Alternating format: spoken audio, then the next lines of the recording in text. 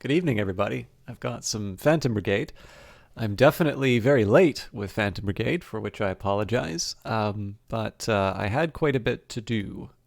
So let me just take a minute here. We've got everything we needed set up. So I'm going to quit out of the browsers. So I have a lot of windows open on my computer right now, so it's going to take me a few minutes to discover...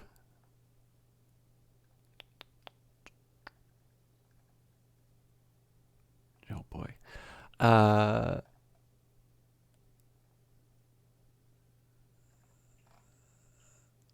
Sorry about that.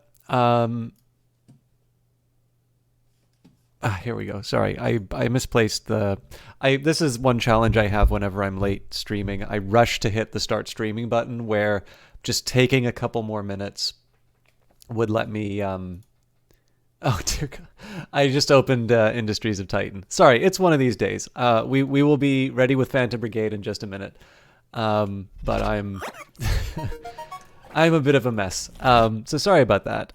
It was a very, very busy day today, which by and large is a good thing. But unfortunately, I really ran out of time to, get myself properly set up for streaming. Even this weekend, I really missed out on a lot of opportunities to record some stuff, so I'm going to be playing catch up and probably doing some of those recordings later on tonight. But I can't really do much about reversing the time that's already passed. I can, however, focus on doing my best for the next few hours with a game that I am really, really enjoying. So I'll do a little bit of preamble. I've been trying to be a bit better at starting right away and jumping into the game, but there are a couple things to talk about. So I always get a little bit worried when people make empty gestures, but it is International Women's Day today. So happy International Women's Day. And if there is any confusion about that, that is to everyone who is a woman, and that is regardless of any prejudices or, tangling that people want to do in terms of the, classifications. It is an open stream here, and I hope people are able to find a home and share some good games together. One of the reasons I mentioned that, one, it's nice to mark the occasion, but one of the things that kind of tied me up today during some of my free time, like my lunch hour and my time after work, is I did get a new article written, and I actually specifically wrote that article for today. I don't want to spend too much time on it, because if you want to read it, it is actually one of my shorter reads. It's less than 1,500 words, so part of it was an effort to try and do something short, but I do think I probably could have stuck the landing a little bit better on that article, but the reason I mention that is I run into the difficulty. Obviously, I am a guy, and so there's always that question in terms of what if I say something like Happy International Women's Day, if I mark the occasion, what does that really mean? Because there's certainly a number of people who will make the gestures and then not sort of live through any of the other items. And on streaming, there's a lot to gain from sort of empty gestures, and I really don't want to leave it at that. This article isn't necessarily going to go anywhere beyond it, but what I did with that one, I hope some of you do check it out, because to me it is kind of funny. What it is, for the last few years, I've used Google Trends, which will give you some data in terms of what people are doing in terms of search. So basically it'll show the relative popularity of certain search terms. And of course, we all know the habit of, on International Women's Day, there's the group of people who will say, why no International Men's Day? And of course, there is an International Men's Day, and nobody marks it. At least the same people who are asking it on International Women's Day don't necessarily mark it, because in the end they really don't care about there being a day. They're just mad that there's the day that isn't necessarily about them. So to me, because I'll be talking with my friends who sort of know me, and we kind of have a shared understanding, what I've done with these Google results is I've sort of quantified the Wino International Men's Day effect. So what you'll see is if you plot the search results on a graph, you will see that there's a huge spike on International Women's Day for International Men's Day, and that the spike on November 19th, which is actually International Men's Day, for a few years you can't even really see it. And I've noticed actually ever since Richard Herring has started his sort of charity drive, correcting people about the existence of International Men's Day, it's actually been a big jump in them. So of course, correlation isn't causation. There might be other factors as to why since 2018 people have been properly, searching for the holiday on its given day. But I kind of decided, I've done this for a few years now, and instead of just making it sort of a private joke, like there's a certain side to me that finds it very funny to sort of just see this really impotent rage of people slamming into Google, why is there no International Men's Day? And just seeing the result that it's like, oh, there, as a matter of fact, there is one, jackass. But the problem is that it's not just comedy. The Wikipedia page is vandalized about 8 times today. They put it in semi-protected mode, and it is ultimately a symptom of a greater problem. And so, as much as I do sort of like to ridicule objects that are deserving of ridicule, I didn't just want to leave it at that very sort of superficial level. And so what I hope that article does, I basically kind of presented a quick version of the analysis. I updated it to 2021, so you can sort of see the spikes in terms of when people are searching for these certain days. You can actually see a change that happened last year, which kind of surprised me a little bit. But basically, instead of just keeping it at so it still is something that kind of amuses me, because again, you get to see people being idiots in a graph, which I personally find kind of funny. But what I hoped to do with that article was also sort of elevate it to a slightly more serious level, which is to say that everybody's going to have sort of their own experience. Everybody's going to have a certain frame of reference. I don't really hang around with a lot of racists and misogynists, so, my day-to-day experience, especially working from home, is probably not going to be to see, these overt demonstrations of really intolerable behavior. And so, that's the maybe slightly less toxic version of asking is like, well, do you need a special day? And being able to quantify it, being able to put it in the form of a graph is one of these things that says, yes, as a matter of fact, because basically what you're seeing is a year-long conversation of somebody constantly talking about themselves. And one day a year, there is a break in that conversation. As soon as somebody goes to say something that isn't about one of the participants, the participant cuts them off and makes it about them. The analogy being, of course, the Wino International Men's Day crowd being the one who's doing all the talking. So the hope was that for that article, without it, I'm probably coming off as a little bit more strident than the article actually is, but I was hoping that maybe that would help build a little bit of empathy, and people who might be asking that question in good faith as opposed to trying to undermine the holiday might be able to see something that sort of indicates why things like these are worth marking. But I could have just left it to, hey, Steve McLaugh, where can you find it? Thank you for asking. Let me bring it up.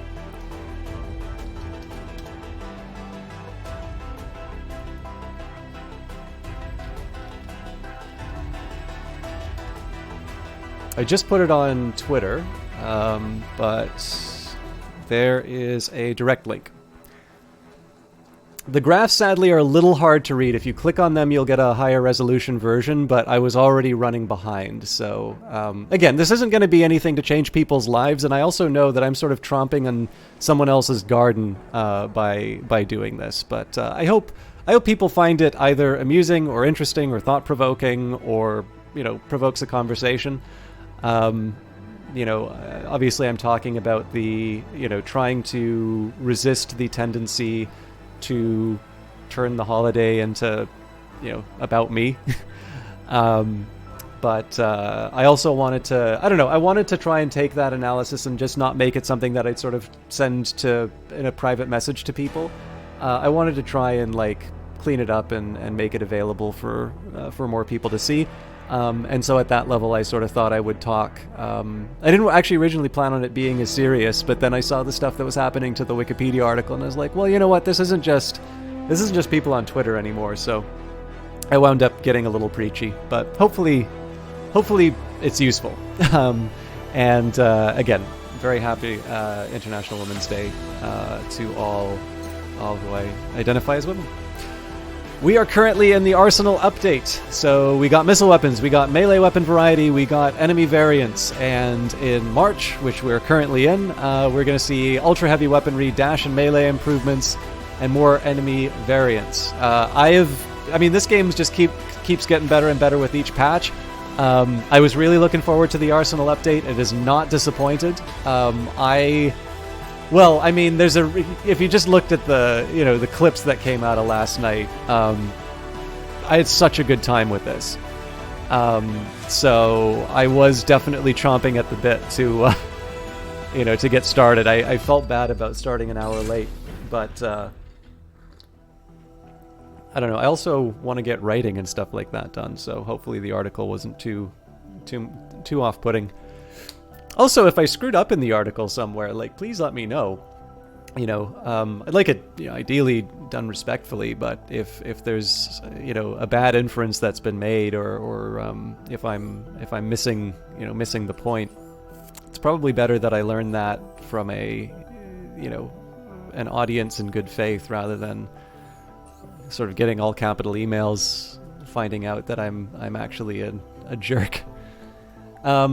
But yeah, so we're going to continue salvaging for the next 6 hours. I think the plan was we go to the Spec Ops base and then the town.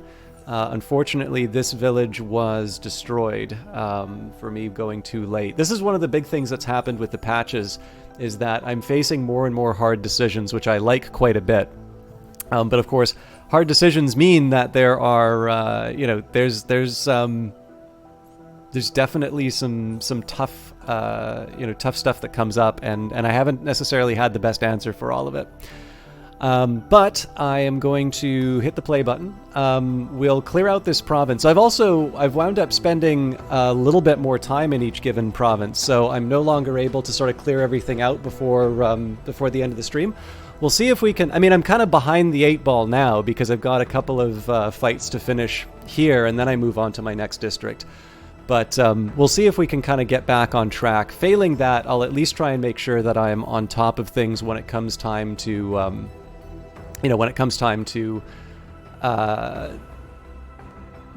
switch over the patches. But it's way too early to be thinking about that right now.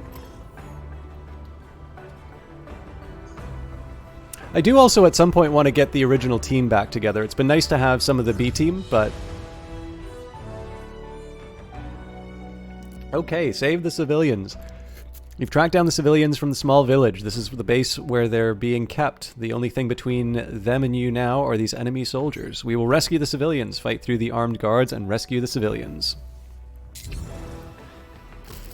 Okay, Tango's definitely quite tired.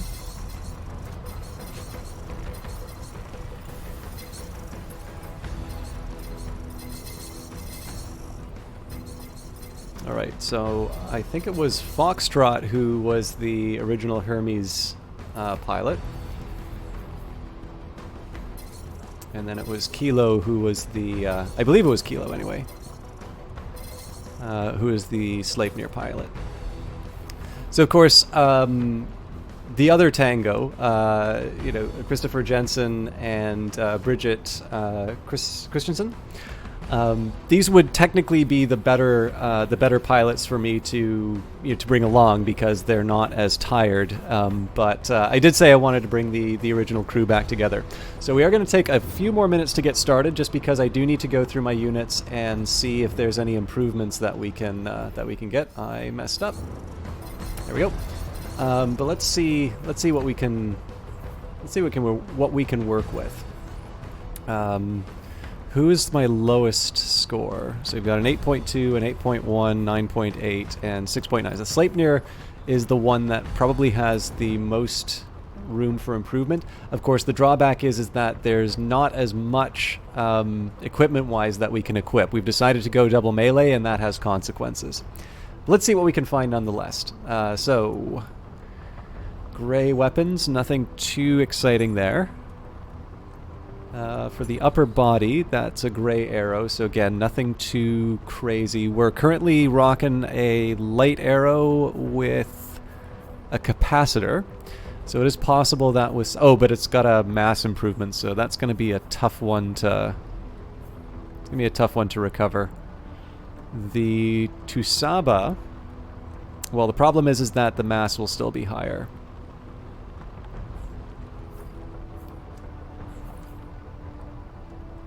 Oh, good lord. Yeah, so that thing's basically all barrier. And the heat's not quite what I'd want. Although I'm assuming that's because of the the thrust. Still not quite where I would want to be going with this particular melee unit. So I think it's fair to say we don't have anything we want here. Let's take a quick look at the arms.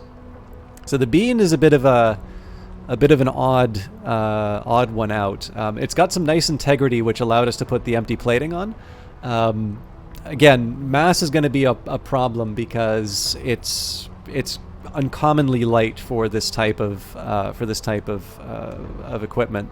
But we'll see what we can do, especially given that it's a 6-8 level. What I'm going to try here is I'm actually going to look at anything that's 7 or above, and we'll just get a quick read on what we could equip instead. So, for instance, this thing isn't quite as good integrity-wise. It really is only bringing us the regen. And to be honest with you, that's going to go away as soon as the... Yeah, so this one doesn't work because we're at 135 integrity before we put the empty plating on. That's not really the done thing for me. So let's see what we can do. Again, I don't want to put too much weight on mass, so to speak, just because I know I have that empty plating in play. But I also, like, I do need to consider it in the grand scheme of things. So, for instance, this Nox medium might work as a, if I put hydraulics on it. But let's see if we can kind of aim a little higher. All right, so this is a level 3 integrity. So this thing looks very similar to the existing. This thing looks very similar to my bean medium here. As this says empty plating. So I am going to just quickly try to put this thing on. I suspect once I put the empty plating on, I'm not going to be able to distinguish between the two.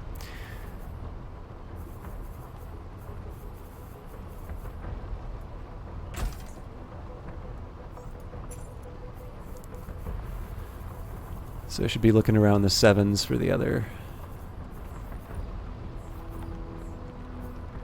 Interesting.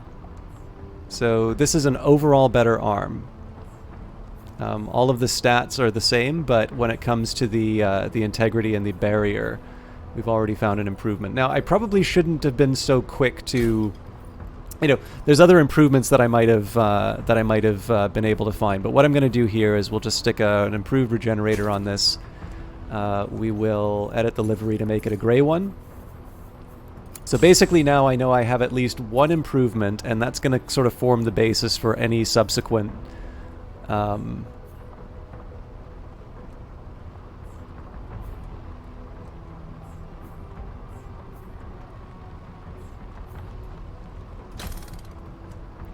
also can't remember if empty or hollowed is better, so let me just take a quick second here. Empty is better.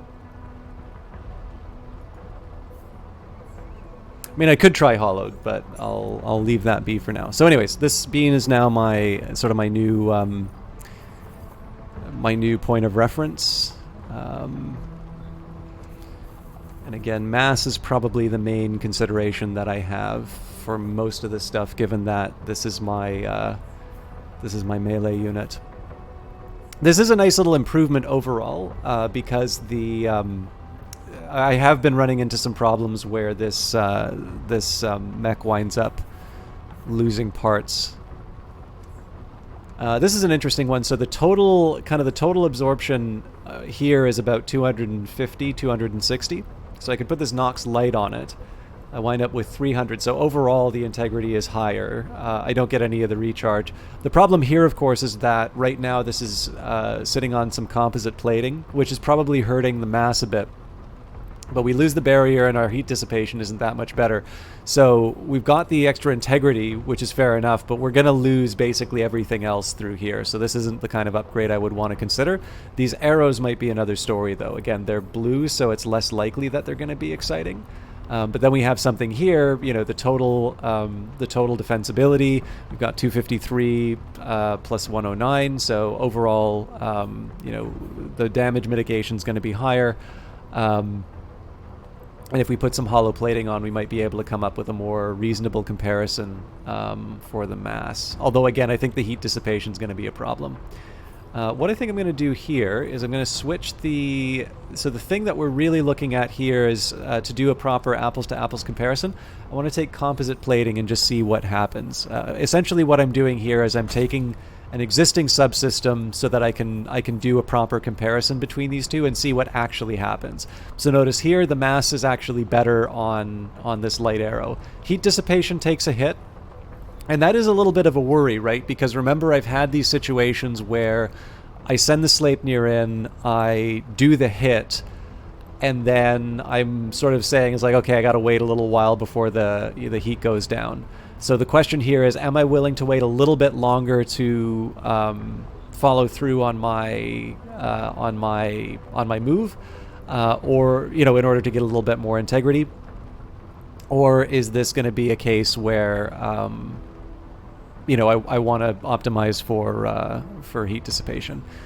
We're looking at about 280 compared to 350. I think in this case I'm actually going to stick with the bean. This is kind of just a very broad kind of a preference on my part, but I do like the idea of having the lower heat dissipation, and we're already seeing an improvement as far as our you know, our damage absorption is concerned. So I'm gonna run ahead without the light arrow so far. We do, however, have another bean, so this has even better heat dissipation. Mass problems, though. I think our integrity is going to take a big hit if we put the plating on. What I'll do here is I'll put basic plating on. Again, this is just so I can get the apples and apples to apples comparison. So overall, we would lose the integrity and we would get the heat dissipation. So this is almost the exact same... Well, sorry, that's not entirely true. So this is... Again, this wouldn't be the final value, but we're looking at 190 versus 290. Wait, really? Is that far? That can't be right. 290. Oh, so they're both 290. We just give up a little more integrity. Okay, well... I wasn't expecting to do this, but this might actually be the right call.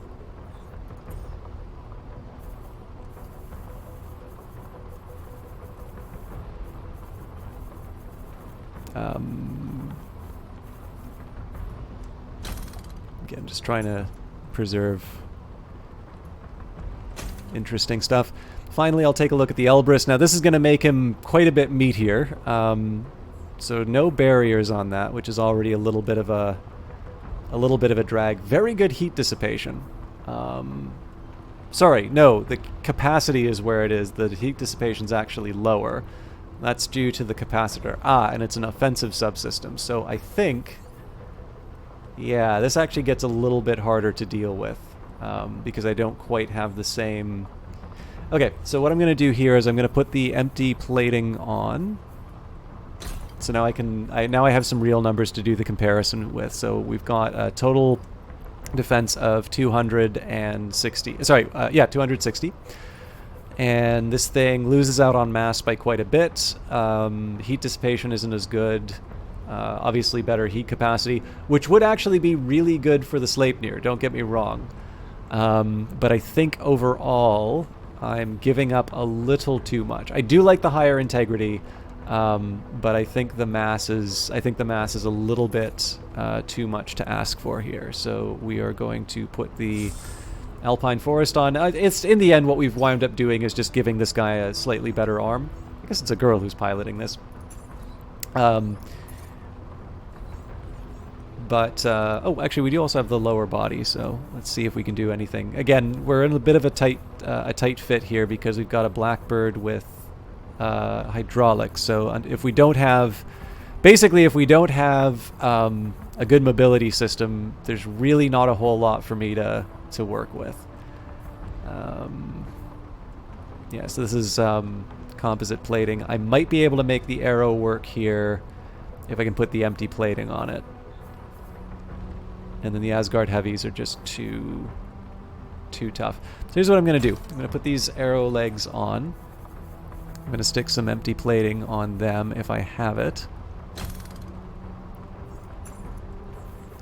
Then I'm going to compare it with my Blackbird legs. Alright, so those Blackbird legs are pretty light. The heat dissipation's not that great either. Okay, so what are we looking at here?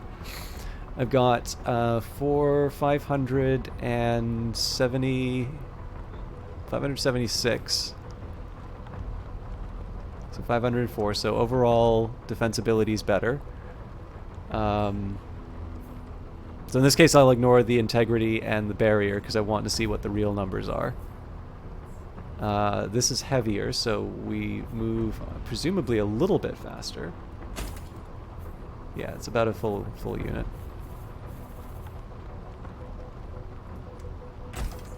Better heat dissipation. So yeah, I guess the question is, as cool as the Blackbird legs are, the real question is, what do they get me? And right now, they're not getting me what I need. So, Tech Mims, how are we feeling about David Lynch System Chalk? I actually saw a couple of really good David Lynch videos on YouTube. I don't know if this is just me thinking about it because the conversation came up. But I did not realize that he was doing acting and stuff that wasn't his. And there's a couple of interviews where somebody was asking basically him to explain one of his videos, or one of his movies. And it kind of seemed to be something of a full of himself kind of a question. And I actually really like, so like imagine somebody sort of asking David Lynch about, you know, what does your movie mean, basically. And it's a really long question, but it's not really a question, more of a comment, really. And then you add a question mark at the end of it. And Lynch's response was just, no. Which I rather liked. So, I don't know, like, as a guy, I'm sure he's perfectly nice. And I'm not even going to say I don't like some of the movie. I do actually like some of the movies. But you know, it's a little bit like everything that you enjoy. Sometimes the fans can really, really kill your enthusiasm for things. Which I realize is slightly different from what we talked about last time, but I try not to be too, like, just, you know, just because it's not for me doesn't mean I really do like celebrating stuff I enjoy over sort of burying the, you know, the really bad stuff. It's a, hey, thank you very much for the subscription. You'll allow.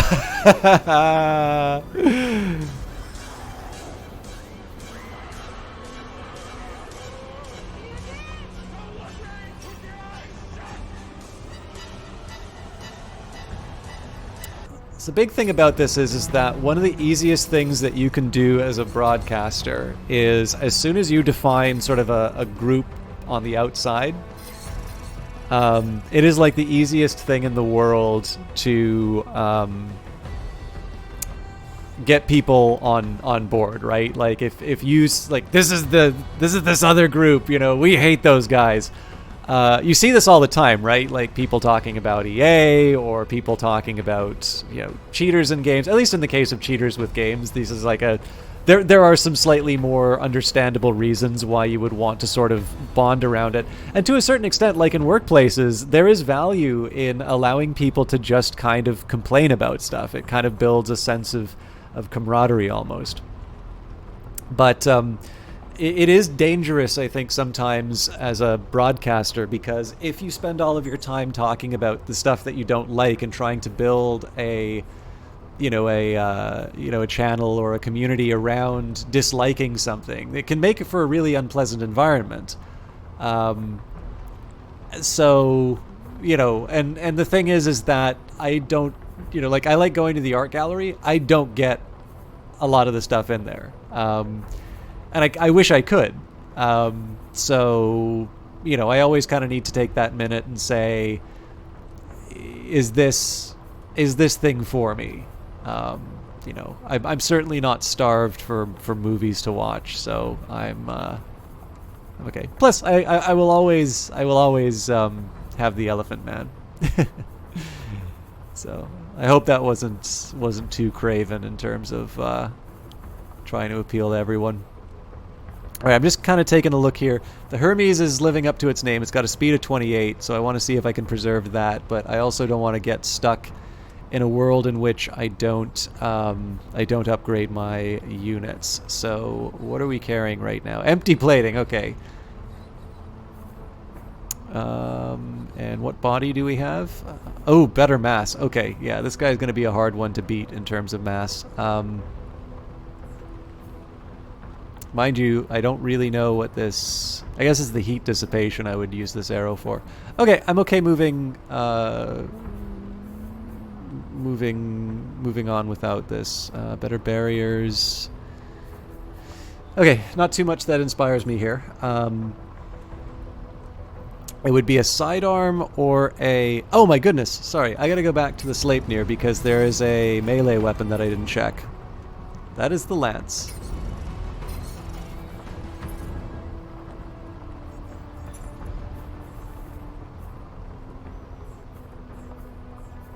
Right, we evaluated this one and I didn't like the fact that it reduced my range.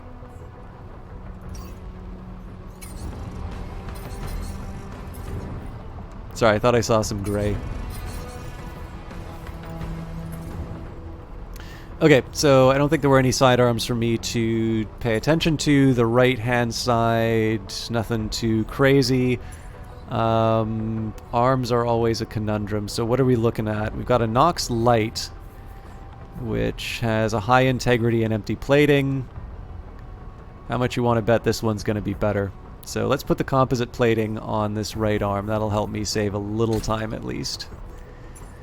Compare that to this Nox Light. And basically we wind up with slightly better integrity overall. So I think that's a good trade-off.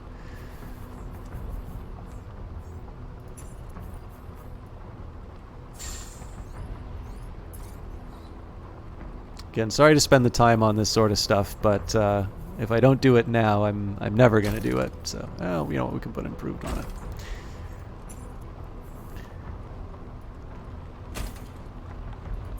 Alright, so where's my empty plating? There we go. Now, of course, I probably should have compared it with all my other alternatives.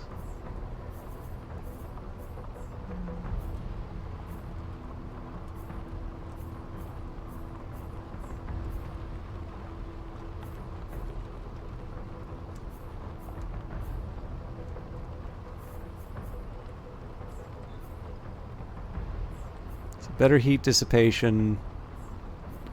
I might sacrifice a little too much. Well, here's what I'm going to do. I'm going to take this Nox Light. I'm going to fit... Nope, I got to do it the other way around.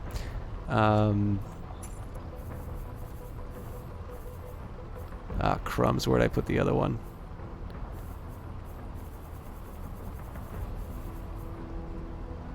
Yeah, this guy. Okay, so the other Nox Light, that's a blue that I'm considering. This has currently got basic plating, so I'll put this basic plating on.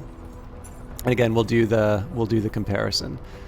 So lower overall integrity, slightly better heat dissipation. Now, this is the thing.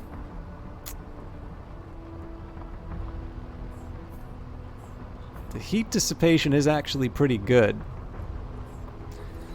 So, as much as I like seeing green on my units, I think I'm actually going to go for the higher level blue. So we're at 259 on that. Our old one was 308 plus whatever it was before. Yeah, so I mean, I guess I think we're still ahead. I think we're still ahead defense-wise once I account for the loss. Again, I wind up in these traps where I have a particularly good combination and it's really hard to sort of dislodge. Oh, I forgot to recolor the blackbird legs. Okay, what's going on here? We've got really good mass on these ones, so I am going to take a second here and just adjust the livery. And then I can put the real legs back on. Did I remember? Yeah, basic gyro.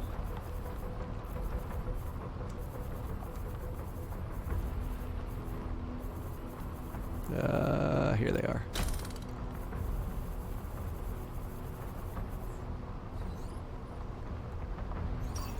All right. The Behemoth, we did get a marksman rifle. I don't think that's going to make a huge difference in the grand scheme of things, but again, we'll take a quick second here, look at our alternatives. I'm really not comfortable with the Tsubasa.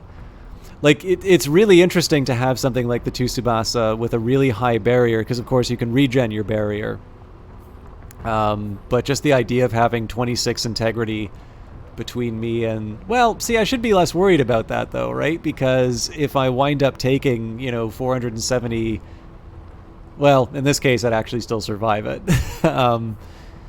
I don't know. I gotta think about it. This strikes me as something that will result in dead pilots, knowing the way I play this game. So, realistically, what will my alternatives be here? I do have this Vidar H. Yeah, you know what? Before I go any further, I'm gonna mess with the Lance, because I know I was given this body a dress rehearsal. And I think it was because I was probably gonna wind up with so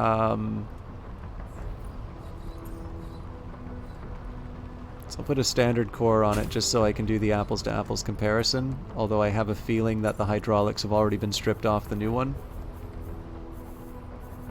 Or sorry, the old one. Nope, they also have excellent hydraulics. Okay, so what's the story here? Why was I...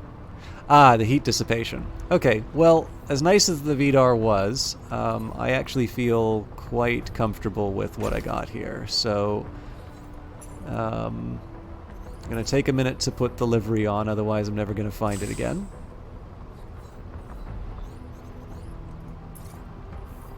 I'm going to take a second here to put the Vidar back in the pool. Now, the problem with putting that one back in the pool is that it's very unlikely that any of my other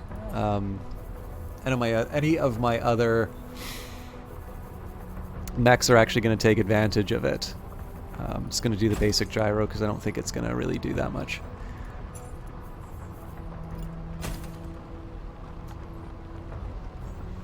I seem to remember this shotgun was new as well. That's the arm, not the item.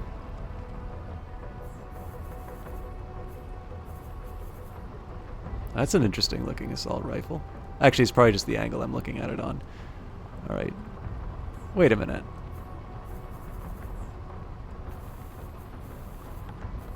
Either I lost the shotgun or this isn't new at all. But it doesn't have the colors. Anyways. I'll stick that one on. Maybe I did lose the shotgun. A shame if I did, because I really like that one, but... okay. Let's not waste too much time. Svalin, I'm pretty sure we've already decided this, so this had a really high mass. I've already got the empty plating on it. This one's got the regenerator. I'm pretty sure I've already made the decision, but let's just take a moment here. I will verify this is where I want it to be, so basic regenerator, make sure I put one of those on. I don't have one. Okay, I'll put an excellent regenerator on because I don't think that will affect the stats that I really want to be looking at. Okay, so this thing is heavier, slightly better barrier, but maybe not because... No, it's the barrier regeneration. Yeah. I am quite okay running with this one.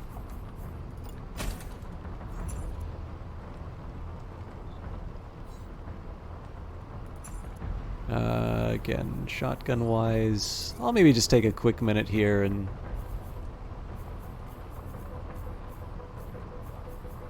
Oh, is there not a filter for shotguns? How unusual. Maybe it's because it's not in my list. Okay. Nox heavy. Oh god, yeah, there's so many arms that I can mess around. See, the funny thing here is that I can kind of have my pick, really, when it comes to some of these units, just because, or some of these parts, because I really only have one heavy unit. Mind you, the mass is going to be something that I want to focus on. Okay, so what's... No! I forgot right-clicking does actually do something here. Okay, well that's fine. We'll do the comparison in reverse. We'll justify putting the arm back on. Assuming I can find it. Oh god, I hope hitting the right mouse button doesn't do...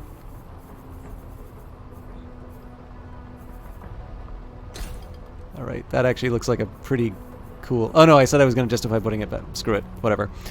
Alright, so... Small decrease in integrity. Slightly worse mass. Really good integrity. Again, mass is a problem.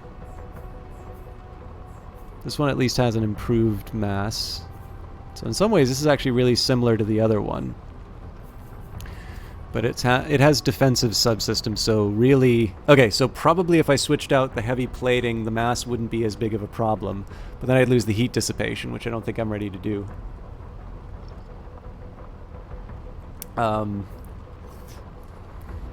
And sort of a similar story here, I think. Because again, the heat dissipation problem, and all I would be doing is putting empty... I'd be putting the empty armor on it. Alright. Finally, the legs. This should be straightforward. We've already got a level 10 Helga. The Asgard Heavies, so definitely better integrity, but that's largely due to the bonus. This has got really good heat dissipation. I could throw a No! I could throw a hydraulic system on it, but I've already got it on here. And frankly, I don't think I need that kind of power for the legs, so I'm gonna leave that be. So it's the Behemoth, that's the last one. We do want to check that one because of the sniper rifle. So currently we've got the lock. We actually have a couple of locks. This is the one that gives me the best performance overall. This one has a slightly lower damage per second. It fires 4 shots. It's gonna... If I do change this, I'm gonna have to get used to the change in the change in the range, which I'm not crazy about. And to be honest, with an increase in the optimal interval, I think I'm willing to just stick with... I've at least got a system that works for the lock now. I may want to change my left item, because this is also one of my rocket units, so right now it's using a one-shot. Kind of drops a tactical nuke almost. I could change it for a rapid, so damage and volley goes up, as does damage per second. I fire 6 missiles. Weaker range, although I'm not so worried... Well, the concussive damage is kind of impressive. Heat's the same. Mind you, it's 6 concussive damage, so that would be over 6 shots, so I guess if all 3 hit, that would be 36 concussive damage coming from each of those individual projectiles. So you know what? Let's try the rapid. I think I'm still getting a handle on how these work. I'll do the Greyhound. Oh no, actually, all of this is Greyhound, isn't it? I want to try and do something unique for my weapons. I guess we can do the black and white. It's kind of combination sniper and missile boat. Okay. Quick audit for body parts. Again, it's not... I don't expect too much out of this. Good dissipation, empty plating. So it's going to be hard to compare the weights. This Asgard might be... but it's got an offensive subsystem, so I couldn't put the defensives on. Okay, we won't consider that. I'm already made my decisions about weapons. The right arm doesn't impress me. The arrow, now we did mess around a little bit with the arrows, so let's just make sure there's nothing big that we can find here. Empty plating and dissipation, pretty unlikely we're going to be able to find something comparable. If we had capacity in the arm, that might be a different story. The Elbrus, I wouldn't be able to reduce the mass, so I think we'll give that one a pass for now. And unless these Blackbird legs, these are 8.3, these are 8. Mind you, they've got a gyro on them, hydraulics, dissipation. Well, we kind of already know I want dissipation on this guy, so I can safely ignore the Blackbird legs. I think we are ready to jump in. And then, of course, through this playthrough, I can do a slightly better job of kind of keeping track where all the weapons are. IFF response negative. Treating as hostile. Requesting immediate reinforcements. So eliminate all hostiles to take control of this military site. Incoming reinforcements detected. Reinforcements arrive on turn 2, so I better smarten up and figure out how I'm going to handle these guys. And as usual, let's see what we're up against. And let's see how they are going to try and inconvenience me. So we have got an assault rifle and a medium handgun. Now, I've really been having bad luck as far as these... wait a minute. Where's this... oh, there it is. It's like... that's very good camo. I've really wanted to be getting a new assault rifle for the Hermes for a while, but the game's not been forthcoming.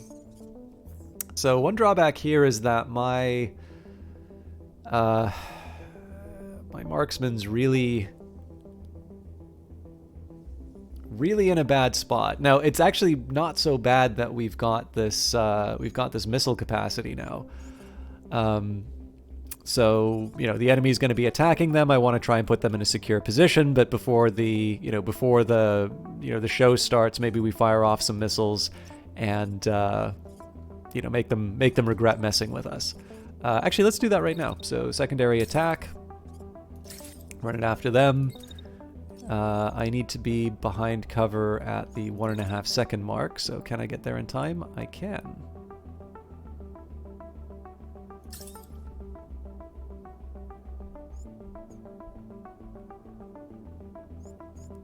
And the description: launches missiles across long distances, effective at eliminating groups of targets and units behind cover. Yeah, so we shouldn't see that thing firing into the side of the hill, although who knows, right? So we'll wait this out a little bit. I basically just want to wait out the duration of the attack, which is actually not all that long. And then I suppose the big question would be, if I get on the hill here... yeah, this is still too far range-wise.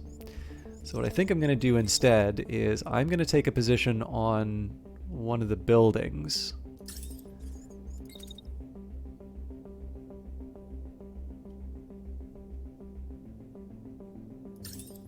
Would it hurt if I just did another batch like this? Let's do it a little bit later. I'm not crazy about the fact that it's going to raise my heat, but it does potentially stop me from slamming stuff into the side of the hill as much. So we've more or less neutralized any threat to the behemoth. We're able to launch some missiles. Hopefully, so because I'm going to be sending missiles off on this this unit, I want to try and do as much concussive damage as I can get away with. And then what are we dealing with on the other guys? So they've got an assault rifle and a missile launcher. Now it looks like they're using their assault rifle this turn. But if I can, it would be nice if I can get some concussive damage in on this other unit. Of course, with that in mind, the best concussive damage I can do would actually be through my melee unit, which is something of a tall order when there are missiles coming after them. So let's see if I can come up with a way of managing all that. All right, so the minimum range is a problem. Roads are really a drag when it comes to trying to get melee stuff done. Well, sorry, it's not so much the roads as it is just the overall positioning of these choke points. So one thing I can try and do to be a little bold, so I run through. Let's assume that my guy's out of the way. As I run through, okay, so we'll set you up over here. Oh, really? Okay, as long as I can get around that obstacle, I actually see this working.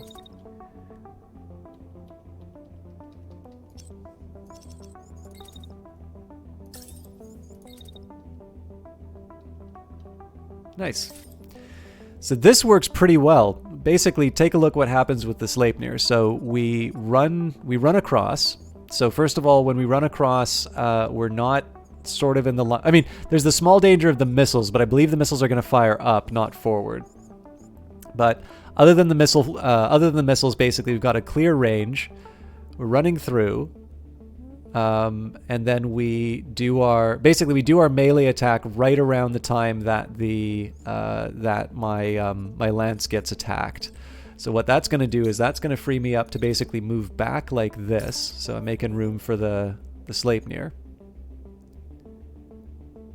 You know, I might even consider putting up the shield because I can. They should be out of commission around here. Actually, it looks like the attack completes before the... yeah.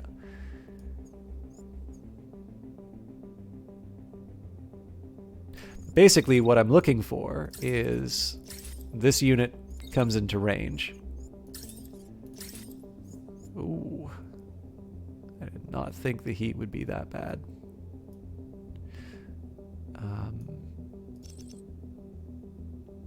Okay, well, what I'm going to do here then is I'm going to hold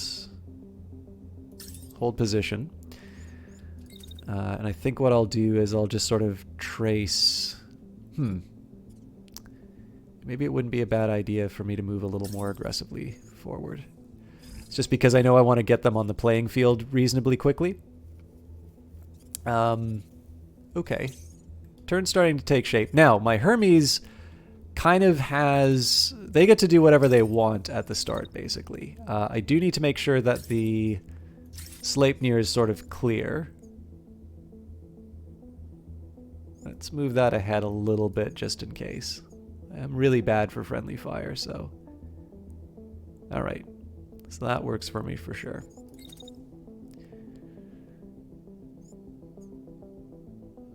Now, I am a little worried that I'm focusing a bit too much on this guy. So here's what I'm going to do. We move up.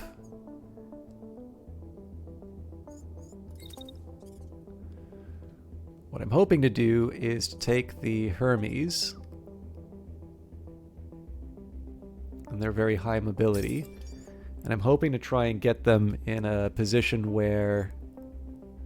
Nah, see, that's the big problem. The more I move them, the harder it is to actually get them involved in anything. So let's try... yeah, I'm gonna focus on this guy for a little bit longer.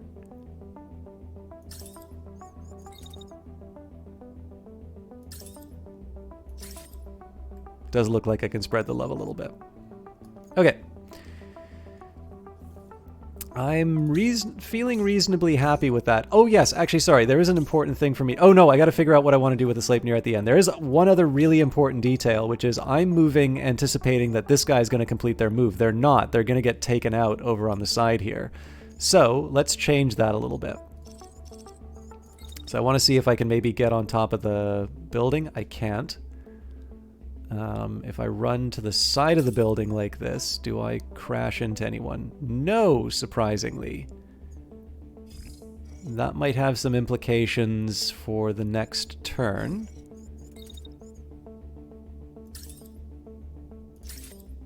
but I am going to try opening fire on what will presumably be the kind of the crumpled frame of the mech off to the side. Okay, so let's just double check that nobody's crashing into each other. Good thing I checked, because that's exactly what's happening with the Hermes.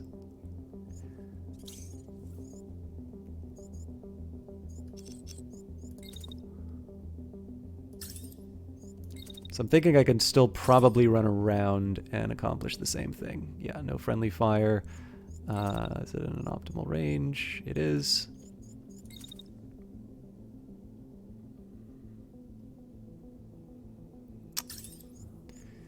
All right.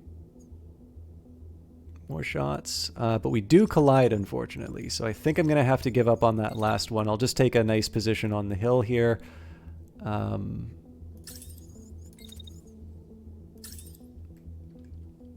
Against my better judgment, I think I will try and do...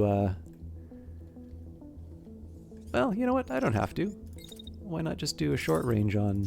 Like I said, I'm a little worried about over-focusing on this guy here, but as long as we can take a piece off the board, that's not the end of the world.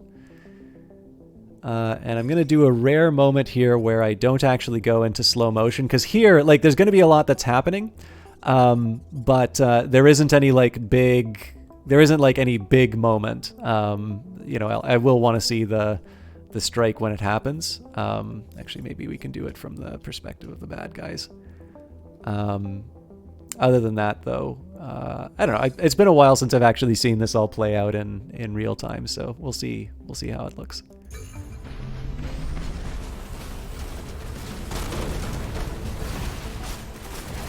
Okay, that turned out.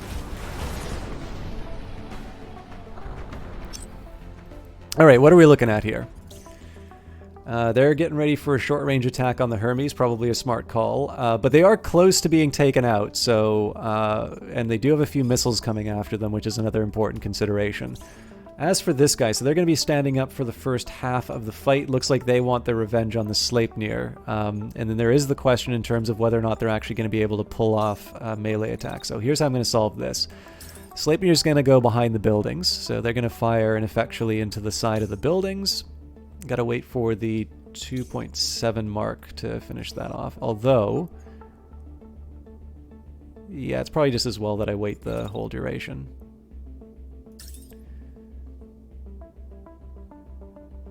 Why did I say 2.7? Basically done now, so if I run up like this, I gotta be careful to leave myself enough time. Yeah, that's the problem. I can chase him, but it looks like this guy's... Well, they're pretty heavy, so...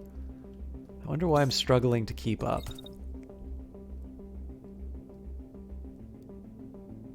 One thing I can do to make my life a little easier is to justify my... No. Still. I don't have superpowers in this thing, so... Well, what I'll do is I will position myself... This, you know, there's a little risk here, but I have enough places I can sort of dodge when the time comes. Now, here's a more important question. Am I able to... Yes, I am able to target stuff. So, sniper-wise, they get into range here. It's not the optimal place to attack. It would actually be better to attack them when they're sort of around this area here. I suppose that invites the question as to whether or not I want to try any other attacks on this guy. Because if I've got sniper fire coming in on them... So all of their love is directed towards the Hermes. I wonder if I can get away... I probably can't get away with another round of missiles, but let's take a look. I can. That was unexpected. I am also a little curious why I'm regenerating. I didn't think I'd had taken any damage. Anyways, that gives me something to do on this fellow over here. Alright, so I'm going to be finishing my attack. What I'm going to try and do, if I can, is actually get behind the hill here. So, run around. It's not a perfect escape. They pretty much start shooting right away. But it's enough. So what I'm going to do is start with a shotgun on gonna start with a shotgun on this guy. Once I'm done sort of tracking them, I want to take advantage of the fact that this unit is going to be directing their attention towards the Sleipnir, which means I can sort of move... I can move up a little bit.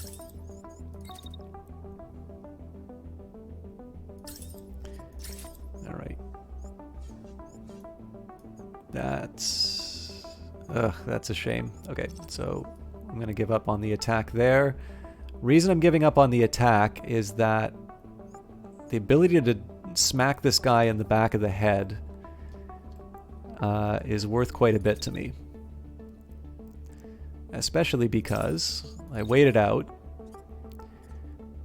and I move just off to the side here, and I should be able to come in for seconds. Yeah. The only thing is that they turn their back at the last possible second. I think that's as good as I'm going to be able to get, though. So, final question is, what do I do about my Hermes? Because there's going to be one set of attacks that comes at the start of the turn, but there's also going to be another set of attacks that comes at the end. Honestly, I think this is just a matter of laying down the fire with the assault rifle. So if I moved up like that, okay, so that seems to pass. So we get a little bit closer.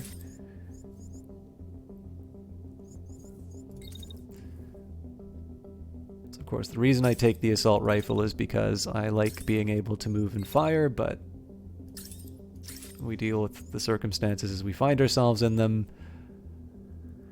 I'm not so sure about the range on that one. Yeah. So if I'm going to fire anything, it's probably better that I do a short range attack. For which I definitely have the heat. All right, again, not the most inspiring. These are two pretty vanilla rounds, I think, but we'll see what happens. Obviously, the reinforcements are going to be coming after, so let's see what comes up and whether or not we can take one of these guys out. Okay, we did take a little damage there. Okay, this guy's not fully down, and we weren't able to deliver the finale on this guy, sadly, so they're going to be firing with their medium handgun. This unit's still persistent, so okay, so ideally, oh right, I can't do that. All right, so I want to attack the unit that's standing. Let's get the Sleipnir in, and I want to try and get... So what I want to try and do is I want to try and take out this unit with the Sleipnir as early as possible. And what that should do is that should free up the rest of my units to... to kind of do the cleanup job. Now, of course, there's nothing saying that this is actually going to finish the job. It is, however, going to take them down for another turn, which I'm happy with. They're going to be firing their medium weapon at the 2-second mark, so right around the time the melee attack comes in. I wonder if I can shave just a hair off the intercept. Again, don't be scared of collisions, because that's not a real collision. I'm going to be moving the lance. So the reason why I want to make stuff available for the rest of my unit, or sorry, the reason why I want the Sleipnir to perform this is all right, that's as good as I'm going to get, unfortunately. What I'm hoping to do here is have the rest of my team in position to take out the new arrivals. So we've got 2 tanks and a mech showing up. I don't know what that mech is, but if you look at the silhouette, it looks like it's got some serious hardware. So if I can, it'd be nice to pummel the bad guys into submission. Anyways, we've done what we can with the Sleipnir this turn. Maybe I'll take a slightly different route in case things go wrong. But the idea here is that the Sleipnir is going to be the one to take out some tanks when the opportunity arises. Now, next question. Am I able to do anything effective with the sniper rifle? This is not a range I'm particularly proud of here. If I do it immediately following this other attack, I burn up. So I suppose it invites the question, do I want to try and lob more missiles? Do I want to leave the missiles for another opponent? Or do I want to take the turn to try and get into position for the rest of this? I mean, one thing I can just do is lob rockets at the new arrivals whenever I can. That might be a... Yeah, so if let's say I build a turn around doing as much concussive damage to this new guy. Alright. Sadly, heat is a real thing.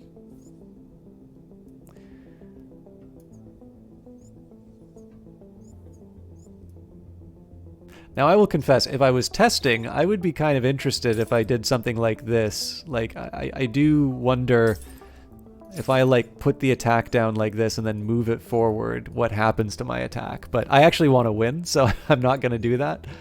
But suffice to say, I'm curious. Okay, so we've got a bunch of missiles being launched. In theory, if I were to do an attack... okay.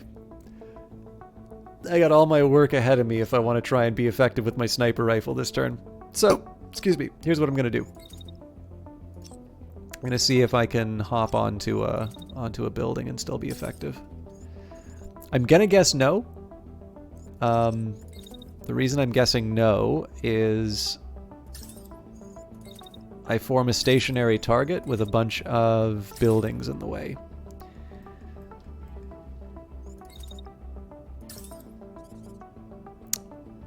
Okay, as long as I can direct the... Well, even then, if I direct the fighting further away...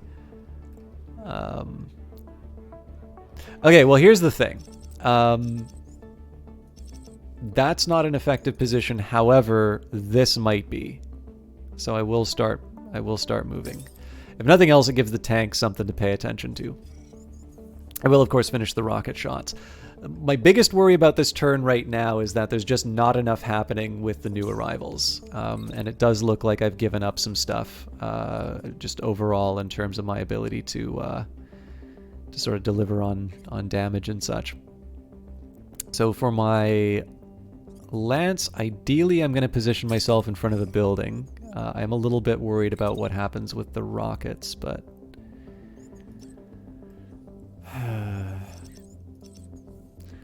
Well, let's leave that be for now. I mean, if I felt that I needed the... Well, okay, hang on. So my heat's going to be... When's the earliest time that I can fire this thing? Alright, so I very clearly have a big window in which I can put up my shield.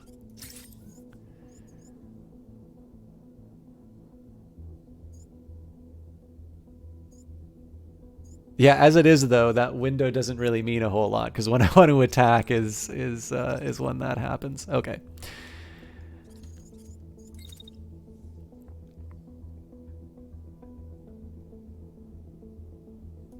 So if I did something like this, I run through, that almost certainly still hits me though.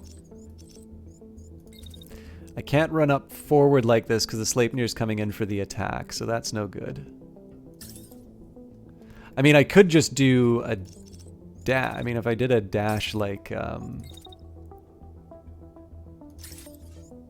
that, you know, I just kick the body further away. But again, heat problems.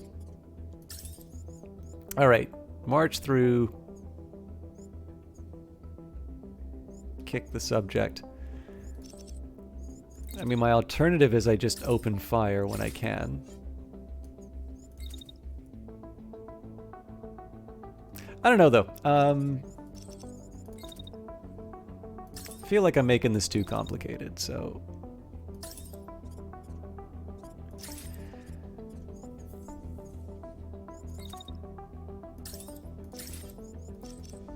I've really limited my ability with that shotgun, so I think the old shotgun was better. Unfortunately, I don't see how I can recover it.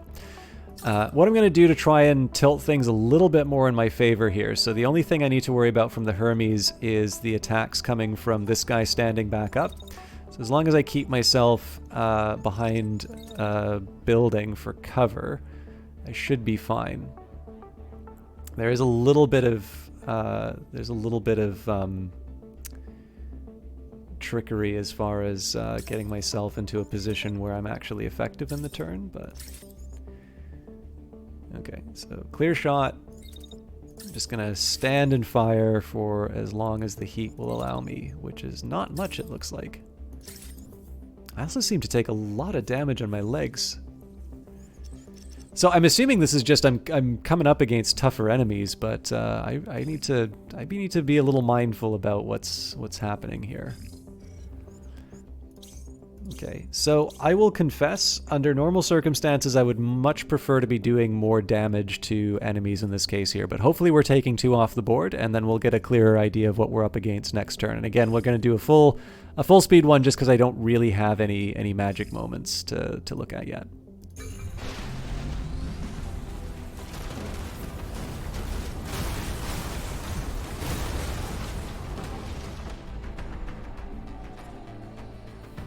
Okay, that guy's down, this guy's down, this guy's rocking a marksman rifle and a shield, so I want to take them seriously as far as their ability to damage my guys are concerned. Alright, so it looks like because Kilo tripped over this unit, they're in trouble.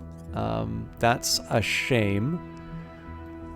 Holy smokes, I did not even realize that there were other... Okay, we're actually in a spot of trouble here. I was building for an engagement over here, and we actually have a lot more to deal with than I thought. So Kilo's currently in the greatest danger because we've got a marksman rifle. That's Olaf. Thank you very much for the host. So you've got a marksman rifle that's basically targeting the stationary unit. And then, of course, we've got we've also got, oh, is that a shotgun that's coming after it? I'm not so worried about the shotgun. So this is why we have the lance, though. I will dash with the lance. It'll probably mean some heat. Nope, okay.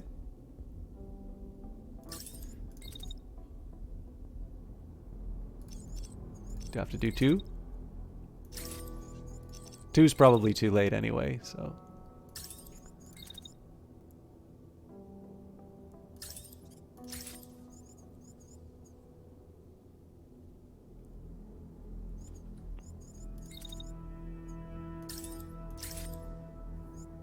All right, this is definitely going to be the sort of thing that we do slow-mo for, right? Because it's going to be dashing forward, throwing up the shield. In fact, we can throw up the shield right away for a little added drama. It does also mean that I get to do my attack earlier, which means my cooldown starts happening earlier. I suspect I'm probably not going to be able to deliver another... Yeah. But it does get me ready. Okay, so once Kilo is up and ready to go, I do want to...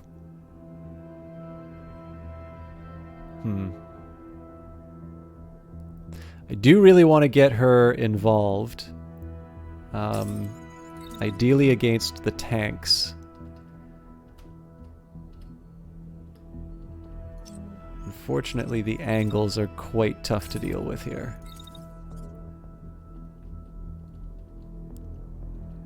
So I can sort of see that one happening, except that there's another tank in the way, and so I have a feeling that that's going to wind up damaging me. So as a second best, I'm actually going to move...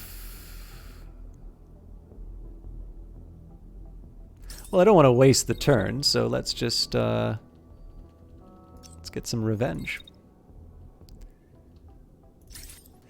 Alright, let's see what happens here. So... Gotta make sure... Oh no, that doesn't work because I ram into my ally.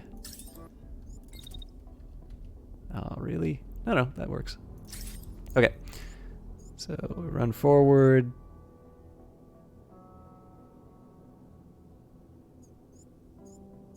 I don't actually see the hit, though.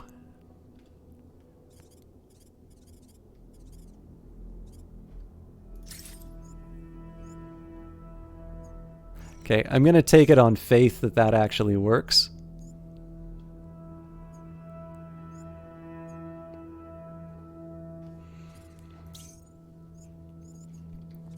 Again, I'm not worrying too much about the shotgun. Now, the real question here, what do I want to do with this unit? So, presumably this is a range that makes me really good against units like this. However, there are tanks that are coming to inconvenience us. So here's the first thing I'm going to try, which is to just get behind one of these buildings, and that frees me up tank-wise. So once I'm standing still, first of all, that's not the unit I want to attack. Second of all, I think they're going to move out of position. Yeah, they're sort of out of the optimal range as soon as the...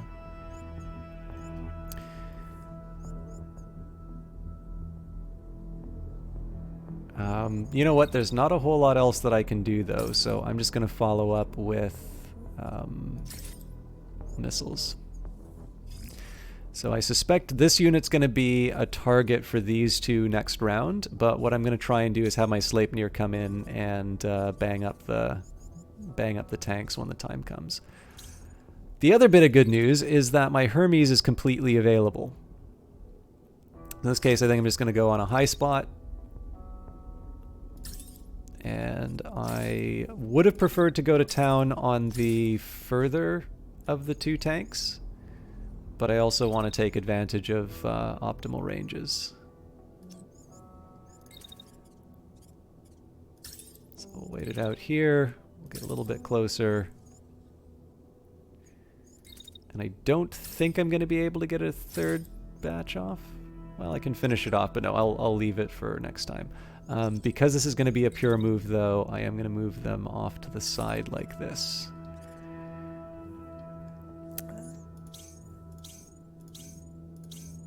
Alright, so as always, I look for the Hollywood moment. I'm sorry, Olaf, I did not answer your question. I am doing quite well. I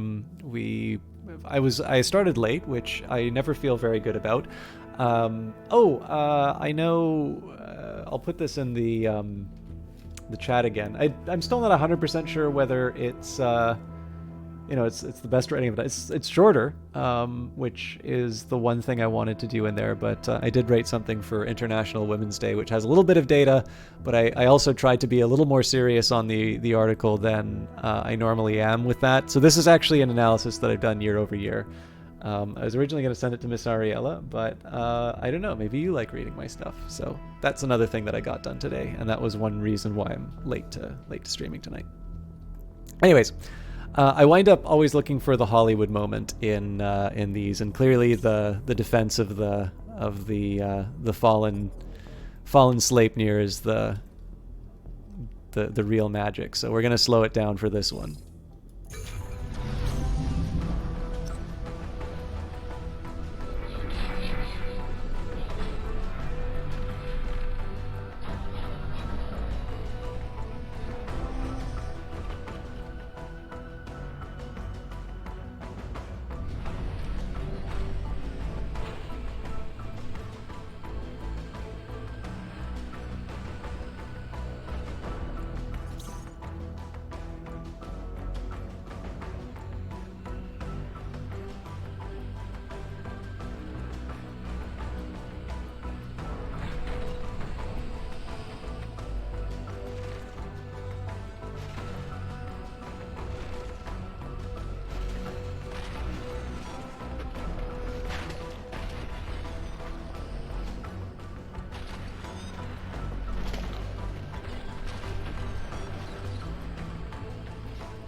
Alright, looks like the defense worked. Doesn't look like the sniping had the intended effect, unfortunately.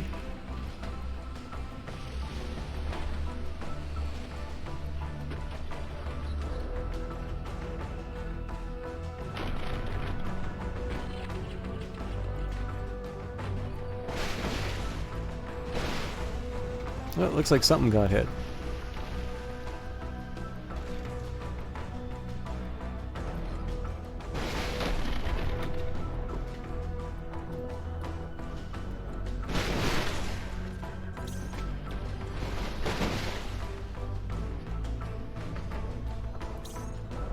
Alright, this guy's out. That's good. So we only have one autocannon to worry about from the tanks now.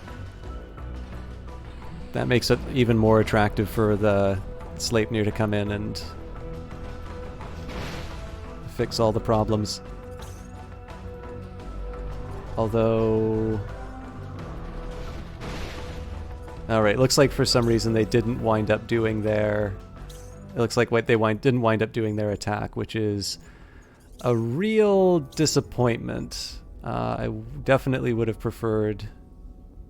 I definitely would have preferred to deliver a sort of a finale on this one. Okay, so let's see if I can get away with this.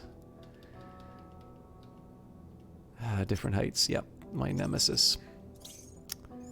Okay, the one bit of good news is that they're going to be directing the shield against the Hermes, so we have a little bit of wriggle room there. In this case, it's just going to be shotguns until this guy is dealt with. I'm going to move the Sleipnir around. It's going to be a little inconvenient, but I think I can make it work. So we run up like this. Oh. They are... Yeah, they're in a totally different spot than where I thought they would be. Well, that's a bit inconvenient then. So what I'm going to do instead, Sleipnir comes up... Really, I need to move them into cover, because if I don't, then it's going to be... it's just going to be pain for me next turn. Okay, so now I got to figure out how I protect my behemoth. So what happens here, they finish their attack. They in fact finish their attack by... Interesting. So they finish their attack while they're moving around the side of the building, so I might get pinged in the back of the head. And then by 2.7, they're on the other side of the building. So I want to make sure I'm on the other side of the building by 2. Oh, actually, this is not nearly as hard as I thought it would be. So run forward like that.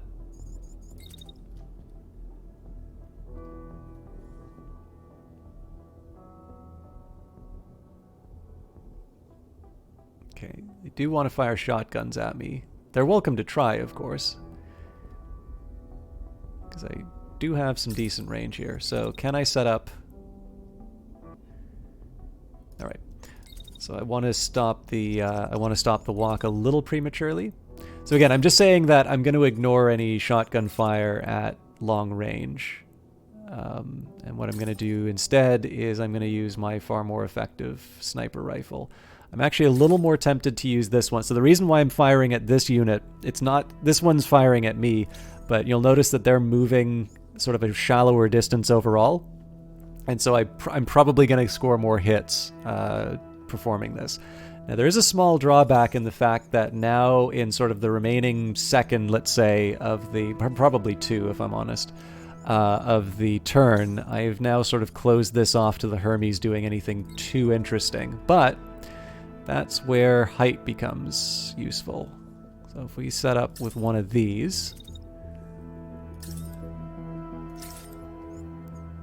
I'm sort of firing through the building, which doesn't excite me. So what I'll do instead is I'll actually run through the side here. This is more of an attack just so that I can do it. And then the remainder is going to be focused on his ally. Okay, can't get away with that third one. So we'll wait it out. Again, these guys are carrying heavy shotguns, so I don't want even the most remote possibility of one of those things actually hitting me. So we'll run back afterwards. So do I have an answer for what's going to happen to this guy? I've got 2 shotgun attacks coming. I think I'm just going to have to reserve judgment later on, or until later on. Nobody else really has anything else to do right now. So I'm going to have to deal with the tank later, but the tank is probably the least of my concerns right now. So one last thing, I just want to make sure nobody's crashing into each other. I should be a little worried for the Sleipnir, if I'm honest. Kind of feels like they're going to be running into a crossfire. So where else do I want to put them? This will do, because I'm still going to be able to... Oh, you know what?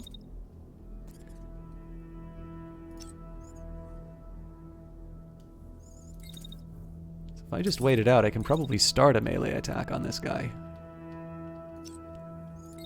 Secondary attack, maybe?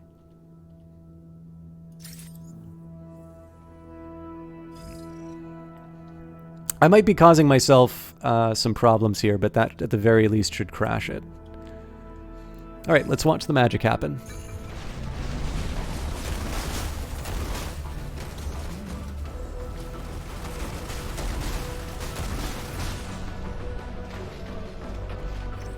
Okay, plenty of damage getting done. Sadly, this unit's still up and running with both limbs. So they're going to be focusing on the Sleipnir. I'm not at all worried about that because the Sleipnir is going to be behind cover. So I continue to faithfully shotgun this guy until they finally go to sleep. Alright, now, big question about the sniper rifle. Am I actually able to deliver with this thing? Okay, so they are moving, which is not ideal, but they are still in the optimal range. I'm pretty sure... Oh. I can get away with a little bit more than I thought I would. There is a side of me that wants to lob more missiles, but I think this is going to be the last that I can use this sniper rifle for, so I'll settle with that. I'll settle for that.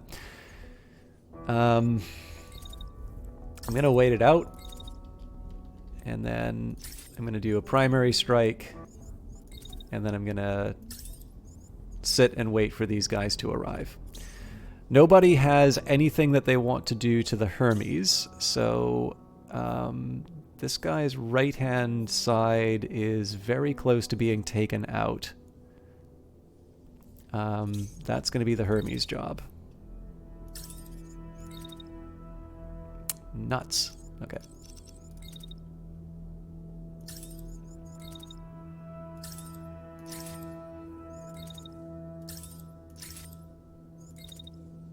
I wonder if I can get the third in. I can. Beautiful. So I am in a little bit of a risk in the sense that either one of these guys can retaliate by attacking over here next turn. I'm reasonably confident, though, that we will eliminate this as a threat. Squiffy says, "Hey Chalk, just popping by since you're probably not going to stick around tonight. Just wanted to say that your blog post today was good." Oh, thank you very much. You actually allowed my social good. That's really good to hear, Squiffy, because like the thing is that this is actually a joke that I've been sending to people. First of all, thank you very much for sharing that. This is a joke I've been sending to people for a while now, like a couple of community managers, a few people who just kind of have to deal with this sort of thing. And I like, personally, I find that very funny because there's just something very funny about seeing such an obvious graph of people like, you know, finding out it's International Women's Day and like furiously typing into a search machine as if it's like some like confessor at church or something like that. And it's like, where's it International Men's Day? But the thing is that like if I do that, it's kind of it's just an observation, and given that it is actually International Women's Day, and doing something like that is drawing the, as you sort of saw in the blog post, like there is a thing about, as much as you want to dunk on people like that, it does mean that the focus is being taken off the reason for the day.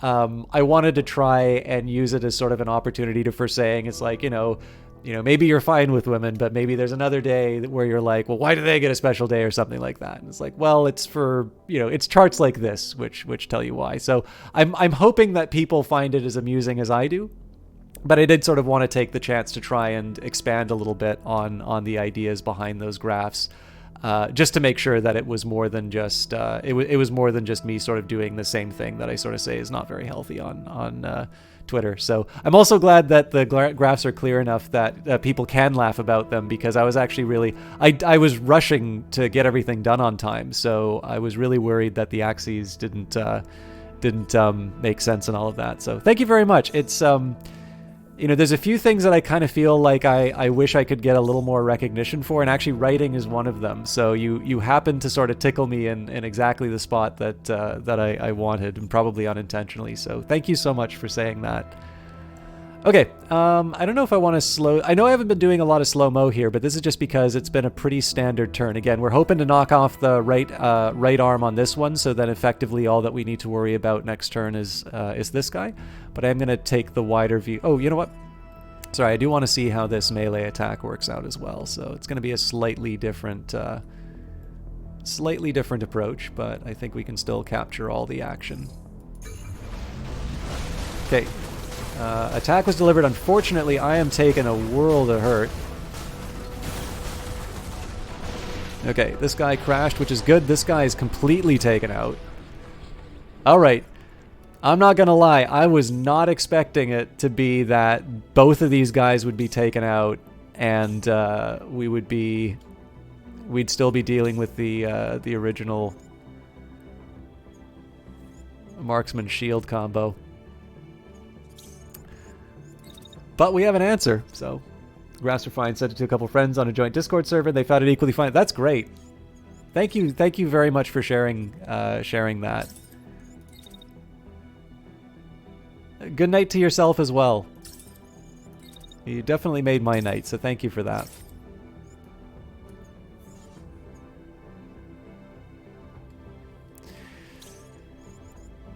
Okay, well, it looks like the... Oh no, the target is the Sleipnir. Well, that's going to be a little easier to deal with, I think. So this is more of a safety... This is more of a safety attack than anything. So I start dashing to get away from the marksman attack. By the time this guy wakes up, I can be long gone and behind some cover. So swipe behind. Only thing I don't like about this is that I'm pretty sure I'm still a good target for a marksman rifle. So instead, I'll run out and around like that. So swipe, run. They're going to shoot to the side of the wall. Yeah, I don't see those attacks working. I'm going to slightly adjust this one, though. I can go in the gap between the two. That way I have a little, you know, just in case there's a little weirdness that happens with the angles. Now, a couple things I want to do here. One, turn around and fire as many missiles as I can at this guy.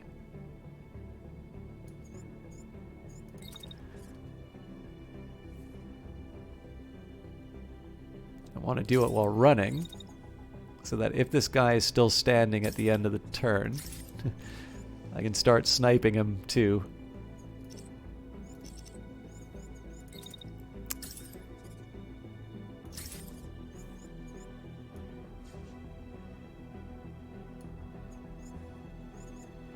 I might be signing up for a World of Hurt doing this, but it's really hard to resist. Alright, I think next candidate is going to be the Hermes for dealing with the tank here. So it's not optimal range. However, I also don't want to be running in interference on the missiles. So let's just change things up a little bit. You know what? I feel like living dangerously.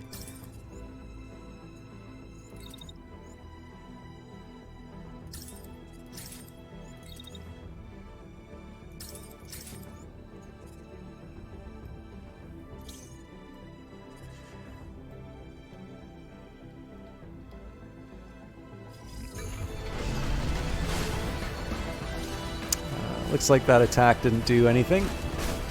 That did. And that guy's done too.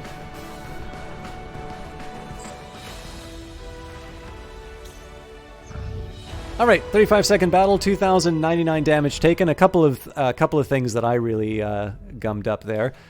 This is probably one of the highest damage inflicted I've had in a battle. 15,310, no units lost, no subsystems on site, 115 actions planned, 1.5 kilometers traveled or thereabouts, 7 units destroyed, no parts on site, 373 supplies detected. We've got a Helga. The Svalin shield might be an improvement.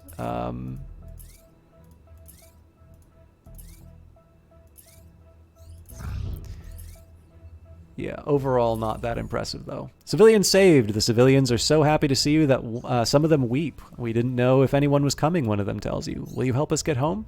Shelter the civilians. They'll be safe in the mobile base until you reach their home. Get the civilians to their home settlement. Now, unfortunately, I don't remember what the home settlement was. What I do need, though, is I know we're 90 minutes in, but whenever I rush, I also don't go to the bathroom ahead of time. So I am sorry. I'm going to need a minute to sort myself out. I will keep the map up and the lovely music. You may want to take a minute and get a drink or otherwise take care of yourself as well. But I'll try and be back, within a minute or two, and we will be back for some more Phantom Brigade. Also, an important thing to remember, because I was talking so much off the top, and I completely forgot to say this earlier on. I was given a copy of this game from Brace Yourself Games for promotional purposes. Obviously, I've really been enjoying covering the Brace Yourself stuff. One, because it's really fun, but number two, they've actually been incredibly generous with their time and attention. You may notice that there have been a few developers who have been sort of kicking around the channel. It's been great to have them in there in the chat as well. But with that in mind, it's always good to sort of disclose those sorts of interests. So obviously, in my own case, I have enough disposable income that I can buy a game that I'm sufficiently interested in, but there was the key given to me for promotional purposes. And of course, for a little while longer at least, I still have the... this is Phantom Brigade, not... right. I think last stream I actually had Phantom Brigade instead of Industries of Titan. If you are interested in buying this game, it is currently exclusive to the Epic Store. I believe this game will be released on Steam at some point. But the other financial interest kind of at play here is that if you use that affiliate link or if you use the creator code SystemChalk, I do also get a little bit of money for sales of Phantom Brigade or Industries of Titan or any of the other stuff that you want to credit me for on the Epic Store. So those are two sort of interests that are at play that may potentially be altering the way that I want to talk to you about the game. It's up to you to decide how much weight you want to put behind that. To my own mind, I don't really think...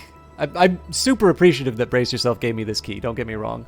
But I also think to a certain extent, getting a key for a game is not... it's not enough for me to fully sell my soul and recommend something that I am not enjoying personally myself. But I'm letting you know so that you can decide. It's also really important to remember that some of that money does come out of Brace Yourself's side. So if you want to have all the money go to Brace Yourself, I'm not going to feel bad if you don't credit me with a sale, or if you have another creator who is currently using an Epic link and you would prefer that they see that money. Again, I have the link for a reason. I'd love it if people used it, but there is no hard feelings if you have somebody else you want to support through that.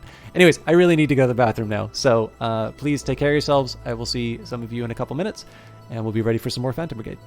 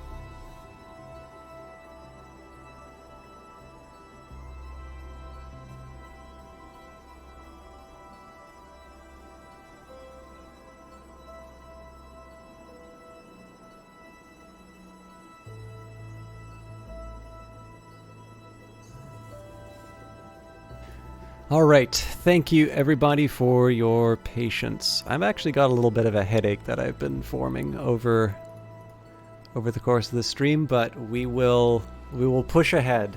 Let me just take a quick sip of tea.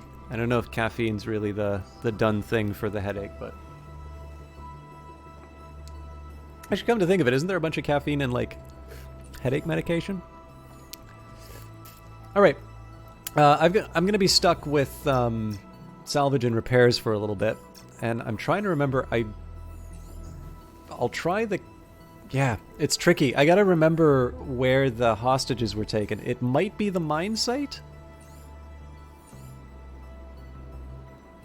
I want to try and return the civilians before too long. Encoded signal. You detect an encoded signal emanating from somewhere in the province. We could probably decode this if you think it's worth the trouble, says one of your pilots, but you will need to stop and triangulate the source of the signal. Well, we're already we're not moving the base now, so we're already stuck for an hour. Just make sure plenty of water too. But there's water in my tea. Thanks, Olaf. Yeah, there's really nothing to lose. I mean, we'll eventually lose some time following up on the signal. There's a whooping of victory from one of your pilots. You and your squad gather around her, bathed in the glow of the blue screen she sits in front of. I think she's done it. That's done it, she says. She looks back at you. Take a look, boss. Looks like we got ourselves a defector. Is that right? Says the pilot beside you. Yep, and they've got some valuable intel for us. Could be bogus, but if the intel really is valuable... ... All right. We still have an hour. I wonder if it's the same... No, it's not. There's a radio station down here. So what I'm going to do is I'm going to explore these sites first. I'm pretty sure it was the mine site that had the kidnapped villagers. I will take out the town, and then we'll head back to the radio station as a last step.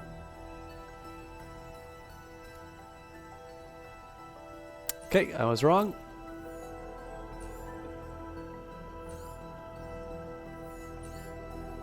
Maybe it was the camp.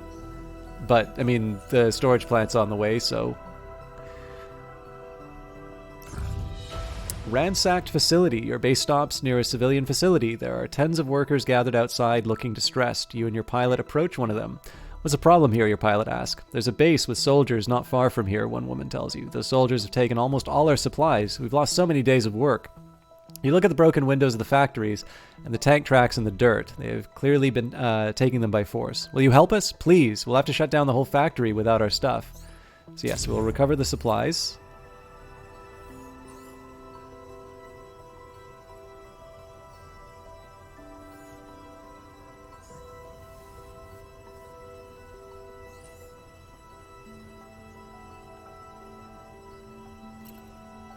Well, that's interesting. So I wonder where I'm supposed to return these people to. Now, presumably, there's only one base where the oh,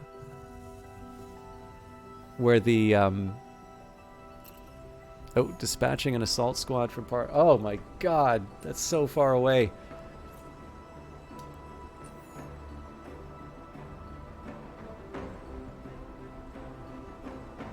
I will take the town, however, I am not going to stop and recover the supplies. Alright, you can attempt to gain control of the structure by mounting an assault with your squad. Suit up. Same loadout as before. Take a quick peek at what we gained. So, gray shields, Helga heavy arm. Alright, so that might be something for the lance, but...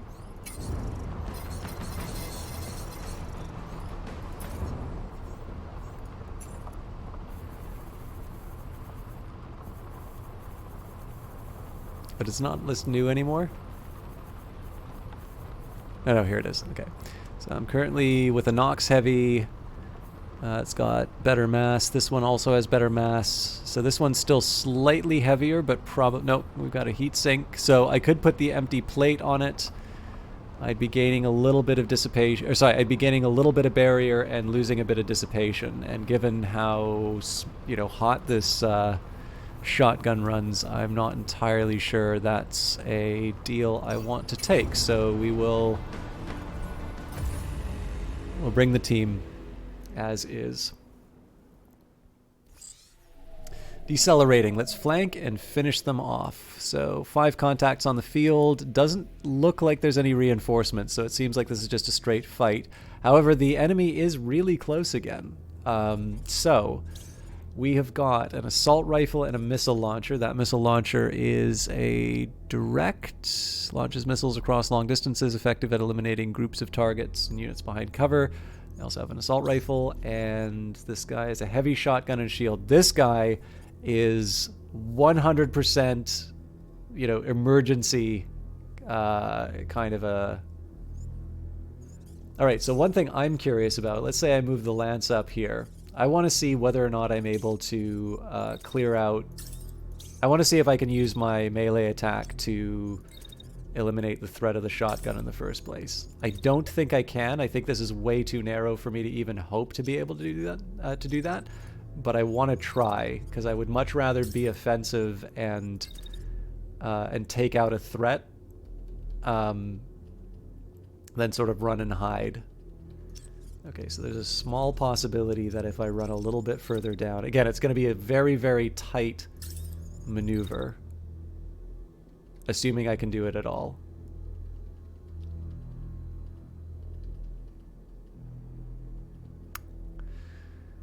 That's always just a little short of what I need.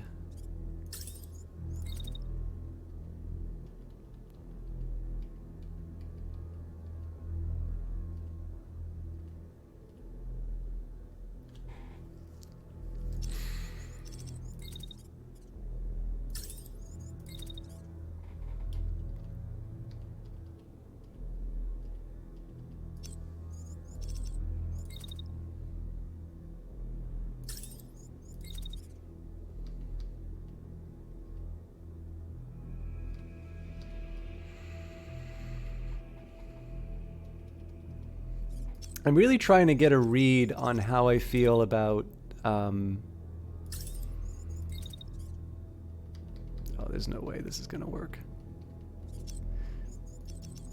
Okay, when does the shotgun come in? Wait a minute, am I looking at the wrong one?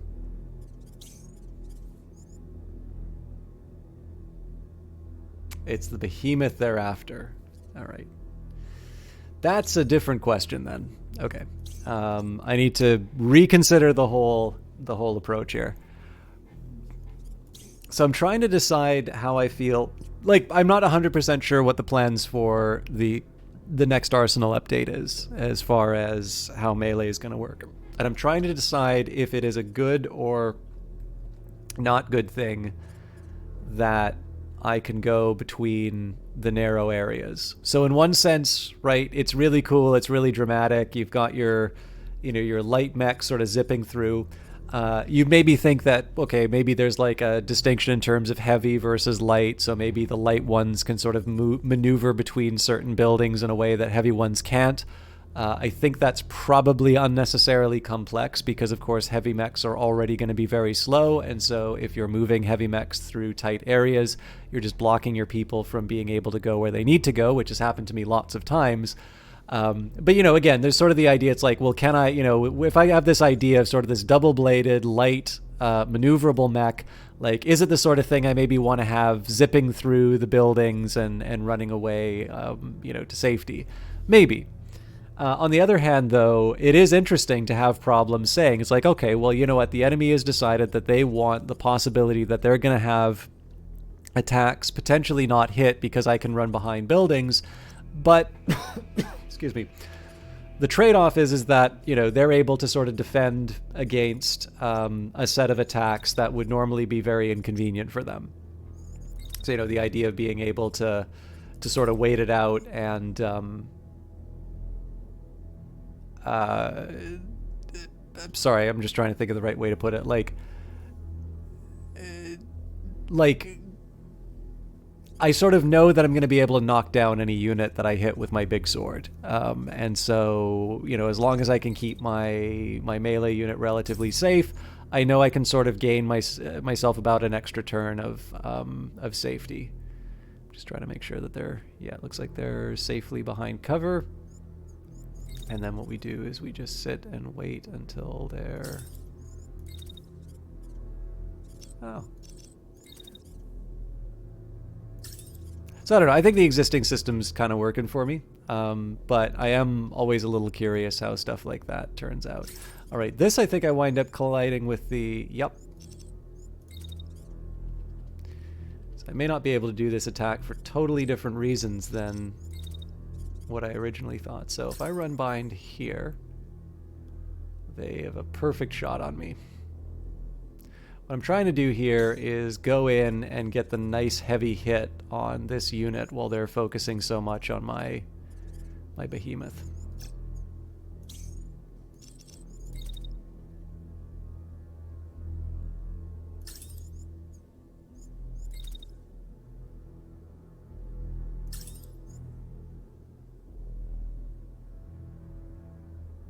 It's weird, but how much you want to bet this is actually going to solve all the problems I've been having? Really? Huh.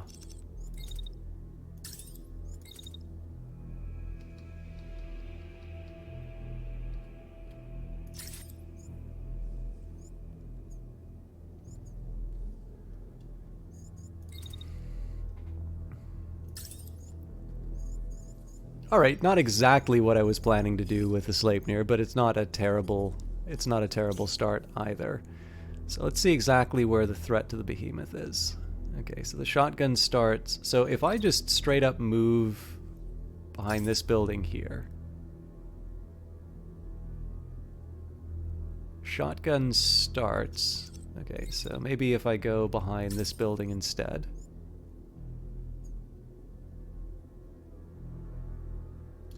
Okay, so there's another attack that comes from the long range, but I won't worry too much about that. Okay, so let's say that I wait until they are behind this wall, and then I decide to move to the side like this. So, walk through. There's a small threat, the potential small threat that the shotgun does actually wind up affecting me. All right. The only thing I don't like about moving the behemoth around here is that there's not a lot for me to do for the rest of the turn. I sort of they're neutralized by avoiding the attacks. So before I go too much further, I want to see what we're up against over here, because one approach I would ideally take is that we deal with these two first. We're 4 on 2, so we're able to basically completely neutralize these guys. And then by the time these folks show up, we should be in a better position overall. But let's see what they're packing. So medium machine gun, I definitely want to be careful with that. Another medium machine gun, okay. And I'm assuming this is going to be an assault rifle, huh? That's right, I forgot that the tanks can have mech-style weapons now. I really hope... I don't know if they patched out the knife Roomba, but I really do like the idea of being able to see a tank with a melee weapon on it. So I'm hoping that, even as an Easter egg, even as something that says, you know, I don't know, we've got some way of associating your account with some Discord activity or something like that. You expressed admiration of the knife Roomba, so we're gonna deliver. We're going to deliver what you want. Anyways, so I'm very mixed about the threat these guys present. In one sense, they sort of, with the machine guns, they stay in place, they fire forever. A full volley is actually a pretty serious thing, but it's a medium machine gun, which means the range on that thing is not great. So that's 30 to 57. For comparison, excuse me, probably my most versatile unit is my Hermes, but it's because I can move it very quickly. It's not actually the range on that thing. So if you take a look at sort of that gray circle that I've got right now, and then, you know, this is kind of their area of activity, basically until we're around here, I don't have a whole lot to... I really don't have that much to fear from the machine guns. Not that I'm going to, like, carelessly walk into that fire. It's just, it's not the sort of thing I want to panic too much about. But that does actually give me a couple of decisions as far as how I want to be using my behemoth. So the behemoth, again, in a perfect world, would be using its sniper rifle to just cause untold misery on the enemy units. There will be a time and a place for that, but not right now because they're just too far away, and I've got more immediate concerns in the form of these units. So what I want to do instead is ideally fire off some missiles and make them regret coming in the area. All right, so that's going to stay optimal range for the whole duration.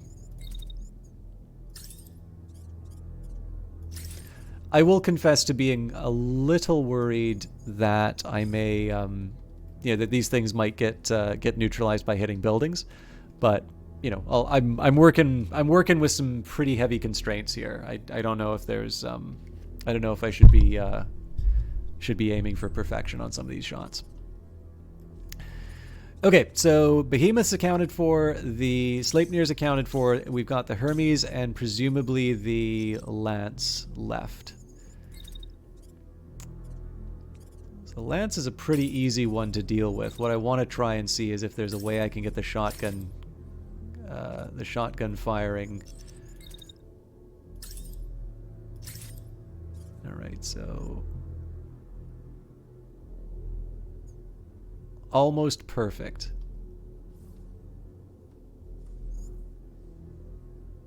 I think the only drawback is that when I go for repeat business... Oh no, actually, you know what? Okay, so stay put here.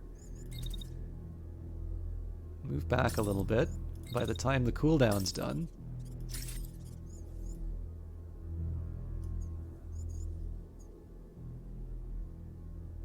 we get to go for seconds.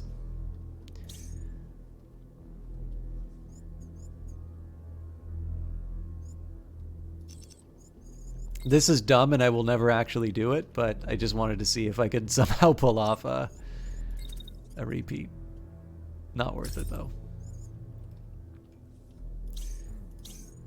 Alright, so it's really just the Hermes that I need to figure out what I want to do with. So the thing to remember is that yes, I am effective in neutralizing the shotgun, but that thing's still going to be around, so I do want to take some time and make sure that I'm able to do as much damage as I can, because that thing needs to go. Alright, so we fire away. They may come into the... Yeah, they just fall outside the ideal range after a little while, but... Again, I need to be mindful of potential attacks coming in. Fortunately, they are going to be firing into the side of a couple of buildings. There may also be a threat as far as the positioning of the Lance is concerned. I don't necessarily know where that body is going to wind up falling.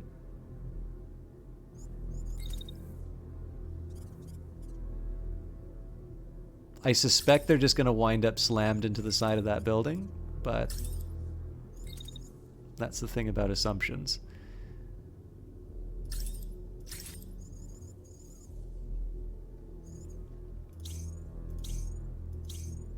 Alright, I think that's about as good as we're going to get. So, I'm slowing down on this one mostly just because I really want to see how all the actions turn out.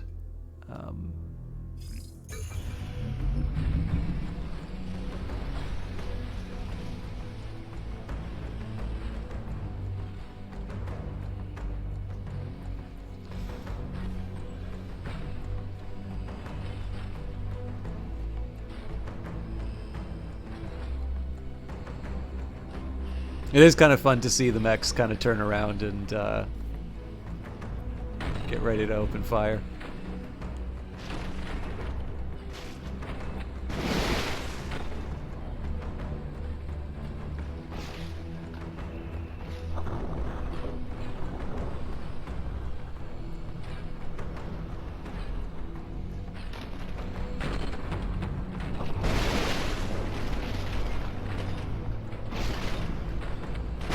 Nope. So it looks like the only damage we took is actually friendly fire.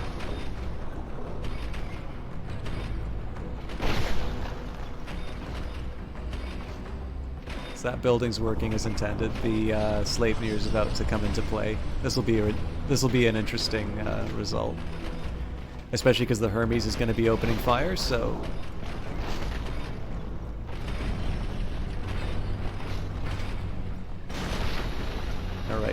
that sucks. Well, not entirely. That sucks for the Sleipnir because there's nothing that's going to happen now. But we were able to take out the primary threat. And fortunately, the rest of the turn is going to be focused on damaging the deserving. Although he's probably going to follow up with his missile launcher next turn.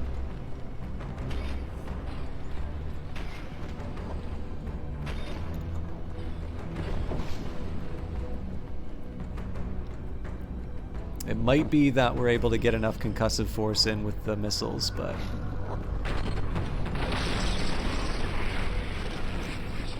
I was wrong. It was the shield arm that got taken out. So, I want to see if I can have some fun with this. I'm curious whether or not I can get away with a good melee strike. Looks like I can. So that's good news for me. I'm going to move the... I want to try and move the lance back if I can. Alright, so let's see what happens. Sleipnir comes in, takes out this guy. Their first attack would have been on the Hermes. Hermes' attack is almost certainly going to work, so I'm going to need to get into cover for that. Secondary attack is almost certainly not going to happen. But okay, so the Hermes moves back just in time for the assault rifle to come in. So I'll wait just a smidge. Run through, so the attack... Again, this is probably going to be one that throws them into a building, so I maybe don't need to worry so much about...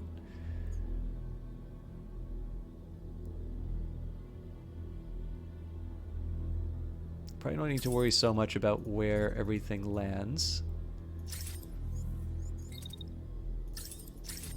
But it seems to me the best way to approach this is just to try and do as much damage as possible on this guy. It'd be nice if I could do something to sort of keep the assault rifle, but I don't want to needlessly risk my guys. There's nothing really for the there's really nothing for the Sleipnir to be doing in this area anymore. So I'm going to start moving them up to a more aggressive position.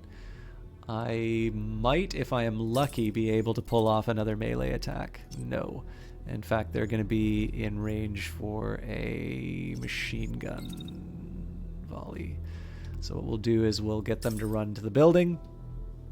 And then the decision next turn is going to be, do you go around like this, or if they're Actually, no. I know that they're going to be firing for a really long time at my ally here. So what I want to do is I want to get to the other side of this as quickly as possible so I can sort of run around the back and hit them. The alternative would be that I'd try and do something with this tank, but well, you know what?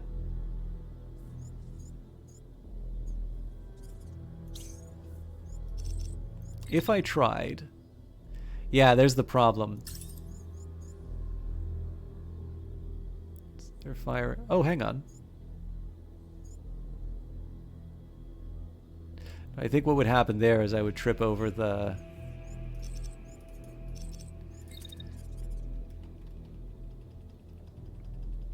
Okay, so I can't do a hard right. It's got to be to the left. So I got to move up like that, and then if I cross to the right, I wind up taking machine gun fire at nearly an optimal range. So it would have been nice to do, but I think in this case here, I'm going to position myself for an attack in the back rows.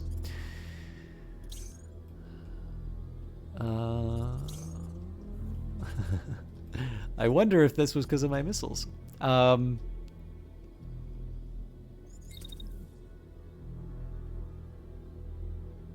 So I need to get a little more active in the state of play. They're actually really smart the way that they've been maneuvering, because if you look, right, there's this nice column that I can use my sniper rifle on, and they're really not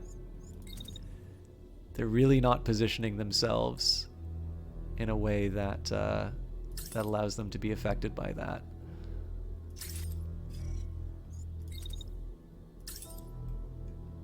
For old time's sake, I'll try and lob off another round of rockets. Okay, so the behemoth is taken care of. The Hermes, I feel like they shouldn't be standing there at the end of the turn, though.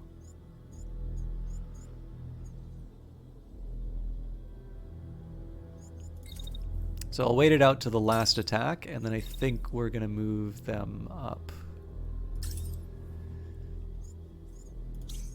Okay, the lance right now is just getting out of the way.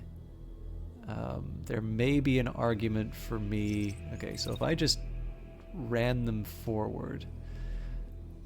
So I mean, one drawback is that they are the target of the, yeah, they're the target of the machine gun, so they kind of need to be out of the way. Ah, but this does give me some control over where, yeah, okay.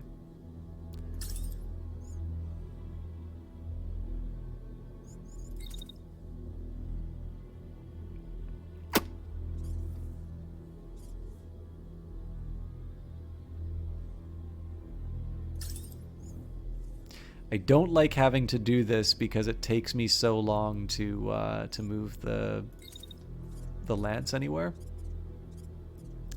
But this is the right call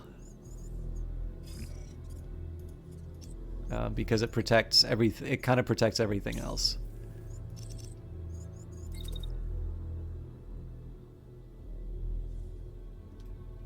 So what I'll do here is I'll use all the buildings as cover, and I'll say that the lance's presence in this fight is going to be a nice to have, not necessary.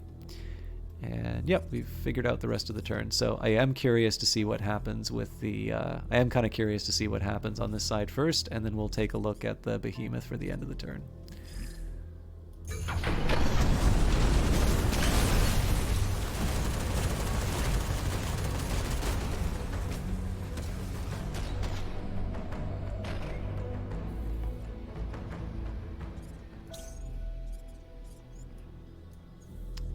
Well, that's super bad for me.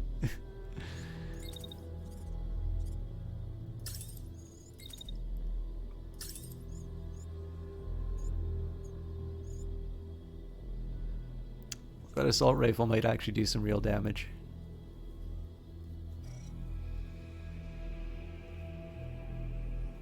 And I've again learned a valuable lesson in why I do not commit myself to actions at the start of the next turn. The whole reason the Phantom Brigade has an advantage is because they see 5 seconds into the future. It looks like... Whoa! I did something to Foxtrot to give him a concussion. Probably something with the lance. That's a real drag, though.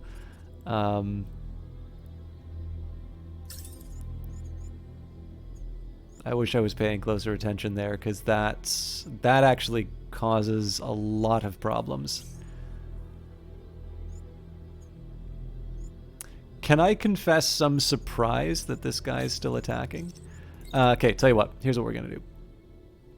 Lance is coming up the middle here. So I want to end the turn with a shotgun on the assault rifle tank, which should probably put an end to some of their nonsense. So I can put a shield up to protect from whatever is coming to me here. It's an assault rifle. Now, normally I'd like to do an attack on them, but of course the Hermes is now taken out. The Hermes is unconscious. So my second best is going... Speaking of, how's the... Well, there's some concussive damage, but I don't think I'm going to be able to do enough to take them out. Alright, so I'm behind... There's a machine gun that's basically going to be sawing down the buildings, so it probably doesn't hurt for me to get a little range. Oh, man.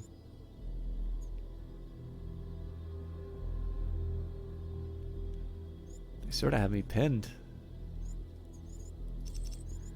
So what if I did something like this? Then they just get a bunch of free shots on my back.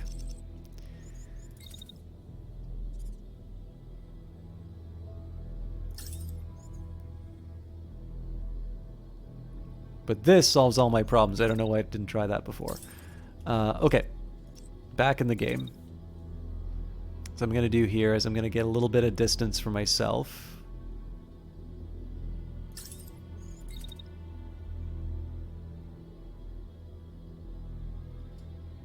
And, well, the question is, who do I lob the rockets at? Because this is not a range for either of those units.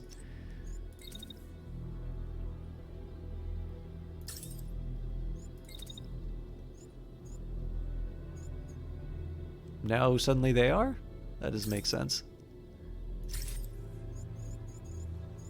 Anyways, this is kind of a because I can sort of attack.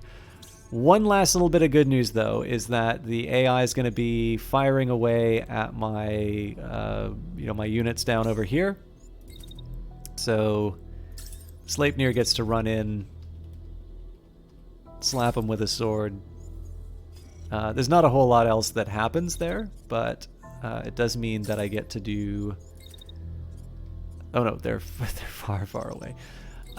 Does mean I get to do a little more extracurricular activities. In fact, maybe what I'm going to do is I will hide behind a building, and then I'll just get ready for round 2. Okay. Let's see how this one turns out. Alright, we survived it. Okay, that thing's still standing, sadly. This guy is going to finish their round and run. Okay, this guy's ejecting because we took out their right arm. That's great news. So we're back... we're sort of back into...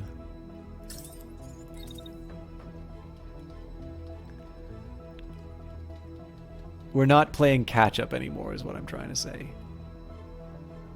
I have no idea how that works, but I'm glad it does.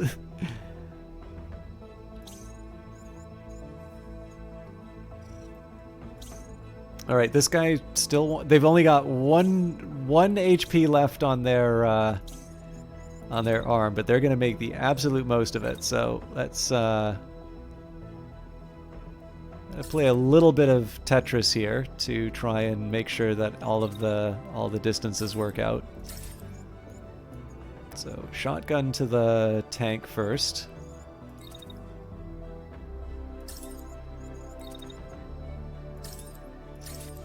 And the rest of this is spent sort of negotiating the heat. Actually, with that in mind, I don't need to move quite so...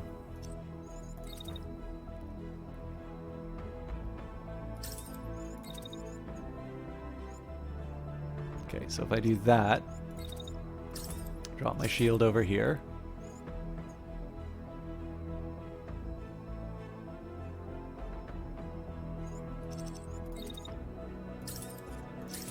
Okay, let me just make sure I'm not...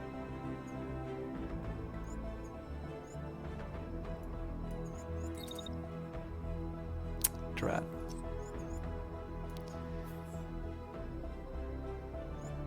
Okay, so there's a bit of damage I wind up taking from behind, no less, with the assault rifle. That's no joke, but I think I can survive it. Potentially take out the tank, shield up just in case I don't. Turn around, shotgun. Shotgun isn't effective, though, because it's not in the right area. Also, they're doing an attack on me. This is a lot more complicated than I thought it was going to be. Okay. So wait it out. Run around the corner.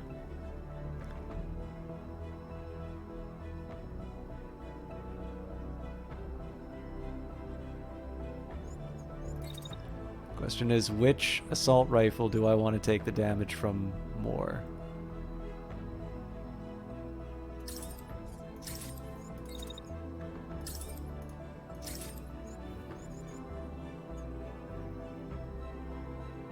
We both kind of fire at the same time, so I'm hoping I can take out his right arm before I face too many consequences. Well, if I do that, I gotta make sure that they turn to me, so... I only get 2 shots with my weapon, so I need to make sure that they're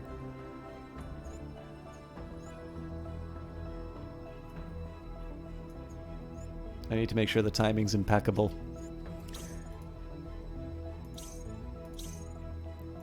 Alright, let's see if there's anything fun we can do with our... Honestly, at this point, lobbing as many missiles as possible at somebody who's not really able to do anything about it strikes me as a very fun way to spend... Oh no, hang on. I forgot. I have... Okay, so definitely on the other side of that. Let's send the other set of missiles towards our tank friend. I am going to slow down for the melee attack that happens here, but...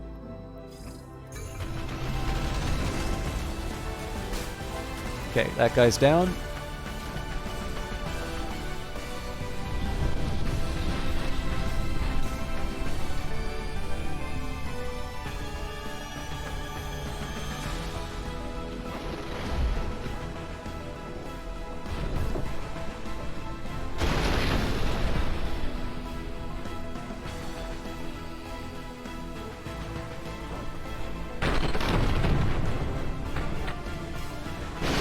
Arms down.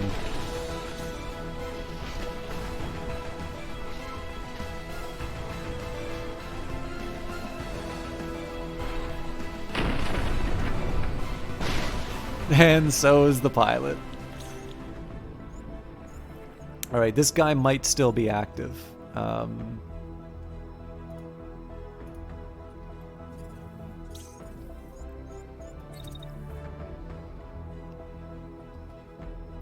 So I'm going to do here is I'm going to put the Sleipnir in a position that's going to be ready to get an attack on them if we need.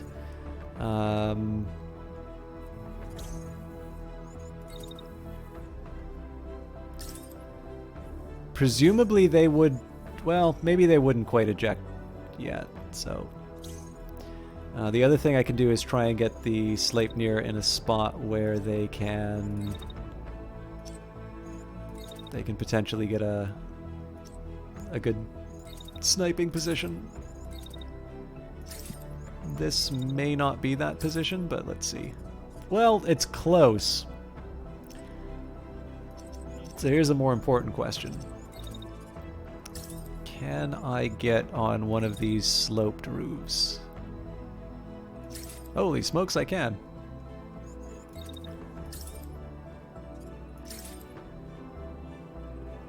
Yeah, I mean, we'd be positioned to do pretty... I think we'd do some pretty good stuff if it comes down to it. So I am going to see if we can get this guy to surrender. And if not, we've basically got all weapons trained on them and ready to go. Oh, and a right arm's down, so...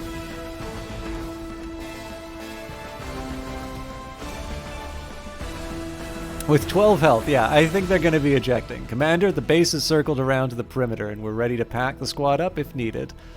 No need, but we are at the good part in the soundtrack, so we're going to watch the most triumphant ejection of an enemy unit.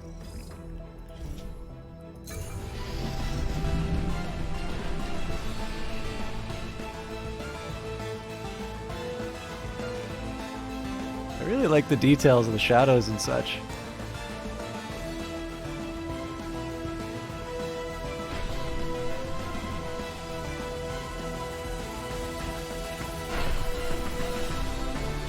Or maybe that's some of the debris? I'm not sure.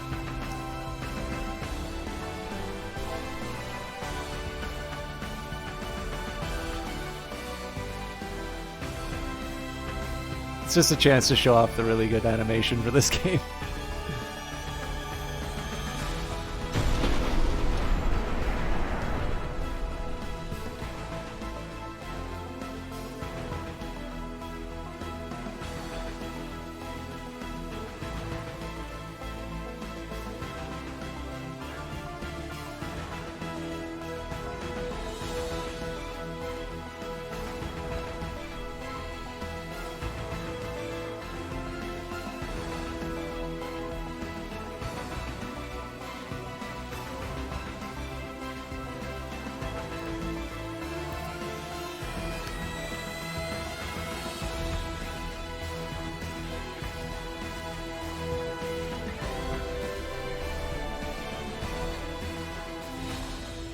Alright, Sorry, I haven't had quite as many like very dramatic moments like last week. I've been trying to get a little bit better at managing some of the new challenges coming in. So I've that's been a little bit less slow motion in that. I'm still incredibly enthusiastic for this game. But I am also trying to catch up for a little bit of lost time. Looks like we've got a few goodies that we just picked up. So Bean medium, another Svalin shield, so that might be an improvement. We've got 2 turret machine guns. Now, I'm not personally crazy about machine guns because they tend to involve me standing still and firing lots of things. And as you've sort of seen from me complaining about my sniper rifles, the fact that it can promise you a lot of damage at a certain range doesn't necessarily mean that's what it actually works like on the battlefield. So the idea of having a weapon that relies on me staying in one position to sort of deliver the full volley and assuming that the enemy is going to be in position to actually take all of that, it's a little bit too much for me to handle. On the other hand, I do also think that I should try a variety of different weapons over time. I think there is something to be said for, moving out of, familiar territory and really trying to make new combinations work, because I mean, as I've been saying, this game has been improved tremendously from its first release, and like the first version of the game was great, and so it's hard for me to say that a team that's capable of making the kinds of changes like they have in here is going to also wind up producing a game where it's like, well, there's one obviously bad weapon, and that is the machine gun. I have a feeling that I have some of my own preferences that are being expressed through that, as opposed to any inherent value or lack of value for the individual weapon. All right, hey, it's my dog. One of the civilians recognizes the dog, and the dog leaps to them. Would you give the dog back to the owner? Aw. So we can say goodbye. This is his real owner, after all. Plus 10 hope, plus 5 fatigue, lose dog, or refuse. He's too sweet to lose. Okay, for those of you who don't know, he doesn't stream as much as he used to, but there is a streamer called Johnny Big Time. Very big fan of his work. And he loves dogs. Like, some of his best clips are, in fact, dog moments. So, Johnny Big Time? Oh, he's wonderful. I feel a little bit bad. I believe he's gotten some new... I believe he's been promoted at work, and I know he has had quite a bit of... I know he's had quite a bit on his plate lately, so he has streamed, but he doesn't have a regular streaming schedule anymore. But because he is such a fan of dogs, I'm taking a minute here and just sending him the Discord message. By the way, one thing I'm going to say that I really appreciate about the development... Okay, so I realize I kind of sound like an unofficial... brace yourself propaganda outlet here. There's one thing I want to say that I really appreciate about Phantom Brigade. This is like purely a technical thing, and I'm not 100% sure what drives this. But it seems to be that there is a default setting in Unity that when you lose focus on the window, it sort of either pauses stuff, or at the very least it silences all of the audio. And I can see a lot of really good reasons why you'd want to do that. In fact, Industries of Titan does this. So if you tab out of the game, it will automatically go to the pause menu, like when you hit escape. And for some reason, almost every Unity game I've ever played, at the very least, disables the audio when I'm tabbing out. So I'm assuming that this is something inside of it. It's like a default setting that they have that most developers don't change. From a purely streaming point of view, it is actually a very undesirable feature, because let's say I'm doing something like I want to send a message to chat, or let's say I want to, like I did here, hey, there's a really great moment that happened here. Johnny, you'll probably like this. Let me take a screenshot and send it off. It's very nice to be able to have some music and something about the game going in the background, as opposed to that, dead silence. Occasionally you'll hear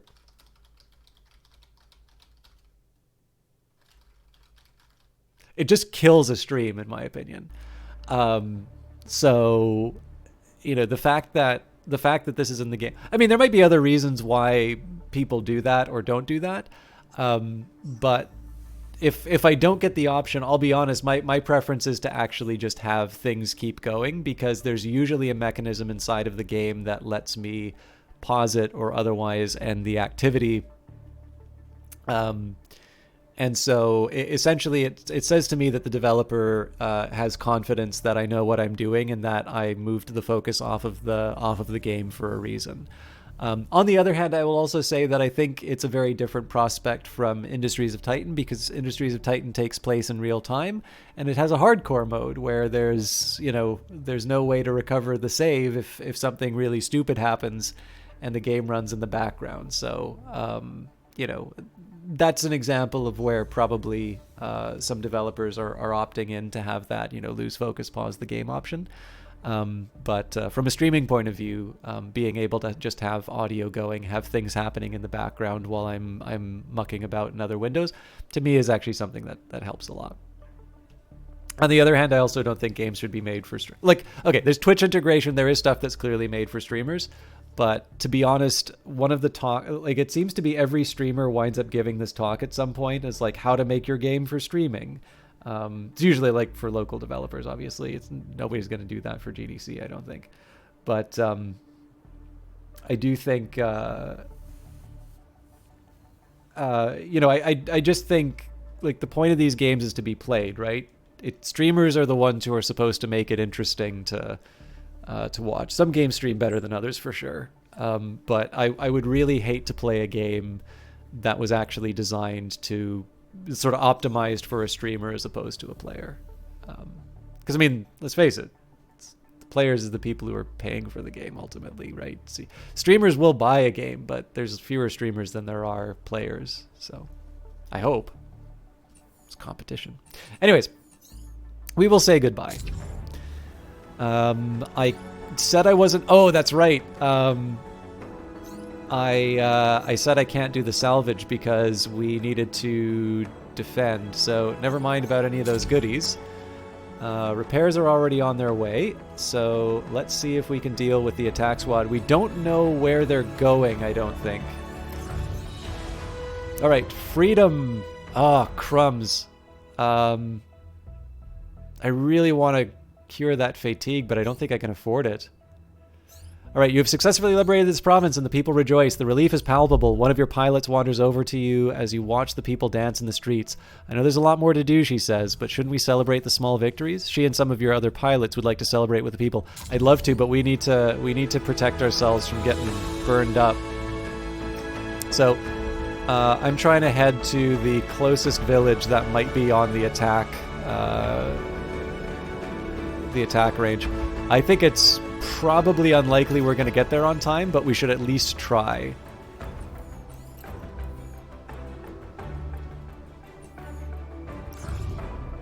So you can disengage.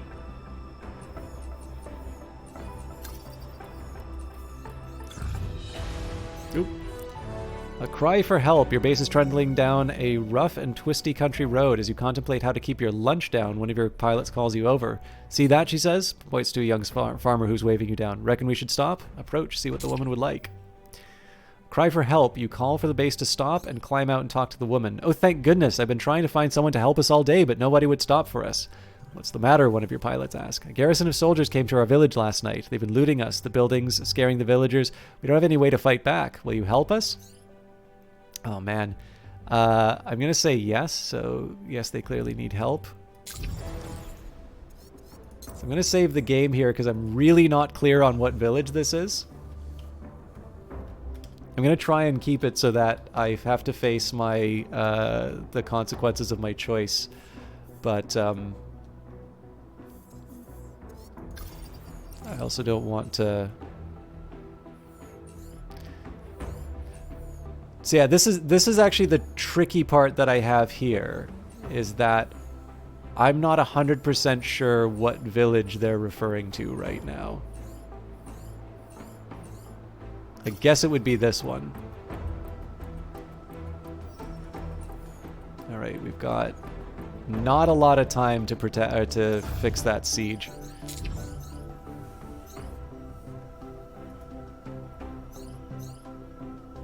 I hope this is the one.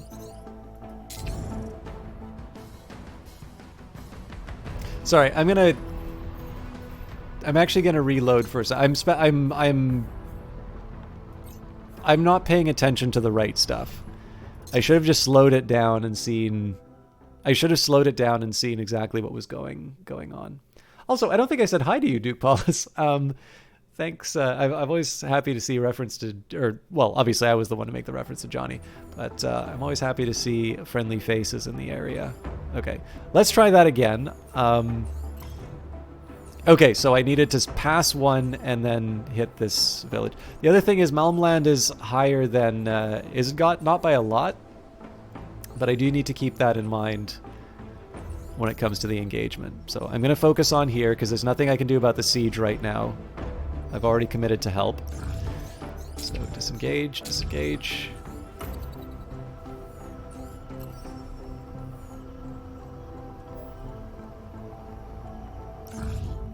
Answering the cry, you hear the commotion in the village as you get closer. A few of the villagers see your base as it rolls in, and you can see the relief flood on their faces. Are you here to help us? One of them cries. Suit up. We don't have anything. Whoa! Foxtrot! We gotta get you out of that thing. Who was my other Hermes? Can't have another Tango, unfortunately, so... Wait a minute, how did he wind up in a combat encounter then? Tango's like the mascot. Alright, you know, golf did really, really well the last time, so...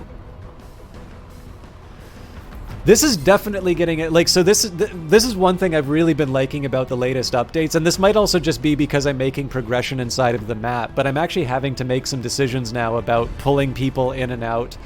We know what happens if we mess up that village raid event. I obviously don't want that to happen with the siege as well. And so I'm now actually being given these reasons to say it's like, oh, I really want this gear, but, you know, if I don't protect the people, it's not going to matter that we have awesome mechs.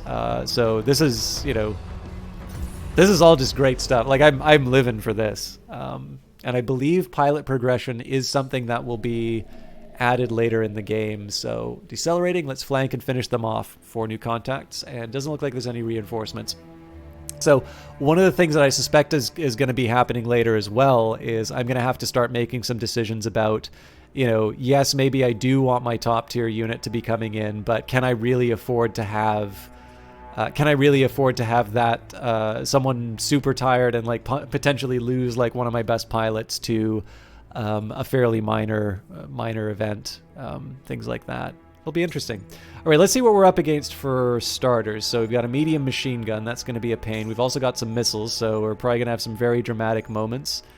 Looks like... Oh, that's coming after the Hermes, too. Ooh, this is going to be so much fun. I'm probably going to want to remember to stay around the vehicles. Okay, this is a marksman, so that is a danger. That's also the Sleipnir, so they should be able to handle it. And then finally we have another marksman and a shield. That's going to be going after the lance. I'm actually not that worried about what's going to happen to the lance. So another question I have is who are the runts that I can pick off? They're all about medium size. So I think what I'm going to do with the lance is I'm going to barrel down and start taking these folks out. So this is going to be a question of, again, trying to move from cover to cover if I can. You know what? There's a reason I have a shield. It's not like this shotgun's going to be doing anything for the first round. Ooh. I might get lucky.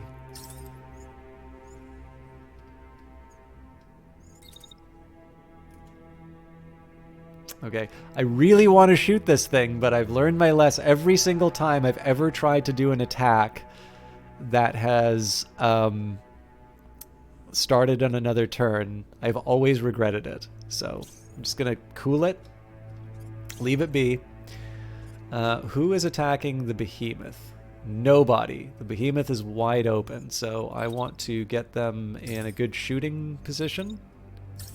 This actually isn't great. So in addition to the building, it's not as head-on. So I'm curious if I can get away with...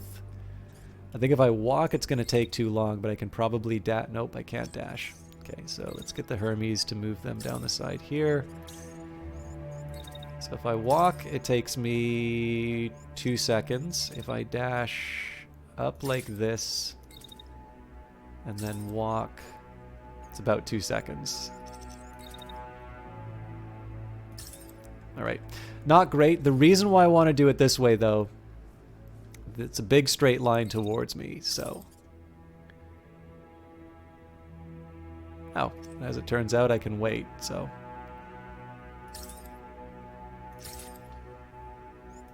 So that probably means I get to do some cheeky missiles, too. Stu can play at that game.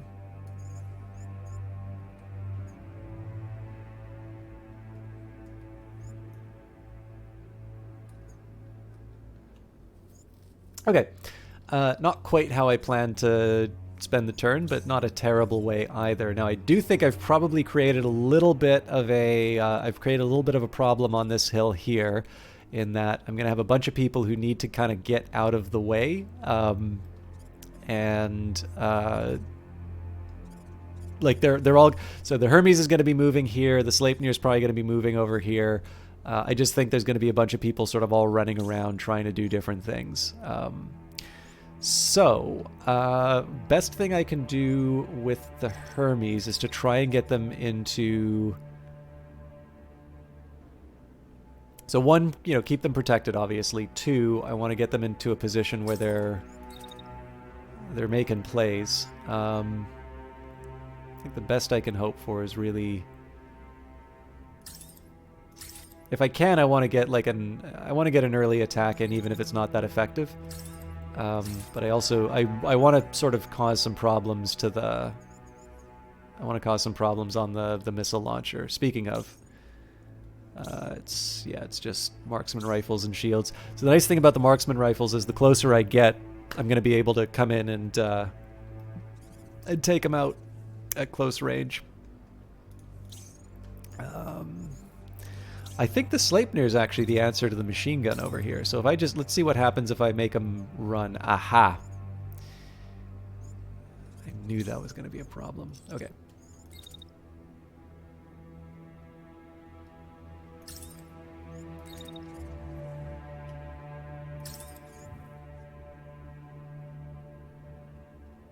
Not as bad as a problem as I thought it was going to be, though. I've messed up my... I've messed up my attacks.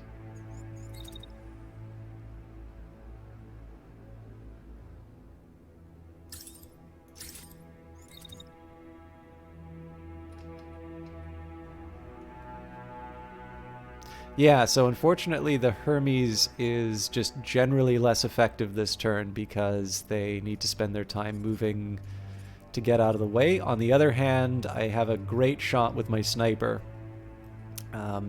So I think that's one that I'm willing to risk. Now, let's just take a minute here and look at how the Sleipnir is moving. So run through. Marksman rifle starts shooting at 1.6, so they're covered by the building for actually 2 buildings and potentially the hill. Yep, so I just spend the turn running up. I'm going to do a dash just kind of because I can. I still don't think I'm going to be in range. Yeah, so this is actually the worry that I have. It's not so much what happens... It's not so much what happens this turn. It's whether or not I can come in and take this guy out next turn. I've got a hill for cover, so that's good.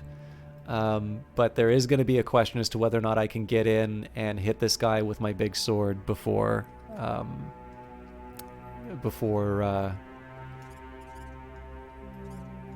they're able to do the attack on me. Alright, so I guess the other question here is, do I want to do any fancy slow-mo? I think we'll start off with standard speed, but once the rockets and everything start happening, we'll slow it down and see the action.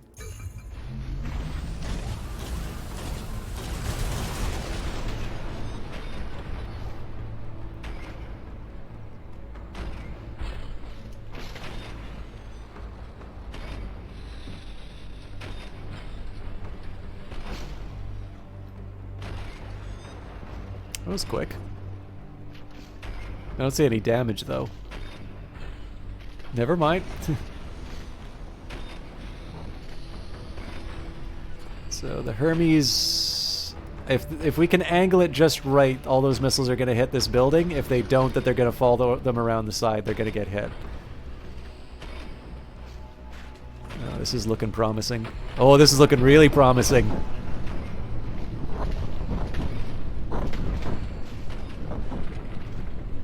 Glorious.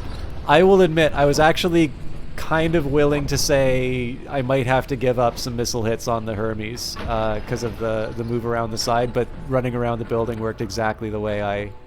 Or not exactly, it worked very close to the way that I'd originally planned. Okay, that was a really good start.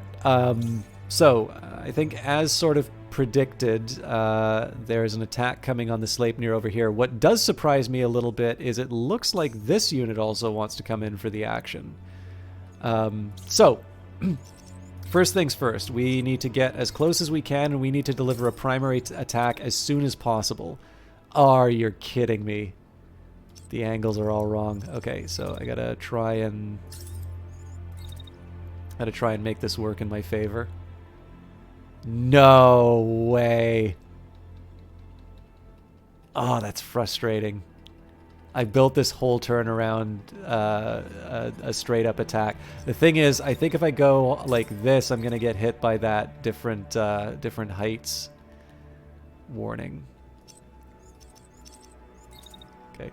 This is 100% worth taking the time to see if I can do it all. Because if I don't, I am in a really bad position for my Sleipnir. However, there are a couple of alternatives that I might be able to explore. So here I'm going to just try a wide approach. Yeah, it's because he's so close to the wall. So if I just close the distance like that and then go in, yeah, he's still too close. I don't think there's any way that I can make this. I don't think there's any way I can make this attack work. It's just because of the. It's just because I'm going to be zooming after him. Well, okay, let's try another way. So if I'm close to the wall like this... Oh, I really feel like there's a way to... I really feel like there's a possibility here if I can just...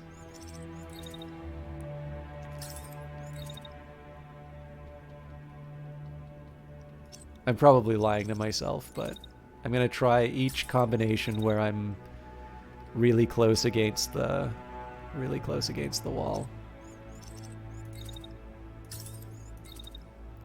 Again, this is the sort of stuff that will probably be completely different when the new patch comes in later this month. So I don't need to spend too much time evaluating it, but okay. So I think it's fair to say that so this is there's one good thing here, which is that we have neutralized the machine gun technically. So clearly they're not going to be firing at anybody else. I do, however, need to find a way to make the Sleipnir safe, so... If I do one of these... Well, then I wind up hitting his friend, and I have a feeling that's going to create another set of problems for me, so can I angle things a little bit better? The one thing I don't want to have happen... Yeah, I don't want this double hit to occur, because if I fall on my face... if I fall on my face while that machine gun is coming after me, it's really, really, really bad for my Sleipnir. So unfortunately, normally I would be all for an attack like this. Unfortunately, I think I'm going to wind up tripping over the enemy, and I'm just at a point here where I really can't afford to be knocking my units out of the engagement like that. So if I just straight up run away, I'm a little too late heading there, but I bet you I could dash.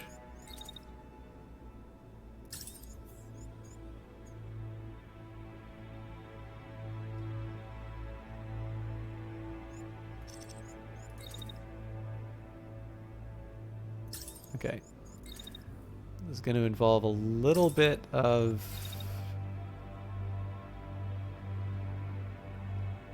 Interesting.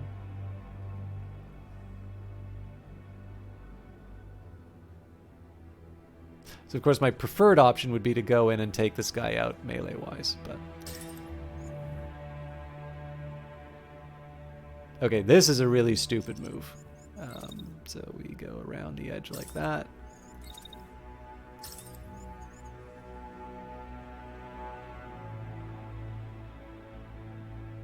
Even then, I think I take a bit of damage, so...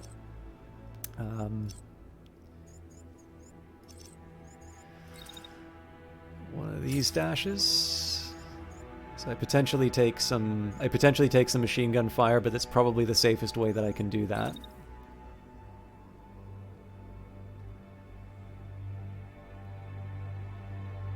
I think at this point I'm just going to stay put. So, next question. Is there anything I can do with my sniper rifle that will be effective this turn?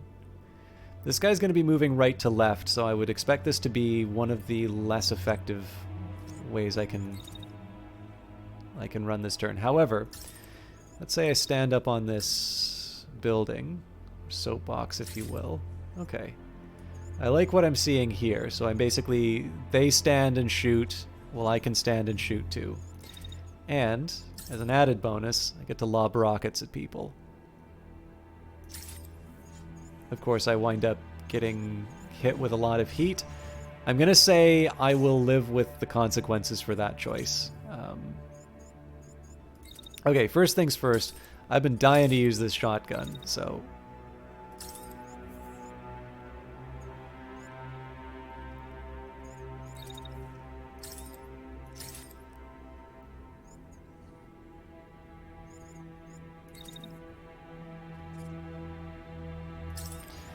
Let me just see how that works. So close distance, possibly hit the building for one of them.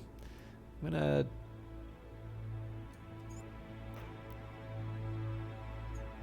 Oof. It's a little ugly. I'm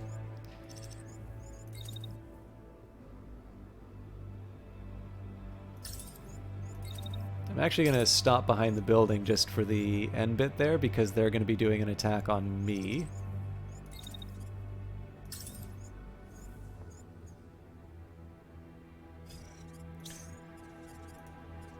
And then the question is the Hermes, what do I want to do with them? Because it looks like there's another batch of missiles that are on their way. So I think I'm actually going to go... I'm going to try and be a little... Oh, man.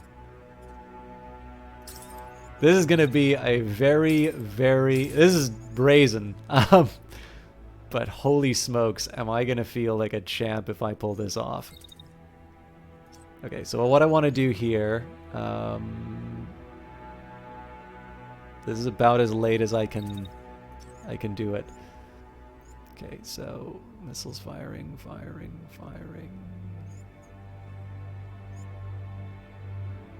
This is probably already too late.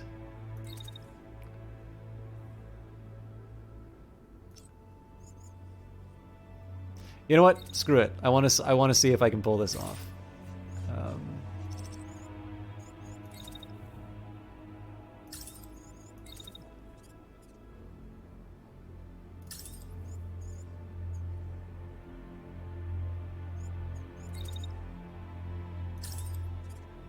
The original plan was going to be to see if I could do a dash right when this thing was moving nearby and hope that they'd sort of friendly fire their own missiles. I feel like that's a little optimistic, all told.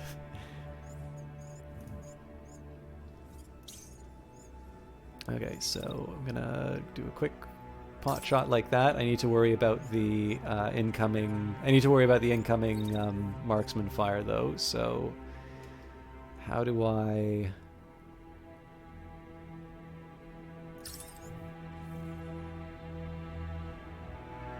Well, I'm sort of out in the open like that, but I think it's about as good as I can hope for, and I might be able to get another set of shots on. I'll run a little hot. Okay, I am a little uncomfortable with what's happening to the Hermes, but it's what I got.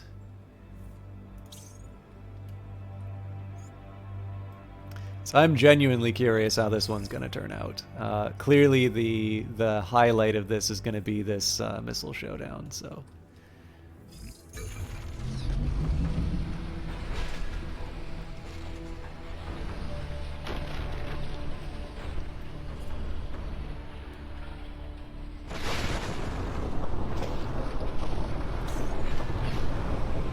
This is way too slow.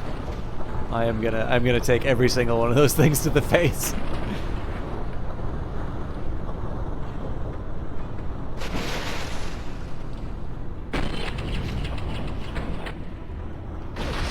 Oh, we took him out though.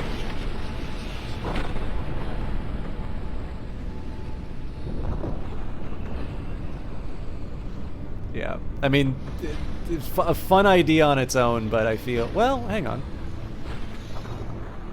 Man, they're going all over the place. I still think the majority of them are going to hit me, though. They're also going to hit me in the back, so...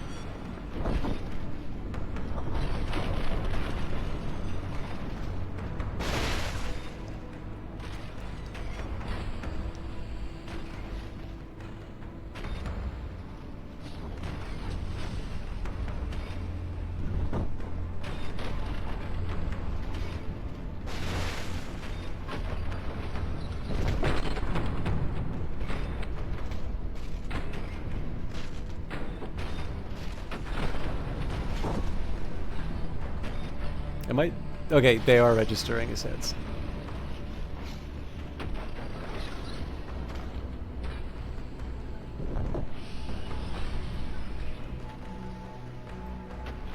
That's a great news there about that right arm. So that guy's basically out of the picture.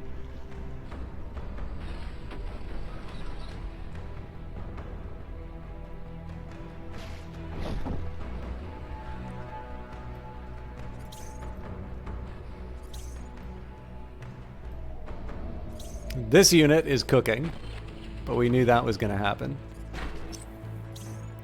Okay, this guy's still active and ready to go. Probably no surprises that there's attacks coming here. Sorry, oh, he has a handgun. My bad. All right, we definitely need to get this guy out of harm's way. But a Sleipnir, of course, is nobody's paying attention to it.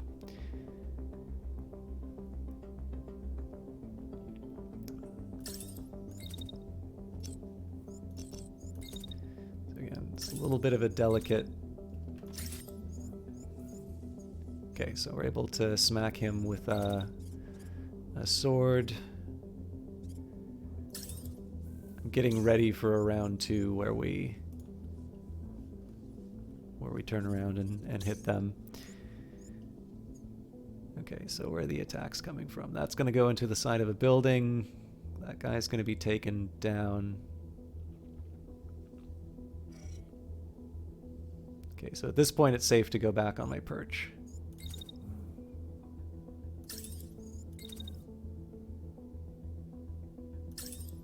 Let's just make sure that works.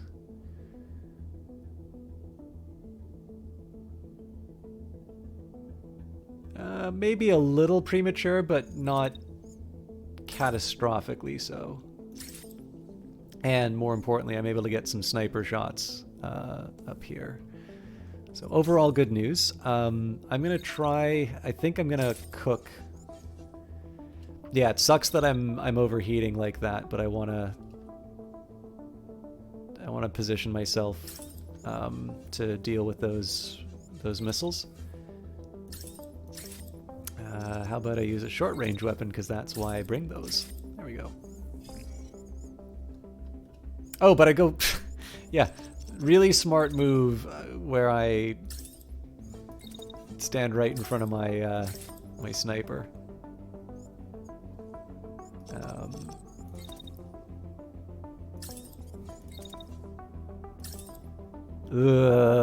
Gross.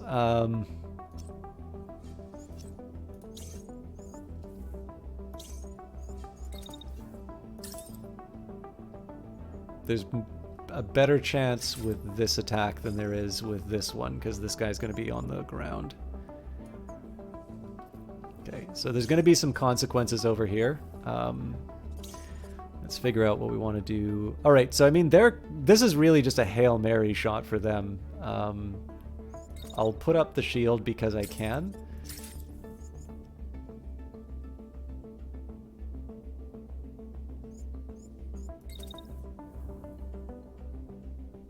But I'm probably just going to wait only half of the attack and then... Oops. And then move on. Ugh, all right. So I'm probably going to take at least some of that to the face. But what I'm basically trying to do here is set them up for the shotgun.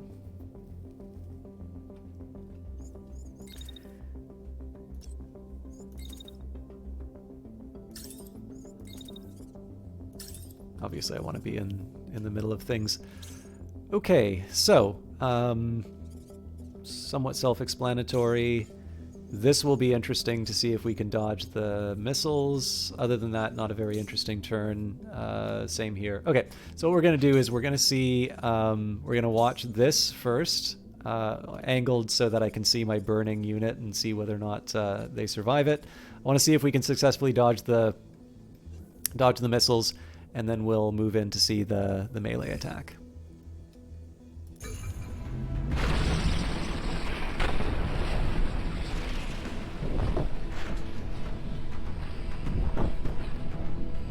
And it's completely irrelevant for me to dodge those missiles now, so I just take a bunch of unnecessary heat damage.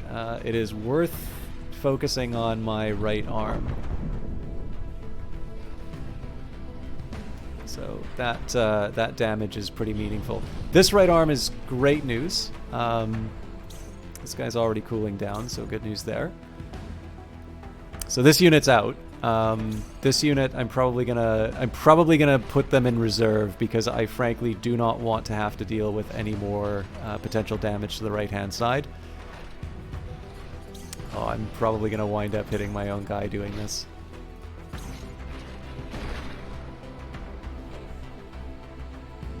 This is great.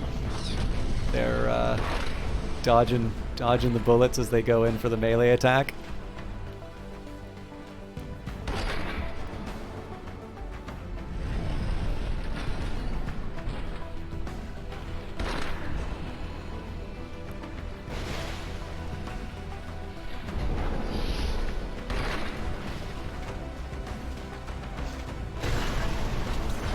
Glorious. Oh, man.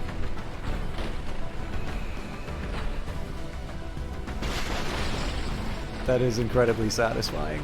Alright, that guy is no longer something I can recover. I don't think the model's moving that way. Sorry, I don't think the actual unit is moving that way. I think it's the model that's moving that. Unfortunately, this guy is still fresh. So... Well, turns out you can do a lot of damage on the shield arm. All right, let that be a lesson to every time I say I can afford to skimp on the shield arm. What have we got left here? So both are attacking. So it turns out that unit did in fact wind up in that position. So first question is, who's attacking the Sleipnir? The Sleipnir is going to need to...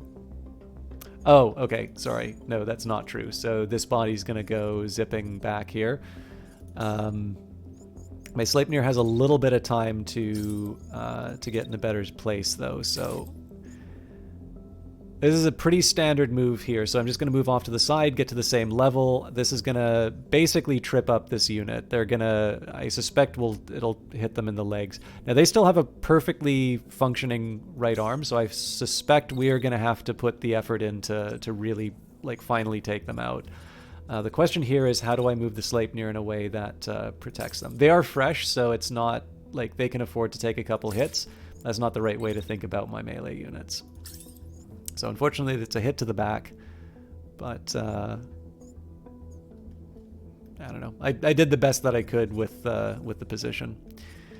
It does mean, however, that I want to take some opportunities to try and capitalize on where everybody else is going to be. So the Hermes is standing on their perch.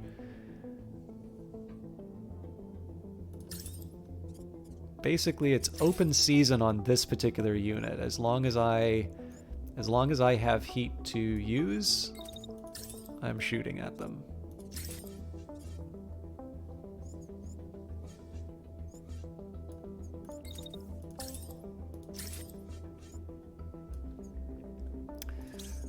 Rule also applies to the lance.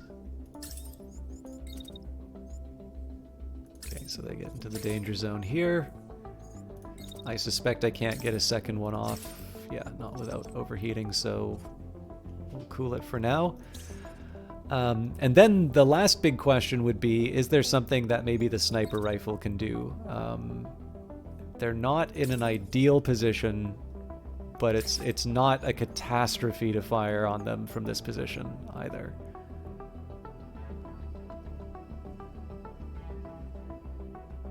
All right, it's narrow, but I think we can make this work.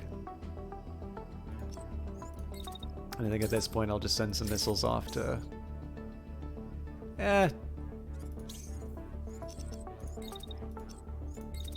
Change my mind. Everybody's going to focus on this guy. So this one I'm actually going to do in real time because we've kind of got everybody where they need to be.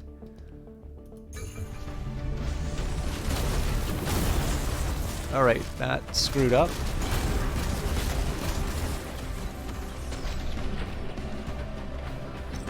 I don't know what happened to the... I don't really know what happened there, but...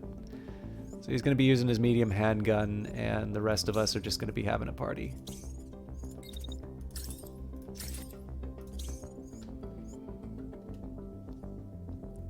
So easy thing I can do with the Hermes is just run to the side of the hill. This seems like a good excuse to get the Sleipnir into play.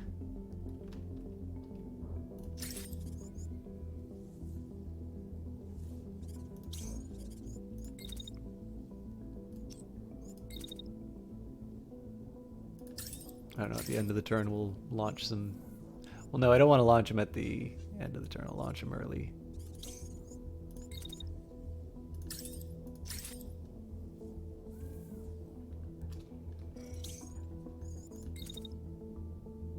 We'll get in position for round 2 if we need to. Didn't touch him at all. Whoa! I don't know what happened there. Okay, surely this guy... Nope.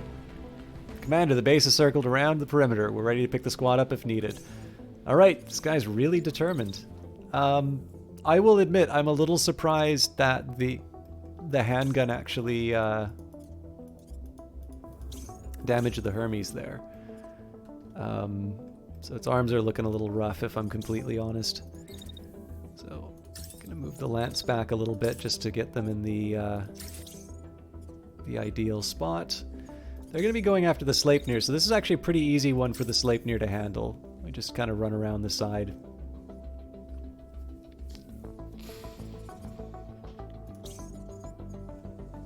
And frankly, this is why we have missiles. Who doesn't have orders? Nope, you don't have orders for a reason.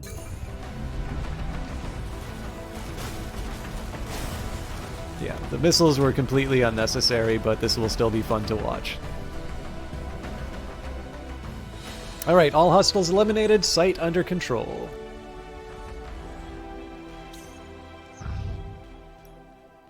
New achievement, this is the first time you've defeated enemies at this danger level. Nice. 30-second battle, 1,373 damage taken, 9,590 damage inflicted, 79 actions planned, 1.2 kilometers traveled, 4 units destroyed, 247 supplies detected on site. I will take a quick look at what we're giving up. Nothing too frightening. Maybe the Blackbird would have been an improvement, but we are not going to... Oh! Ooh, as you pass by the small village, one of the residents calls for your base to stop. When you come to see what's happening, you find him nervous and harried. They took our people, he says. Please, you have to help. After one of your pilots helps calm them down, you find out that there was a peaceful protest broken up by troops. They bundled the protesters into the back of one of the trucks, and nobody has been able to track them. That happened yesterday, the man said. I'm worried sick. The pilot turns to you. What do you think, boss? Reckon we can track them? So we'll say yes. Home sweet home. There are cheers when you return the civilians to their village. Many people come to thank you. Your pilots look pleased too. Nice to see that what our good work is doing, one of them says. It's easy to forget what we're fighting for. Move on, but you won't be forgetting these happy villagers in a hurry. So there's a lot that just happened there, so I'm going to just do a quick... This is kind of an intermediate...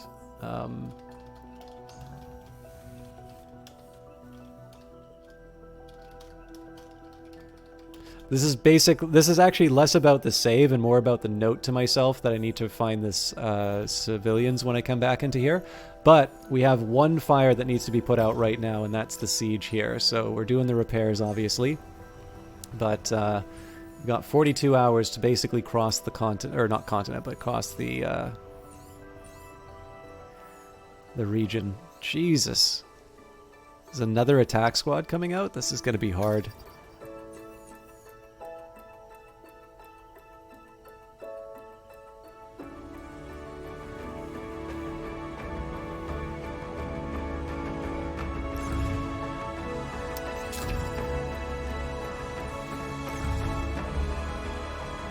Recruitment. As your renown rises, people hear of the good your pilots are doing, and you start to get more requests from people who would like to join your ranks.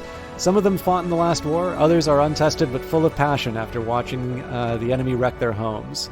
This settlement in particular has pilots clamoring to join you. If resources permit, it may be a good opportunity to strengthen your forces. Hint, pilots can be recruited in the mountain base and any settlement that is located in friendly territory. So obviously we're leaving. Oh. Lights out. You and your squad are celebrating your victory when a man in a boiler suit approaches the base looking sheepish. We can't tell you how grateful we are, he says. He clears his throat. Not to trouble you further, but when you were battling, you didn't happen to notice one of our power lines being severed or something, did you? Nobody's got any electricity. Now it's your squad's turn to be embarrassed. One of your pilots turns to you, red-faced. I think that might have been me, actually, he says, turning to you. Misestimated a shot. If you give me a few hours, I'm pretty sure I could fix it. This is going to be costly, but it's the right thing to do.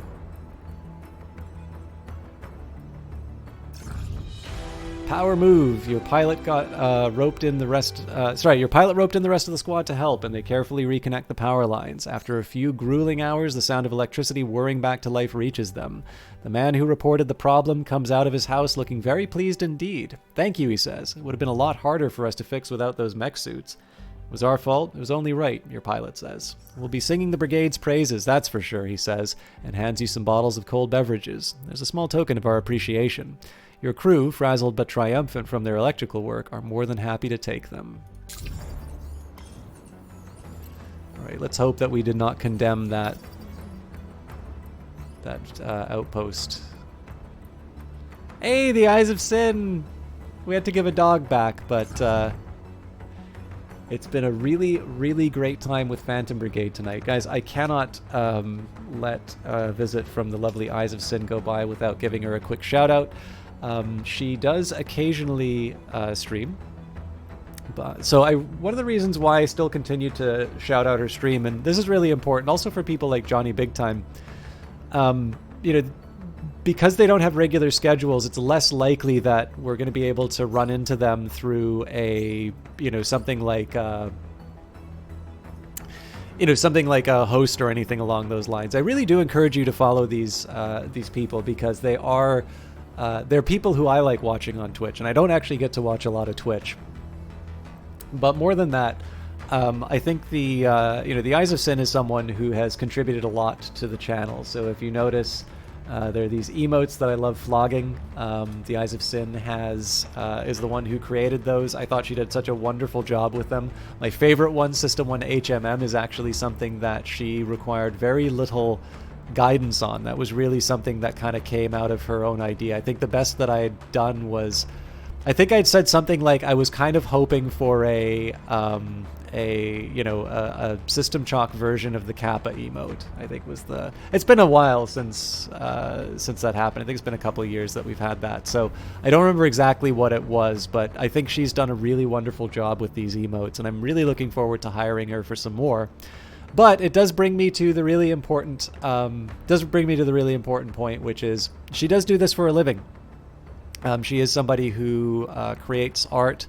She does commissions. She does voice acting work.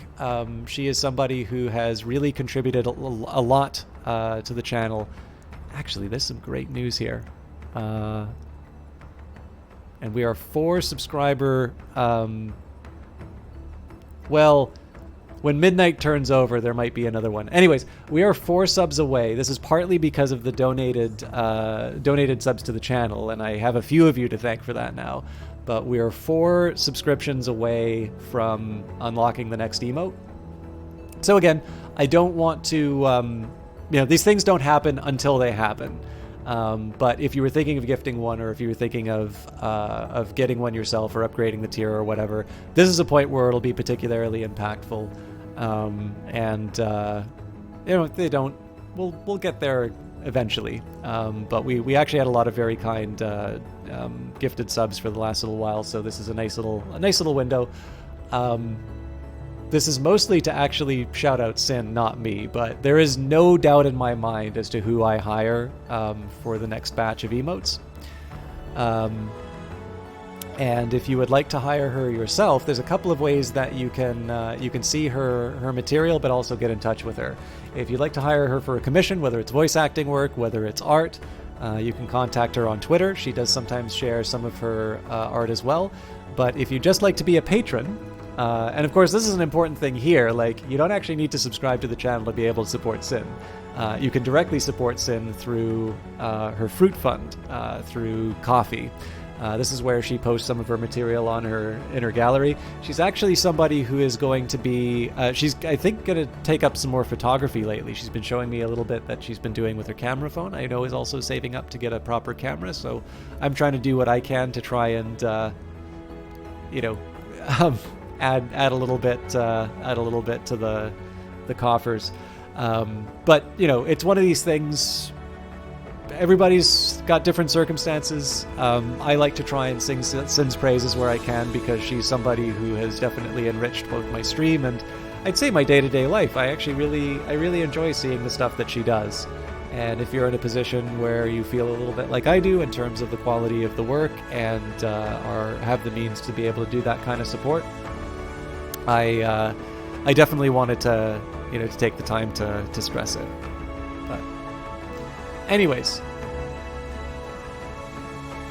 no problem, Sin. I never want this stuff to become rote, but I like your stuff, and number one, I want more people to see it. Number two, if there is potentially a new Coffee or Patreon or whatever you do, I want to be able to hopefully facilitate that connection.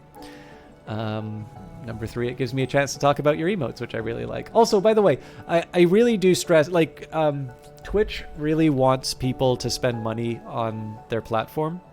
So I do want to stress here, if you don't want to sub or you can't sub or, for any reason, it is worth remembering that channel points, which are called system stock here, if you spend 320, you unlock a random one for 24 hours. And if you spend 480, you get to choose an emote that you can use for 24 hours, and that's across all channels. So even if you just watch the stream, you should be accumulating points that allow you to keep using those emotes. And even if I do change the reward tiers as far as channel points, I am going to stress, I really want to have ways of people being able to use Eyes of Sin's artwork in a way that doesn't involve transferring money. So I may wind up changing some of the reward stuff, but I definitely want to make sure that I want the emotes to be special, but there will, I'm going to try and make it so that there's always sort of a non-monetary way that you'll have access to them. the worst I'd do is maybe tweak the costs a little bit, but we'll see how it goes. Anyways, we've got a siege to break. Again? You and your squad are celebrating victory when a man in a boiler suit approaches the base looking sheepish. Can't tell you how grateful we are, he says, and clears his throat. Not to trouble you any further, but when we were battling, you didn't notice one of our power lines being severed or something, did you? Ain't nobody's got any electricity. Now it's your squad's turn to be embarrassed. One of your pilots turns to you red-faced. I think I might have been me, actually, he says. Turn to you, mistimed the shot. If you give me a few hours, I'm pretty sure I could fix it.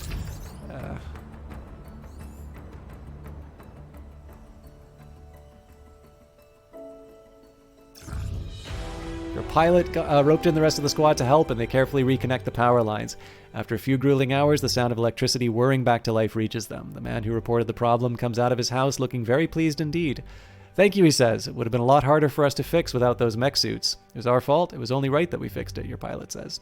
We'll be singing the Brigade's praises, that's for sure, he says, and hands you some bottles of cold beverages. There's a small token of our appreciation. Your crew, frazzled but triumphant from their electrical work, are more than happy to take them. So the funny thing is that I suspect we could have actually gotten away with celebrating the liberation of the district. I need to get a better idea of the timing for a lot of this stuff, but we have 13 hours to spare, so we could have done 2 victory celebrations. But anyways, attack. A hostile squad has located the base, and combat is imminent. Your driver tells you that if you're not prepared to face the enemy, you may be able to execute an emergency retreat. Otherwise, your pilots will need to fight. Well, that's what we came here for. So we are up against the 385th Army Unit, an attack squad. It's a hit and run, no intel available. The Invader Patrol Squad moves between locations in search of the Phantom Brigade. It only contains several units that will not pose much of a threat. Eliminating all units in the squad should open a window of opportunity to attack more reinforced structures in the area. I'm not 100% sure that description is consistent with what we're actually doing here, which is breaking a siege, but that's a very minor point to make. Also, it looks like everybody's back to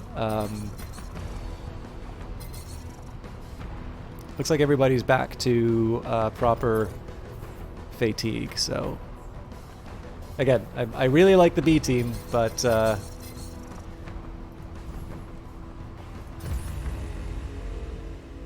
let's make the magic happen.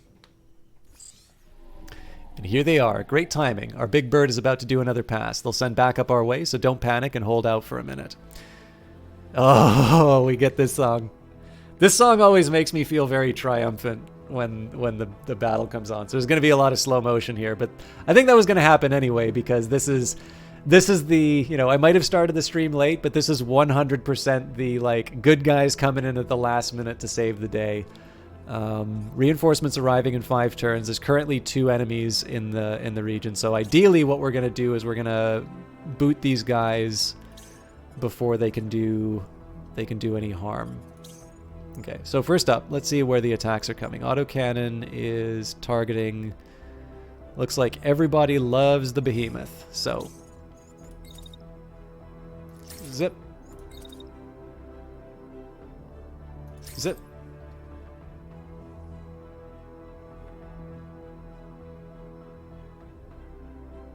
And it's not a problem anymore, but it does mean that their backs are exposed to us. So I'm just going to systematically go through my units and do as much damage as possible to these ne'er-do-wells.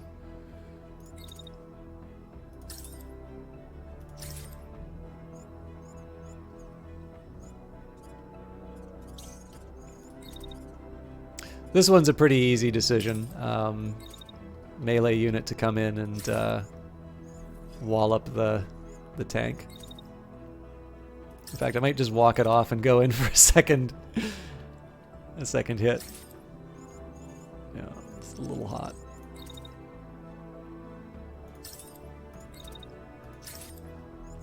Nuts.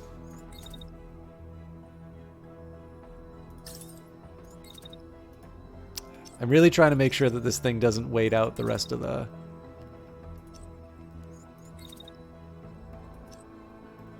I'm trying to make sure that this doesn't go into the next turn. Nice. Okay, it's a little hot, but I can I think I can deal with the loss there. Now it's possible. What might happen here is that the tank winds up getting booted like way out of the way, and I'm not able to get the second attack in. Yeah, maybe I don't want to do it that way. Maybe what I want to actually do is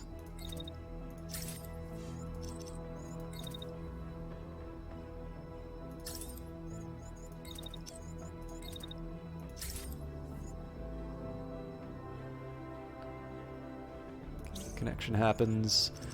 I'll hold off this attack. Well, that or it has to happen earlier, but I don't think that's gonna... Yeah, that's not realistic. Okay, that's fine. I get to... Or, no, hang on. Third attack, but I do it on the tank.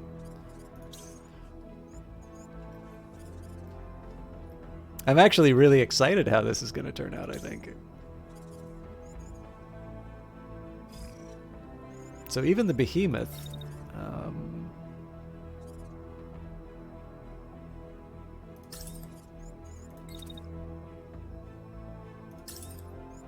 well, there's no attack to happen, but we can at least put him on a hill. Alright, and the Lance... Lance is basically just going to go in and shoot whatever they can. Ideally making sure that the, allies are not in the way. I guess we'll do one of those for... I was actually planning on hitting the...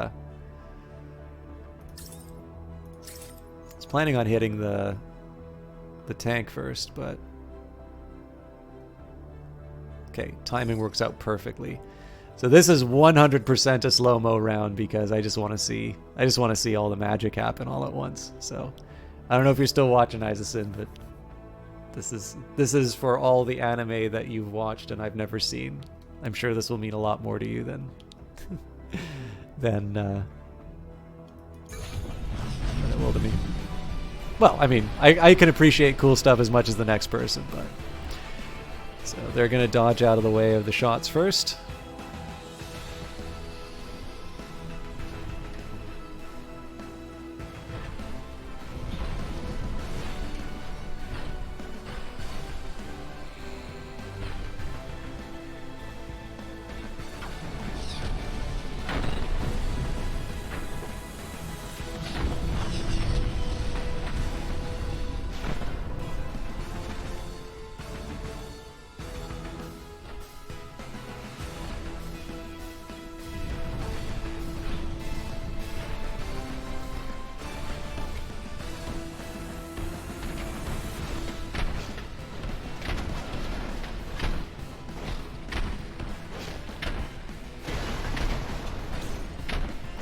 Cold. Not a lot of damage, though.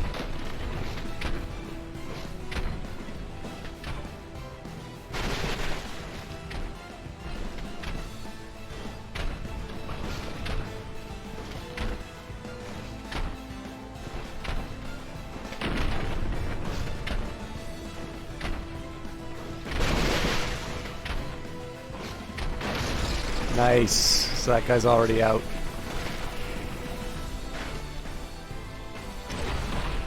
They just got saved from the melee attack.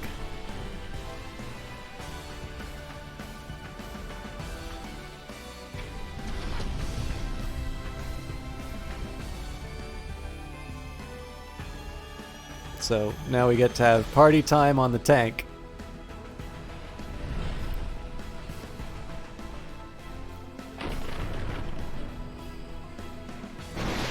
Never mind.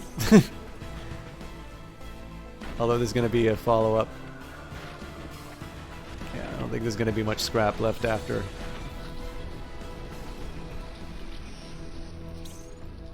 Alright, so this guy should just be limping off. There's nothing else for them to do. They're just a shield now, so... I might actually wind up tripping over them. I'm not 100% sure how that's going to be handled, but anyways. I'm going to run the Sleipnir up. Basically, the problem I have right now is I'm not 100% sure where the bad guys are going to be showing up. So, let's... I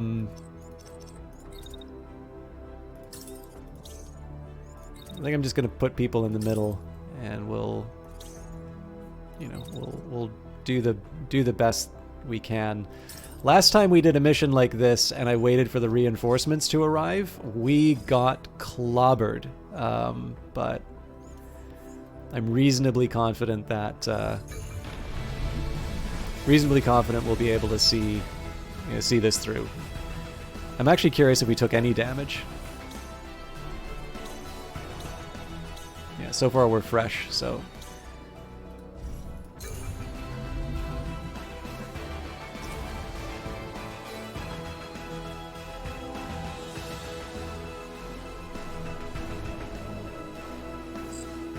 I've never heard of Frank's, Isaacson. So I did read your message earlier, but I wanted to deal with it. All right, retreat before heavy reinforcements arrive. Move your units to the highlighted location to gain a victory, or stay and eliminate hostiles for bigger rewards. Now, the thing is, we're probably going to have some repairs to do, and I've been missing out on scrap a whole lot. So we're in a good position to take out the enemy.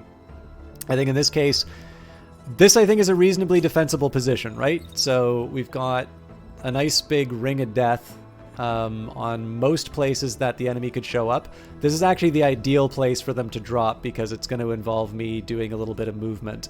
The one thing where central locations don't help a whole lot is actually for the lance. But the thing is, the lance, now that we've switched shotguns, it's less of a death dealer than it used to be. So even then, like, just keeping everyone in the central location, even though the lance moves slowly, in this case, I'm just gonna wait it out, and we'll see what the reinforcements look like. It's a little less dramatic. I mean, to see this guy just blasting their exhaust for the heck of it. Enjoy dramatic music while we wait for the bad guys. This is one thing I'm not 100% sure. I'm not sure what I would do differently for the game here. Right now we're just sitting and waiting for the reinforcements. Now you don't want to cut it, like, I don't think you want to arbitrarily cut it short, because, you know, maybe I'm deciding to move my units a certain way and the game perceives it as me being, you know, wanting to stay and fight.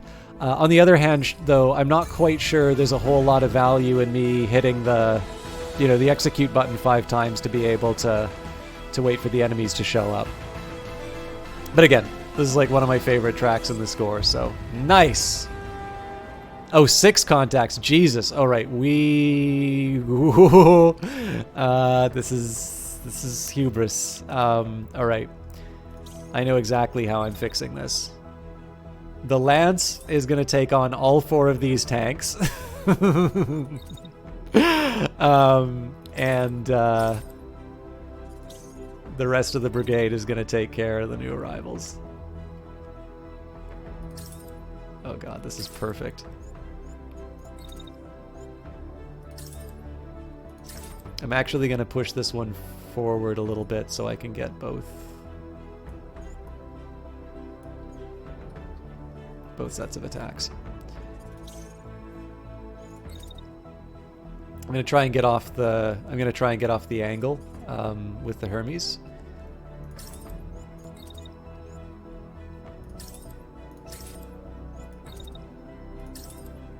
And then we will show a little love to the tank because there might be something that comes up there.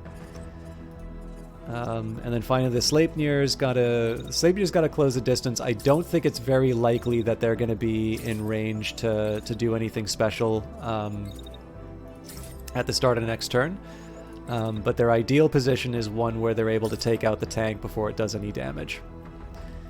So, what I really want to see here is the arrival of these guys. And I had no idea you could see them from the sky. I could just want to see the behemoth do the initial attack.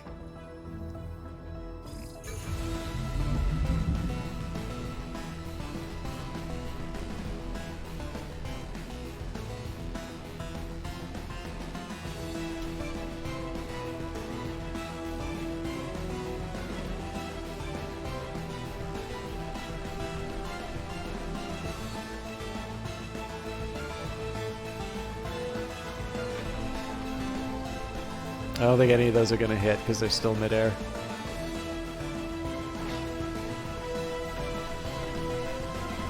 But we knew that was going to happen. We knew that some of them were going to miss because of the early shots.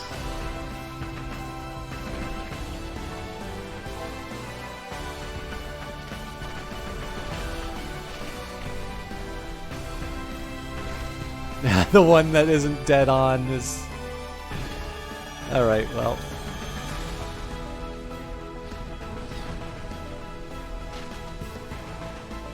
That's a lot of torso damage we've done already, that's good.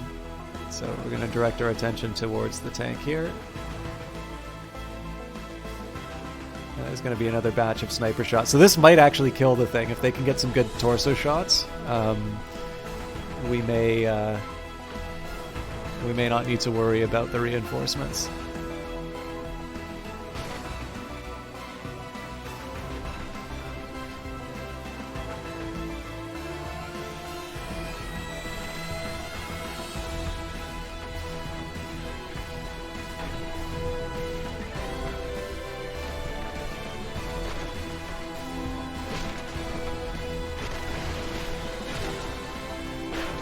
Yes! That's great. All right, so this was probably the biggest. Was the most threatening unit with those reinforcements. This tank's got an autocannon, so I want to make sure that the people at close range are out of the picture. But here's one thing. So I try to be as clear as I can in terms of. I try to be as clear as I can in terms of the types of strategies that I'm employing and what's going through my head when I do these things. But when you play turn-based games like this, especially when you get an early move ahead of time, or like when you get an early move like this, there can be some. I'm trying to think of the right way to put it because I don't want to sound like too self-congratulatory on this stuff either.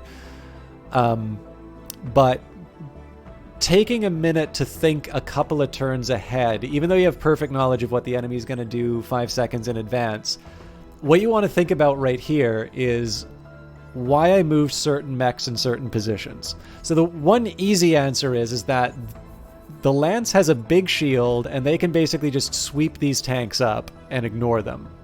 That's not actually the reason why I did it specifically this way. It's a reason, but there's a more important reason, which is every unit that I've committed over here.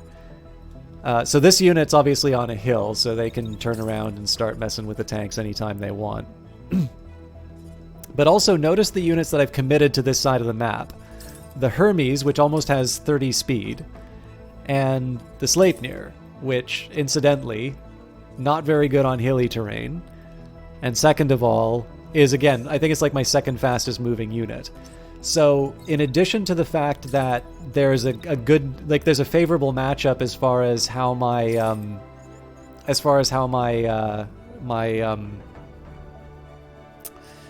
there's a favorable matchup as far as how my lance works.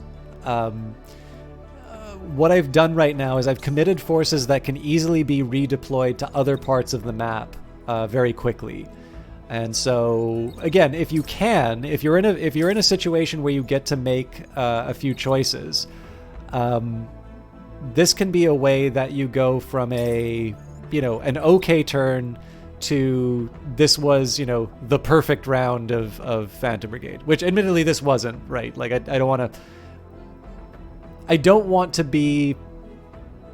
to sound like, LOL, this game is for smart people or something like that. But what I've found is the more I play games like this, the easier it is for me to start thinking about, okay,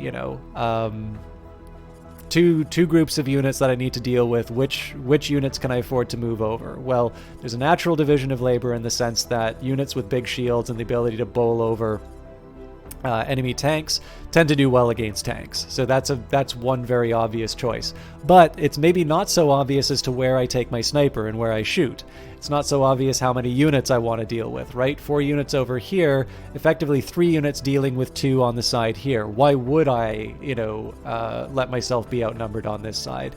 And it's ultimately because I know if we can clean this up quickly, the units that move fast will be running over. Whereas if I don't handle it that way, imagine if I had committed so I didn't know that there was a marksman coming up. Imagine I'd committed all of my units to deal with the numerically superior force. That would have meant there's a marksman shooting in the back of my my sniper, which means I either need to redeploy the sniper to a less than optimal position, or I need to just sort of take the hits and hope that I'm able to survive it, which we learned the last time is not the sort of strategy you want to employ. Anyways, like I said, I don't want to sound too self-congratulatory. Another nice little bonus is all of these guys are long range, so I'm probably not going to have to worry so much about close range attacks. The behemoth, however, does need to be afraid of the attacks that are coming their way. So, can I afford to stand and... No, I can't. I don't think there's any situation in which I'm able to actually stay on that hill. Okay, so we wait it out. Well, we don't have to wait it out.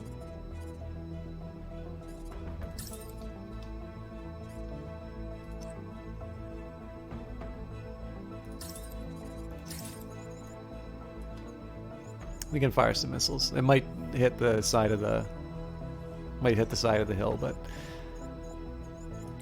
okay, so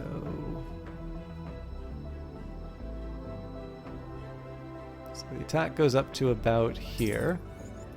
Say I move back to my position on the hill. So let's just see what happens to that red line. It's a little late. Or sorry, it's a little early, so let's see if we can get a little more lag on that. Okay, so we fire the missiles.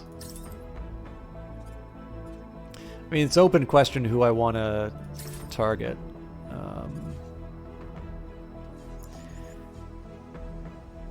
And then if I do that, I'm still taking the last little bit of... So, I mean, one answer potentially is I throw my shield up. That's interesting. Okay, let me think about this for a second. So let's say I don't move. Let's say instead I bring up my shield and I say, you know, you shall not pass.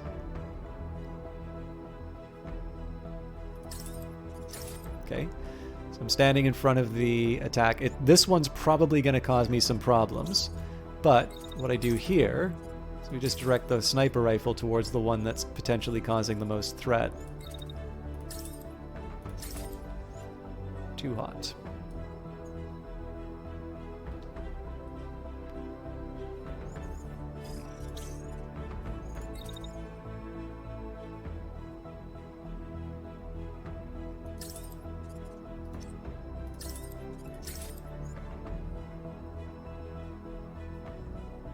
So again, minor worry that the tank's going to get hit on the left-hand side pretty strongly.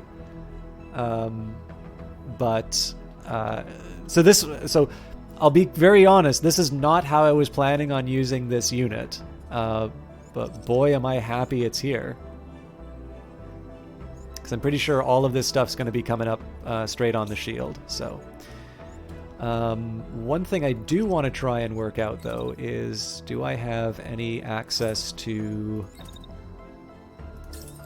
I'm pretty sure this is just going to hit the side of the hill, but it's a shot that I want to try and take. And effectively at this point, I'm going to be ignoring the tank for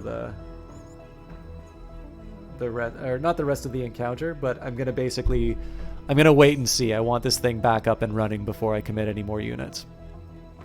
So, I really do want to see how this shield business turns out. So at the 1.6 mark, I want to make sure I'm on the other side of the screen. I connect at the 1. Oh, perfect. Okay, so right at the time that this connects, the shield business happens.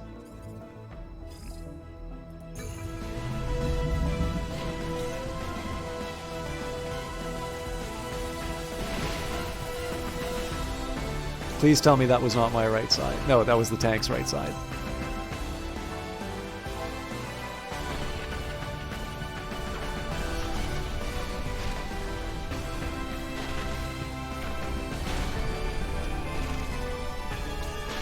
Already done.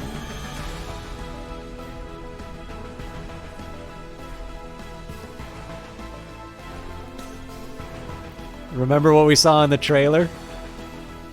This is one of those moments.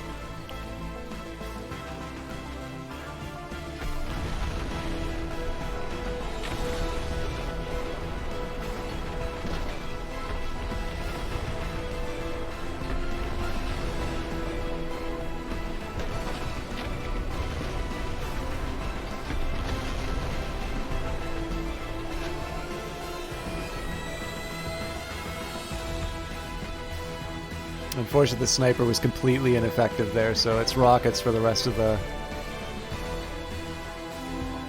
Oh, maybe not.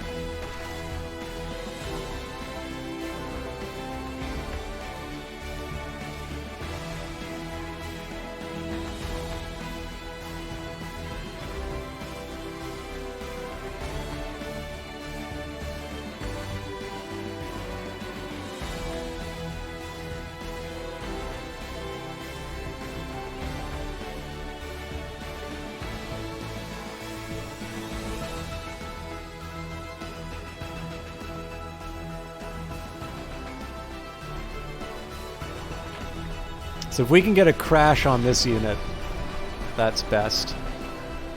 Unfortunately, my bullets keep bouncing off the terrain. Alright, so they're getting through the shield. Alright, so everything got absorbed by the shield, which is good news there. We did take some damage, unfortunately. But we're ready to take out the rest. So, great news here that this tank is completely out of commission.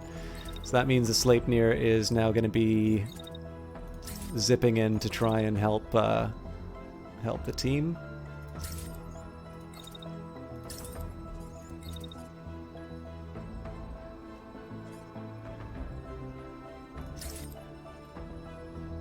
Now, I do need to make some serious decisions about how much I want to keep this this unit in the region, because of course I've got the rest of the team in position now to to deal with the added threats. It looks like the Hermes is completely untouched on its approach here, so I'm going to start by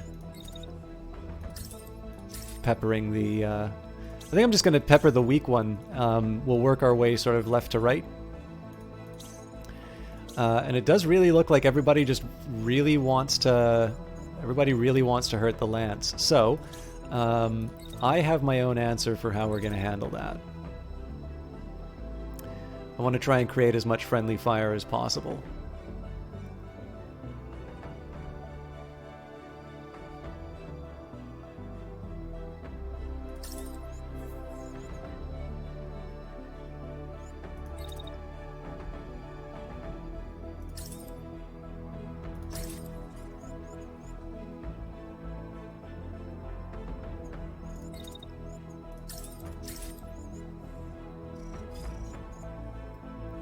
And then I'm thinking that last one probably winds up hitting the side of the hill. We don't know for sure, but I suspect it's doubtful that I can get a shot. Oh, okay. I'm going to slightly adjust. I cannot believe how lucky I am to get a shotgun shot in like that.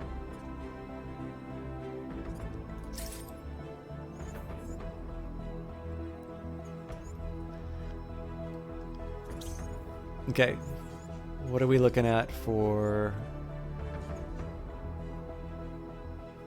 Okay, so there's a fresh attack coming at the end here. Although we've already decided that the hill really wasn't worth it, so it's going to be Rocket League for the rest.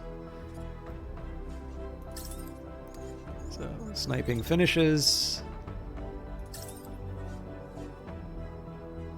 No real threat there anymore.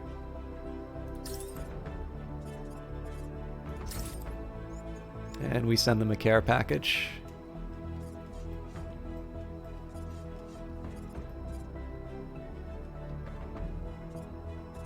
Very dynamic shots with the Hermes in the background firing on the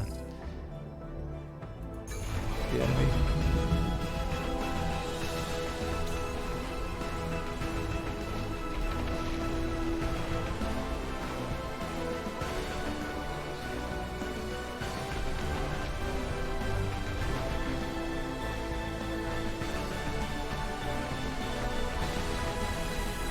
Oh wow, they're taking that for the behemoth. Nice.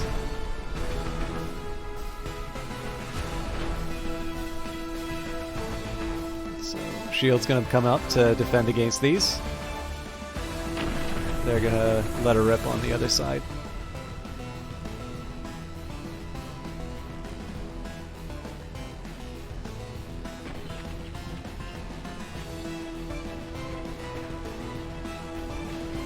He's crashing, so he's out of commission.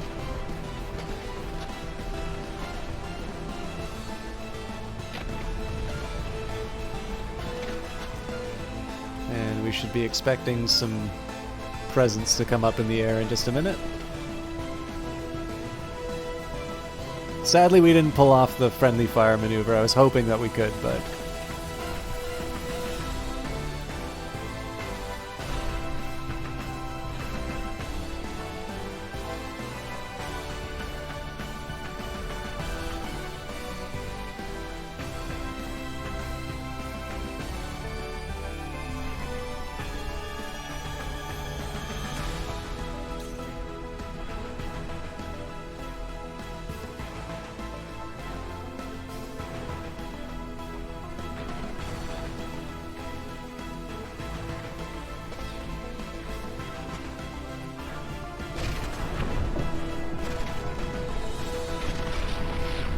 done.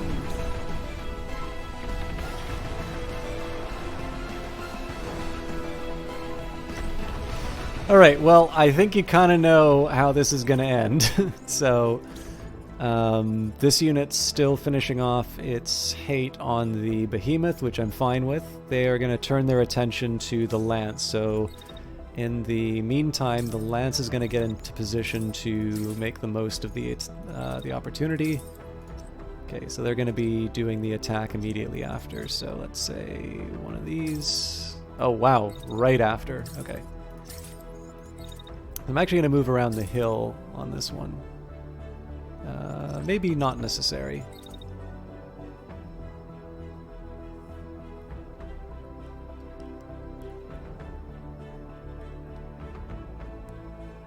I don't know, we have repairs coming anyway, so...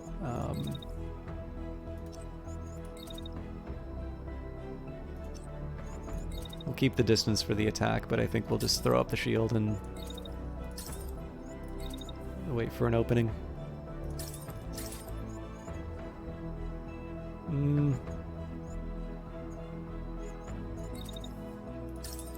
I can probably survive it. I mean, this thing is a long-range weapon, right? So it's not in an optimal position. But why take the risk, right? There's really no reason for it. Okay, this guy is a lot closer. Can I dodge? I can. All right, that's welcome.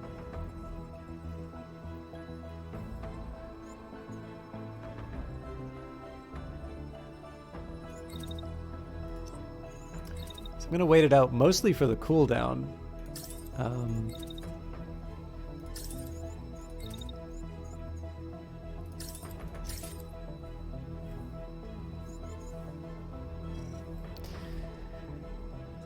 And then I know my next missile target. I'm curious if I can get 2 rounds. Yes, I can. All right. Again, it's hilly terrain, so it's a little dangerous for the Sleipnir to try and make happen, but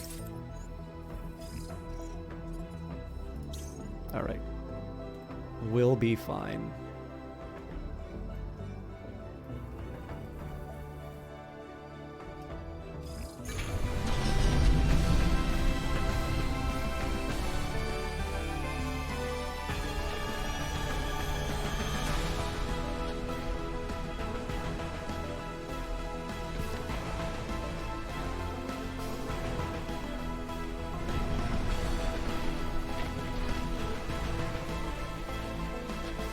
Well, it looks like we dodged the attacks.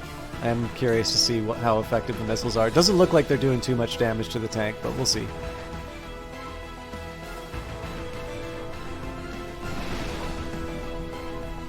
That's a thing of beauty there.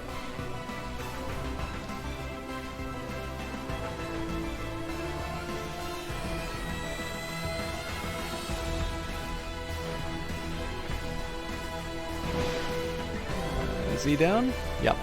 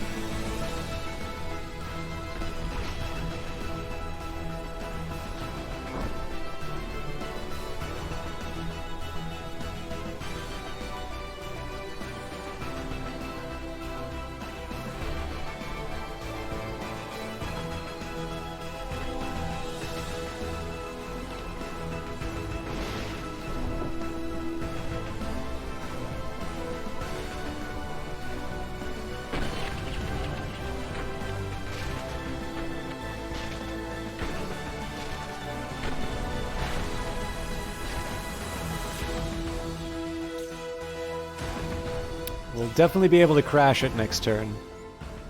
Alright, looks like they're going after the Sleipnir. The Sleipnir's already committed to a melee attack, so there's nothing I can really do about that. But I have units in reserve that are going to be able to save the day. And probably more than a few missiles on their way, because that's effectively all that the behemoth is doing now.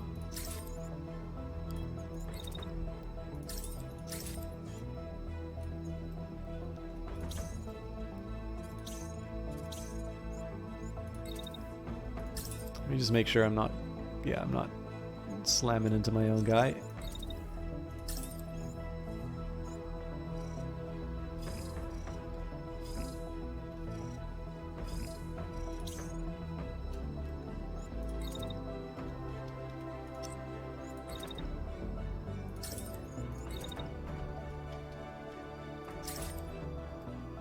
I should have learned, my lesson, but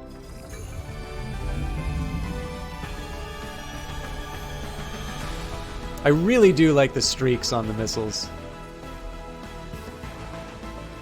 It's a particularly nice touch.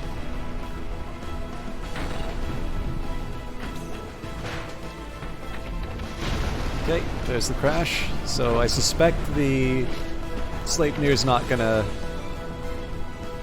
wind up doing its melee attack after all.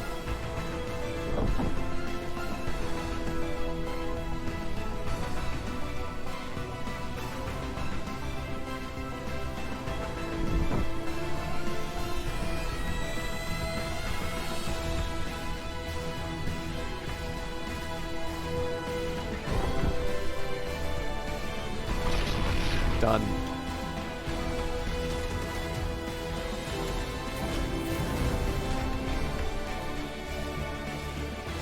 Alright, that's significantly better than the last time that we stayed and fought the reinforcements. So, all hostiles eliminated, site under control. 55-second engagement, 1,404 damage taken, 10,503 damage inflicted, no units lost, no subsystems on site, 98 actions planned, 1,465 meters traveled, 6 units destroyed, 195 supplies on site, and a partridge in a pear tree. Looks like there's a heavy arrow body. I think I am going to do the salvage. We have enough time, and it wouldn't hurt to have a little R&R before going on to our next attack. And then, of course, we're already an hour over. But I think that's going to have to be this next engagement's going to have to be the last one for the night. It is kind of funny. It looks like the game's already decided for me the liberation question. So we do have a radio station I might need to... Yeah, maybe I should finish the radio station in Izidgot. And I also had some stuff in Malmland that I needed to finish. So maybe we are going to leave...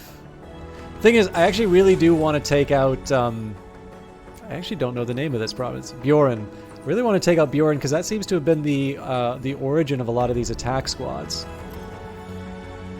But anyways, help is on the way, my friends.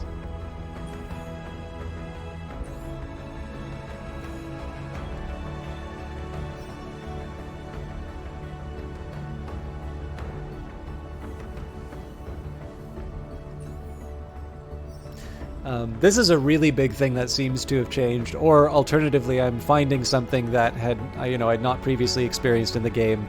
I'm definitely feeling the pressure of making some decisions on the strategic layer, which is very satisfying. I feel terrible when I fail to deliver for people, but it's nice. Like the fact that I've had to give up salvage in order to try and save things is definitely a meaningful choice, and I was sort of feeling like the strategic layer wasn't quite offering as much as I was hoping.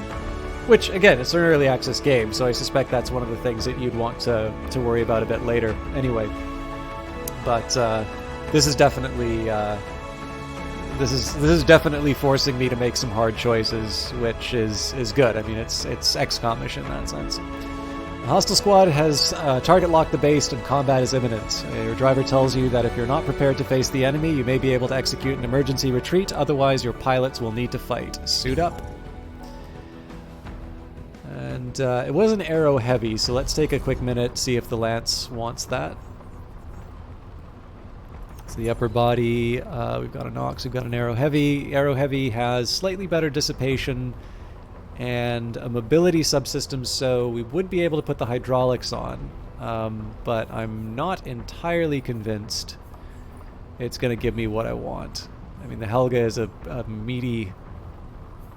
So the total for this arrow, independent of any other adjustments that I'm going to be making, is about 1440.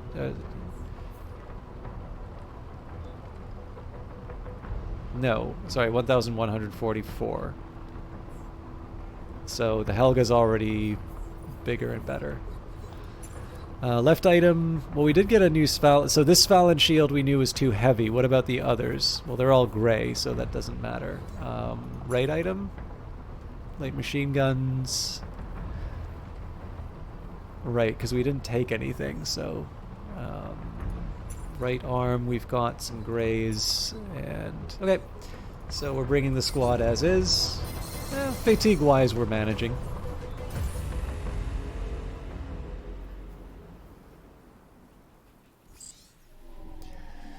Rebel unit sighted, requesting immediate reinforcements. Let's make this quick. Sorry, I didn't even read what type of objective it was. So, current objective, eliminate all present hostiles before reinforcements arrive. Fair enough. We need to clear them out before turn 6. I didn't count how many, or not count, but I didn't look at the message as to how many there were. Looks like it's just 2 again. Okay, so we've got a cannon, so that we want to try and close the distance as quickly as possible. And then a marksman rifle and a medium handgun. So really, all of this is definitely a match where we want to close the distance as much as possible. Is that marksman going after the behemoth? Yes. Okay, that's not ideal, but I think I know how I can get around this.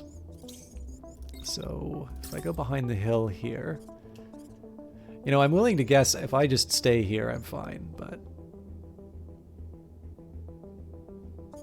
Okay, so we wait this out. So basically what I want to do is I want to be able to walk up and get a quick shot on the enemy if I can.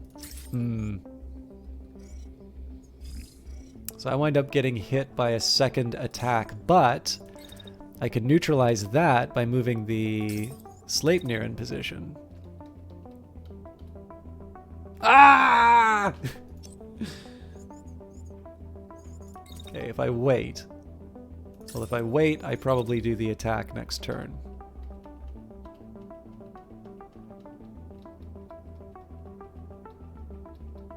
Oh, game, don't do this to me.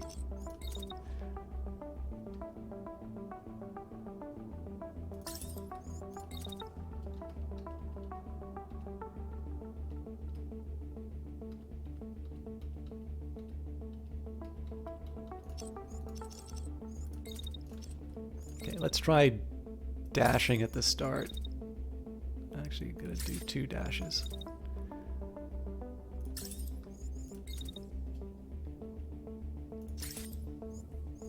Brilliant. Okay, so the reason why I did it this way, let's take a look at the threats to the behemoth right now. So you got a marksman rifle hitting here. That's going to go into the side of the... that's going to go to the side of the hill. I didn't plan it this way, but it also turns out that the Sleipnir is able to dodge it. So I go up onto the hill here. Hey, Cool Eagle, thank you very much for the host. So we slide through here. We wind up on the edge of the... like basically we get the height that we need for the melee attack that we're going to do. And then before the other threat we were worrying about is I can do my sniper hits here on the tank. And then we're... the problem is that there's going to be an attack that starts next turn. So there's no way that I can walk away and get that done, like get that shot done on time. However, if I knock this person on their back before they can fire their gun, that threat's not present for the sniper anymore. So that's why we're doing it. In fact, one other thing that I can do early on is lob some missiles. So I'll do that to the tank just as an aperitif. Anyways, how are you doing tonight, Cool Eagle? I see you. I see the number. But maybe I've scared off your viewers. I hope you had a good stream. What were you playing tonight?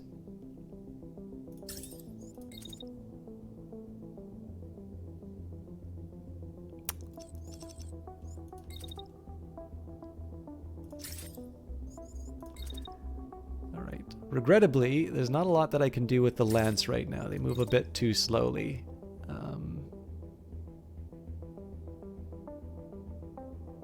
I think I'm going to get them in play for when this unit stands up again.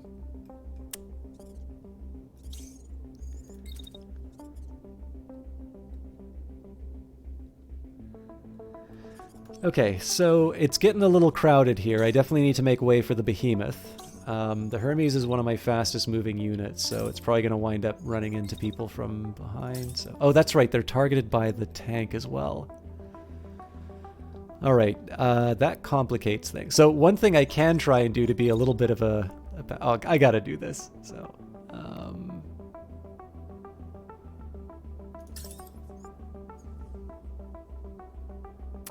nuts.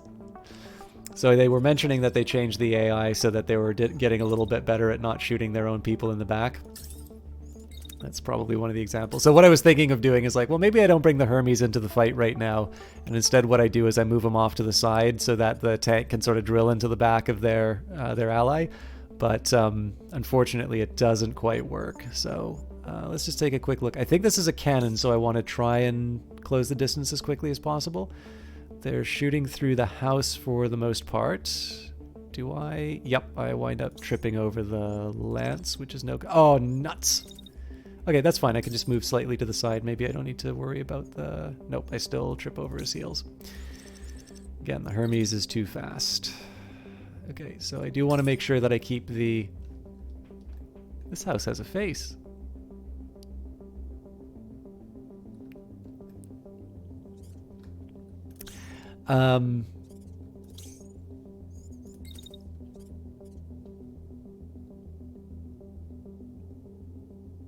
Okay, what I'm going to do here, I'm going to run up. Ooh. I'm really curious if I can outrun... Ooh, okay. Again, I didn't do myself any favors by putting the lance where I did. Well, I'm not firing, so maybe I can do a dash? Brilliant. Okay. Sort of my island of safety is the house. It's basically the only obstruction right now, so... Okay, so so far we're not crashing into anyone, so good. Dash. They start firing. Goes into the house. Walk for... Okay, and then the threat is gone. Threat's gone until basically the end of the turn.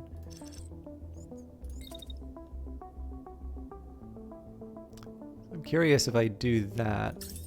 I really shouldn't be messing with this plan, but... I do want to see if I can get a cheeky... It's a tight window.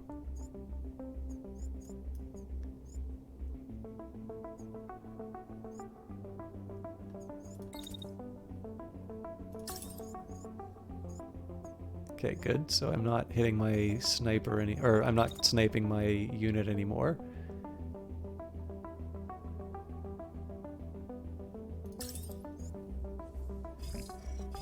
All right, I like how this is working. So basically the way the Hermes is handling things is it's taking advantage of its speed. It's kind of avoiding colliding with its own people. It's staying behind either the shed or the house while the enemy tank is attacking. It sort of peeks around the corner to shoot this unit for a second before running back behind the house, and the tank is effectively defanged through that attack. But again, the real key to this is the melee unit knocking the marksman down. If they fail to do that, then my behemoth takes it on the chin next turn. So, for all the planning, let's watch the magic happen.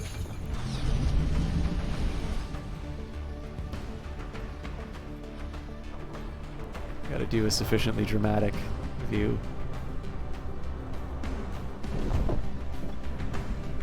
Yep, I'm launching missiles into the side of the hill, it looks like. Oh, that one made it.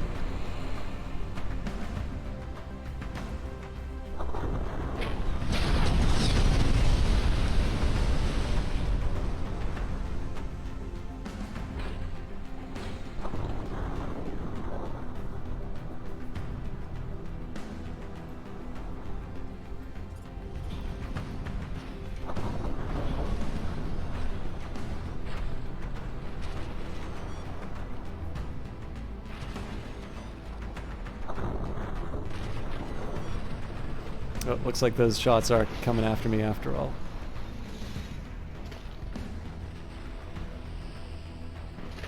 Okay, we got through it. So missiles are going to take the tank in the end, but what we're really interested in right now is seeing what happens to this particular unit.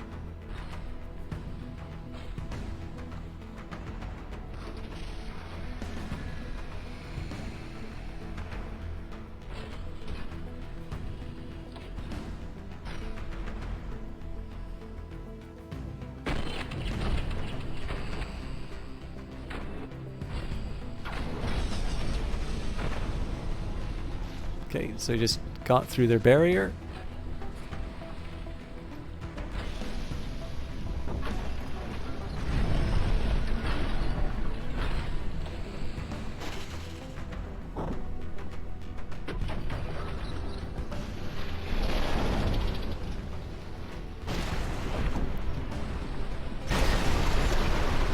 Beautiful.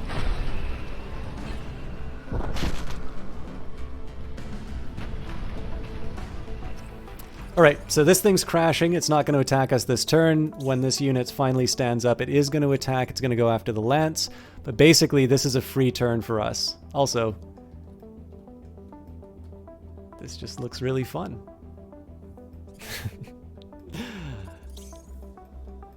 Okay. I am a little curious what the reinforcements are going to look like, but let's deal with the present concern. Now, the one really nice thing about taking out the treads on that tank is it just kind of has to sit there and take the shots. So the rest of the team gets to focus on the Azure Wind. Good to see you again. You were doing XCOM 2 tonight, weren't you? I don't remember. I know sometimes you like to lurk, but there is... Yeah, I wanted to say hi, but I was late starting myself, so I don't know, I played hooky. I really do not like being that person who's like, well, we've talked about this on your channel. It's like, it's hello, fellow streamer. I see you have more people watching than me. I too know the grind. Yeah, so I knew it wouldn't be a substantial one. But if you don't mind on Discord, I know I normally send you nonsense on Discord. If you want, I have probably had my favorite turn of this game ever from last stream. I've been having a blast this time too, but they've added missiles in this game. So I don't think we get to see... Well, you can see a little bit of the streaks, but like you can build your turn so that you can like dodge around corners and the missiles will get they'll get misdirected and slam into other buildings. This game is amazing.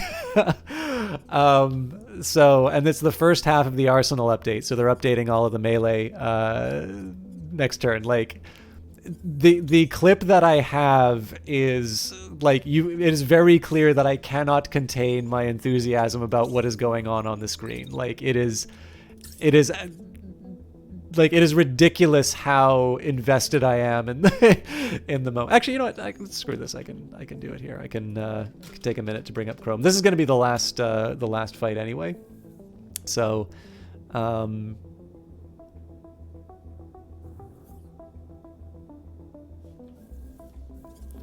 actually, we've got, as you guys might have noticed, in addition to Cool Eagle being a stream, Cool Eagle kindly hosted us. Azure Wind is an especially if you guys like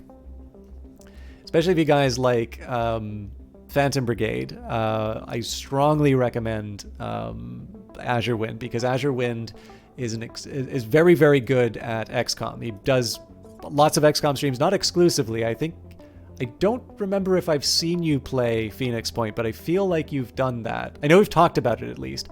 I actually found him playing through BattleTech, which I know Cool Eagle has done as well. But Azure Wind has a real talent for tactical strategy games. In fact, also tends to play them on the hardest difficulties, Iron Man mode. Does like an exceptional job of playing the games on difficulty levels that I occasionally tend to avoid. So he is a very, very strong recommendation, particularly if you like games like this. And I am not gonna lie, like of everything, I like Azure Wind is probably the person who I want to see, like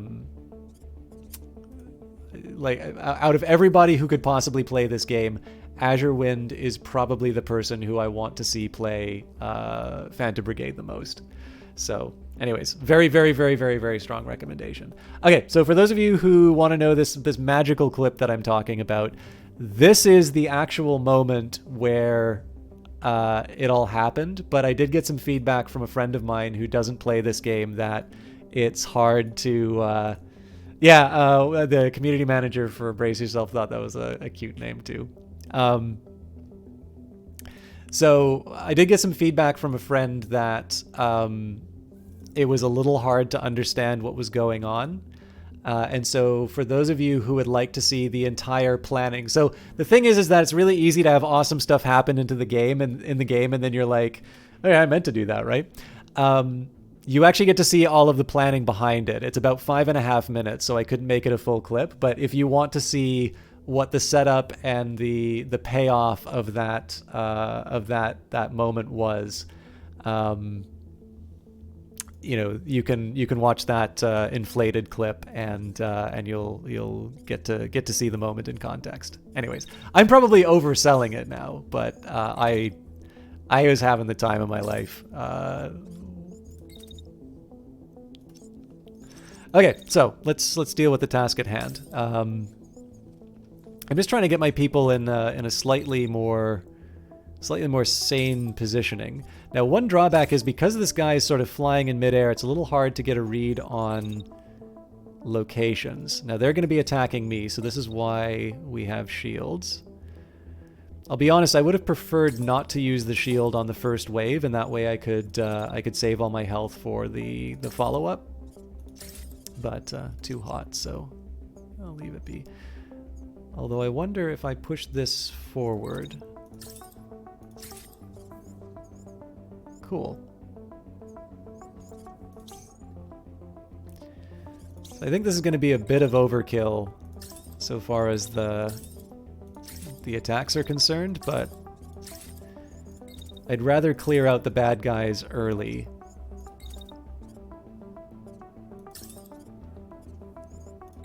Yeah. Yeah, and you can hear, like, you hear me just starting off, and I'm like, oh, very, very neutral delivery. And then I see that, like, the sniper takes the guy out in the background, and I get a little bit more excited. And then the missile bit happens, and I'm like, ah! So, this is an easy game to get excited about. Okay, I gotta find something to do with the Sleipnir here. So, I've got the 2.5 to 3.5 minute window to get a melee strike in. So this is going to be a little bit of a pain to... different heights, really.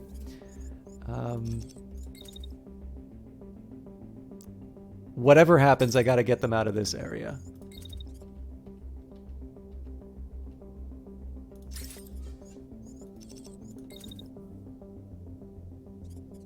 Yeah, so the problem here is that I'm standing right behind the target of shotgun attack. So...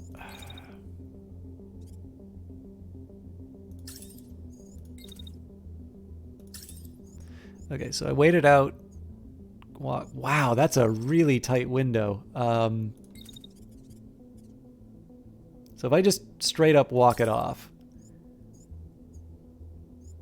I'm pretty sure I'm going to get hit by a bullet doing that, but I don't have a lot of options right now.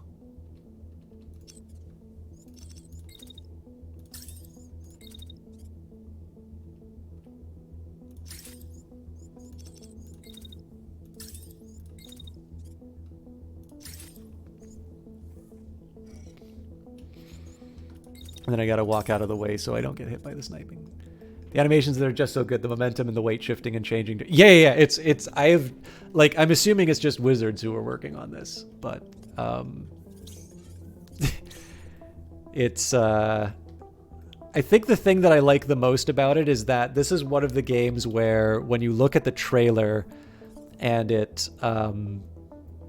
when you look at the trailer and you see the stuff in the trailer, this is probably the clearest connection between like the cinematic stuff you see in the trailer and the way the game looks when you play it. And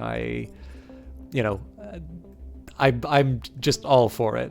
Okay, so we're again going to take the enemy's perspective on this. I don't know if you were here, Azurewin, but we've learned how to do this in super slow. Well, you know that because you've just seen the clip.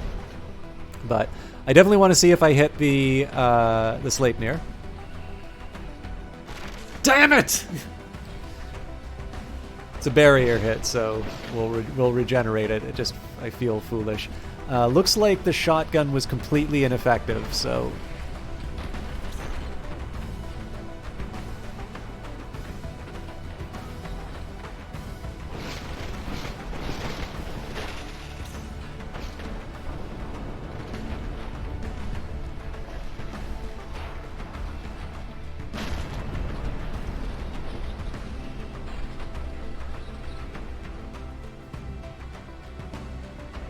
Alright, that's down. So yeah, occasionally a couple of little glitches, but now we get to watch the magic happen here.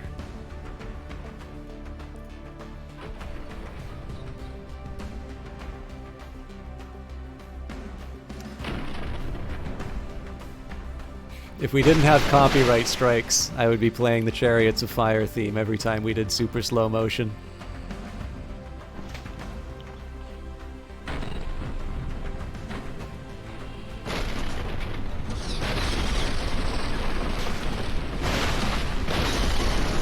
Alright, so needless to say, we're in good shape for the next... Oh wow, that was a torso hit. Okay. So what we got to do now is a little bit like what we did last session, which is to think a bit about where we're going to place our people for the next, for when the reinforcements arrive. Alternatively, we just decide, screw it, we're gonna run. But why would you do that, right? Please don't hit my melee guy.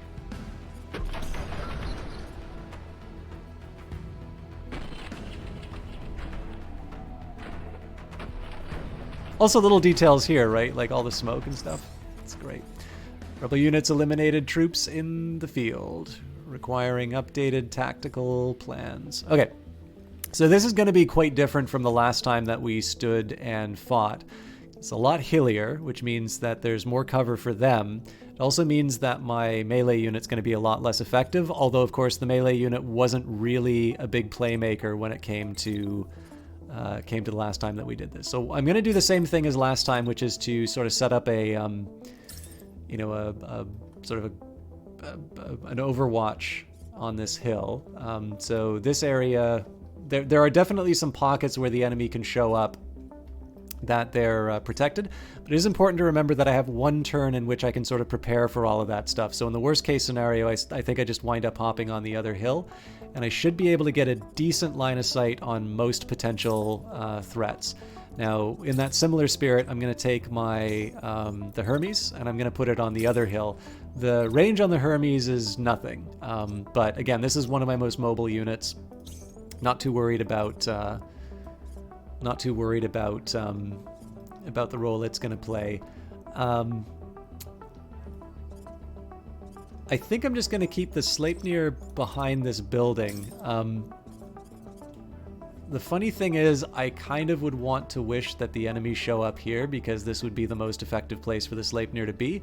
However, I don't really see any advantage to committing it to one area of the map, especially given the fact that it's going to need a full turn before it can be effective in attacking anything in the region.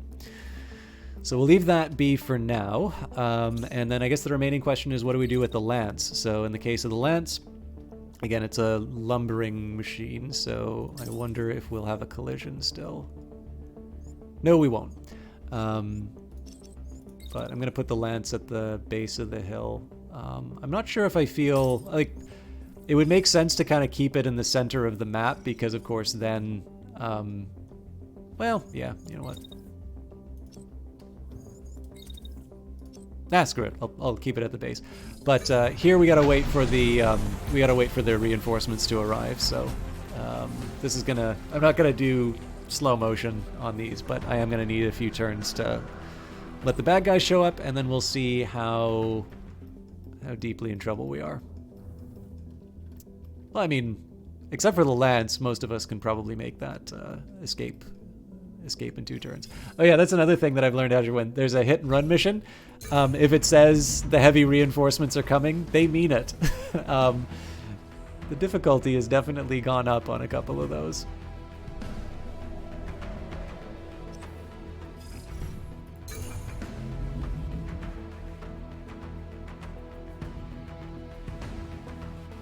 Yeah, I never noticed the trees swaying before, but I think it's because everything's been on slow motion.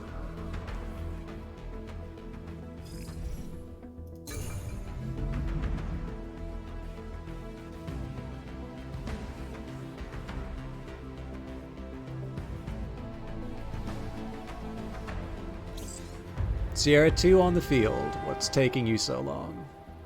Surround them and finish them off.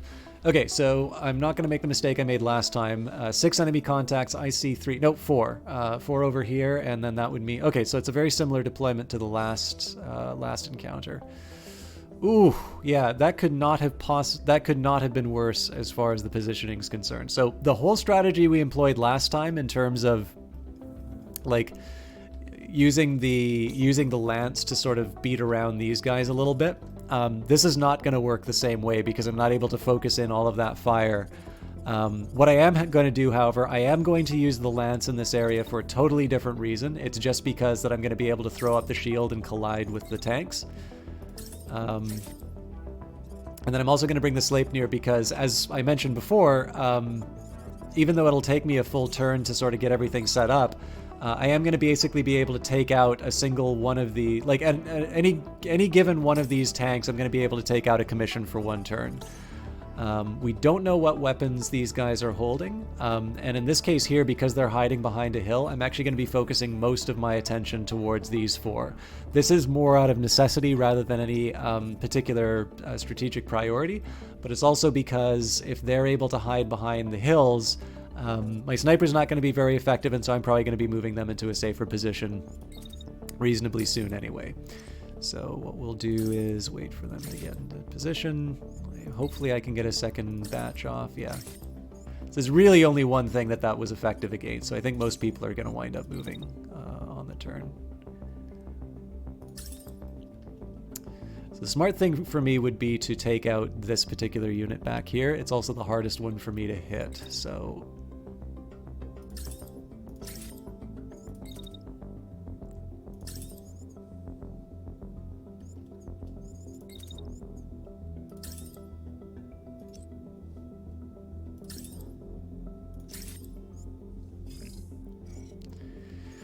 Well, if I'm going to do that, I might as well just stay in position. So it sucks that I'm not hitting this one, but it's, you know, kind of a necessity. Okay, no slow-mo for this one.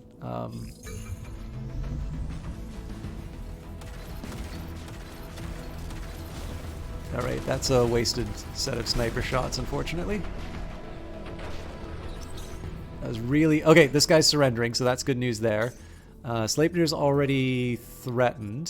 So I'm mildly curious. Okay, can't make that happen. That's in max... Oh, here we go. First of all, what are these things packing? Cannon. So it's going to be... This is actually reasonably good for me because cannons are long-range weapons.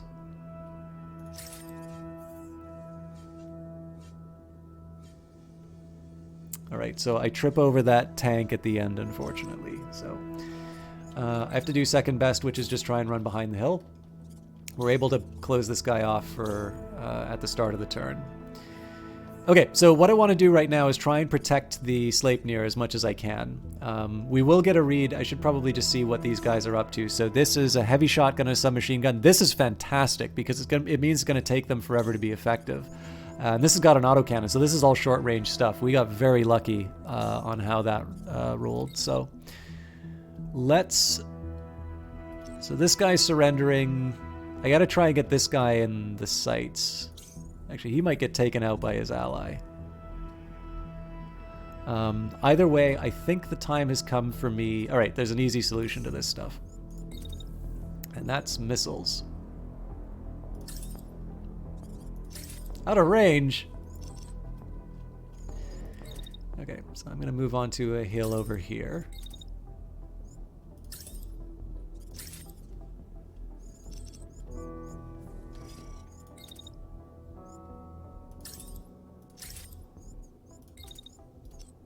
I'm curious. Oh, they're just getting into range too. I'm not convinced I'm going to be able to make that shot work though, so...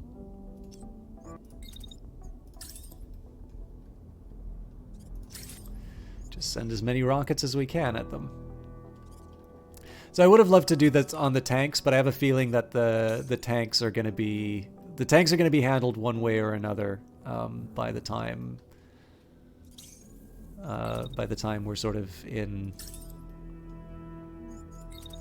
position. So what I want to do now, this is going to be a really hard... Like basically I don't want to attack the unit that's surrendering, so I'm actually willing to take a bit of heat damage to make sure that I don't do that. And what I'm going to do, I'm going to move around the side here. So I'm relying on the fact that the Sleipnir's taken out this unit. This is why I'm able to do what I'm doing here.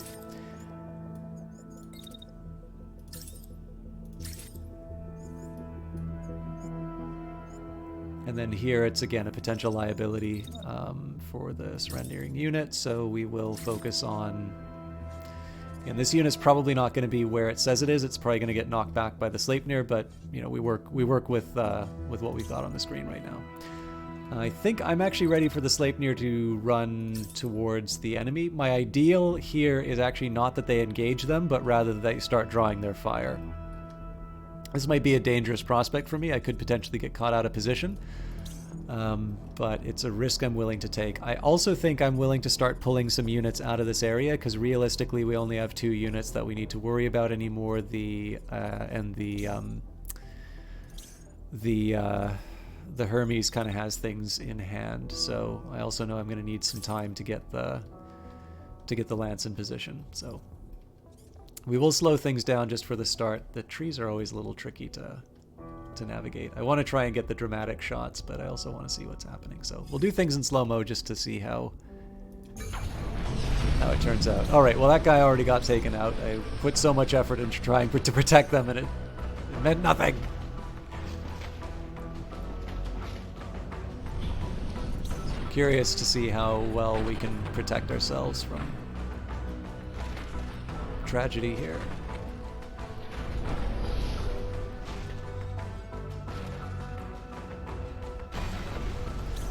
Okay, good. He's still crashing.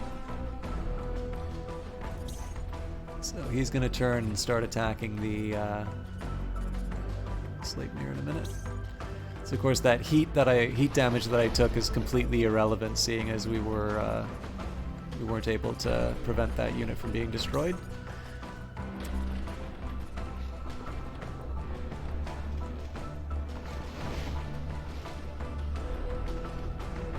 I think I threw a couple missiles into the side of the hill.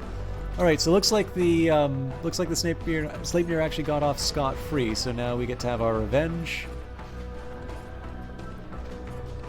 I don't think we're going to be taking this thing out. Oh no, we got caught at the end.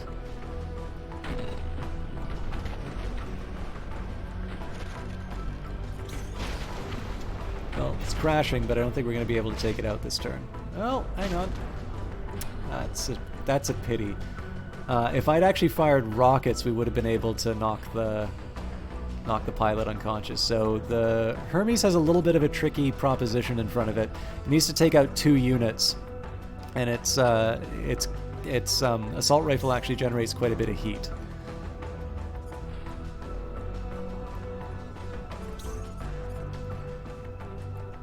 I wonder if these missiles are going to arrive on time.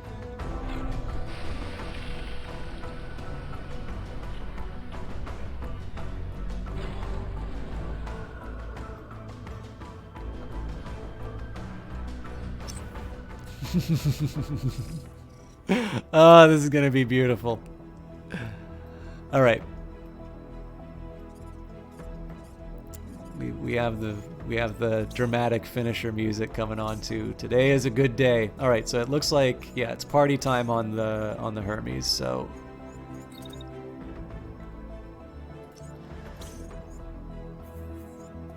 I really need a second round to finish that job, but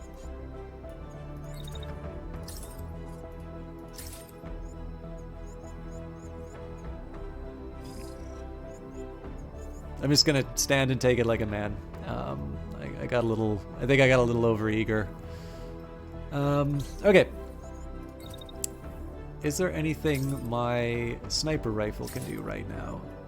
Possibly at the end, but I am not convinced that this is. I'm not convinced that this is the best use of my heat resources right now. So I'm now going to reassign this as a missile boat. So looks like the autocannon's coming after the lance. That's reasonably good news for me because it means the Sleipnir can sneak in from behind. Why bother from behind? Why not just punch him in the face?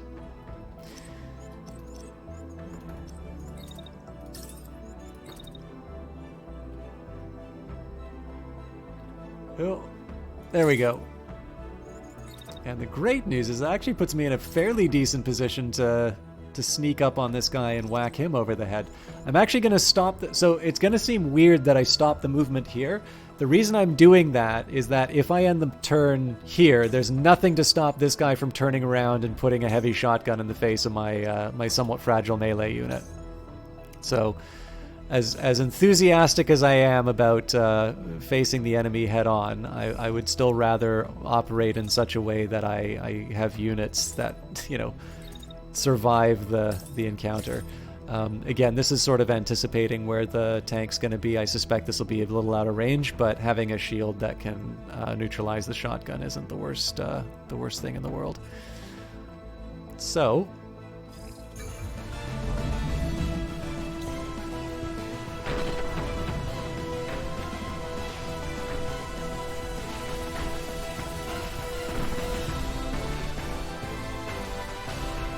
all right, we failed to deliver on that, so that one's going to be doing some damage to me. We ripped through their barriers with the missiles, which is nice.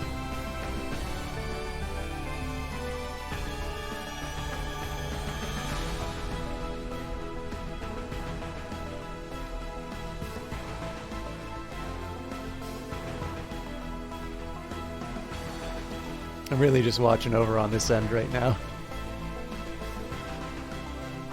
I was really hoping I'd see how this one turned out, but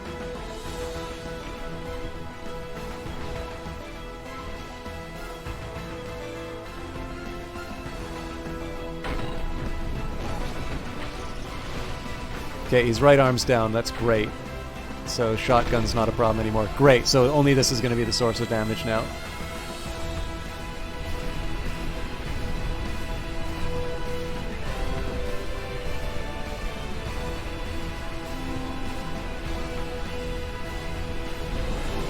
That submachine gun's still going to be a problem for us, but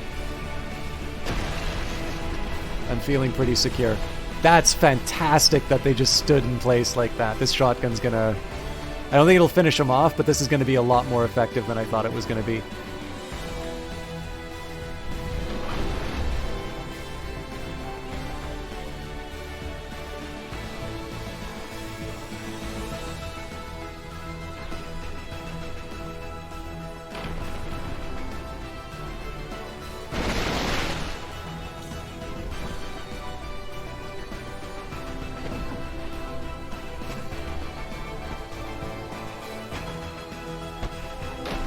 Looks like we managed to get a crash on the other side as well. Okay, so we don't have a full indicator about what damage this guy is going to take. So we did take a little damage here. And, I mean, it is the right arm, right? That's my primary weapon. The good news is, for the damage that I took, all the tanks are out of commission. So I'm running a little hot, so we'll run forward. This is really just about trying to get me into the fight as early as possible.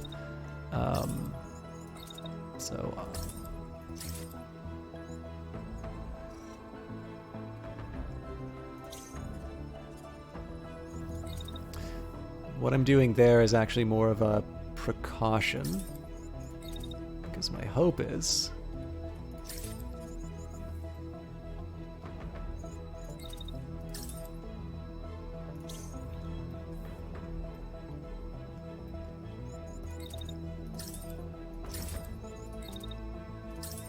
we're just going to keep doing the same thing that we do. So, the way this turn's going to work out...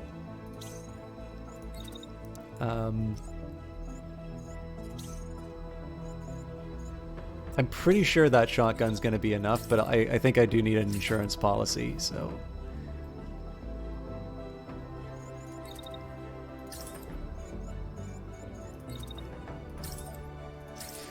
Okay, so basically, finish off the tank. Sleipnir runs around the end. This guy is getting ready to do an attack with his submachine gun, which will start on the behemoth, but it's out of range, so I'm not as worried about that. While he's pursuing the behemoth, Sleipnir comes up from behind, hits him in the back, and where the rest of the team comes in, and we basically hit him in a crossfire. So this should be it's probably not just going to be the fantastic explosions from the missiles that that come into play, but I suspect it's going to be I suspect the explosions are going to be from multiple sources, and of course this is going to be a slow motion one. I'm pretty sure I just saw the tank. Yeah, tank's done.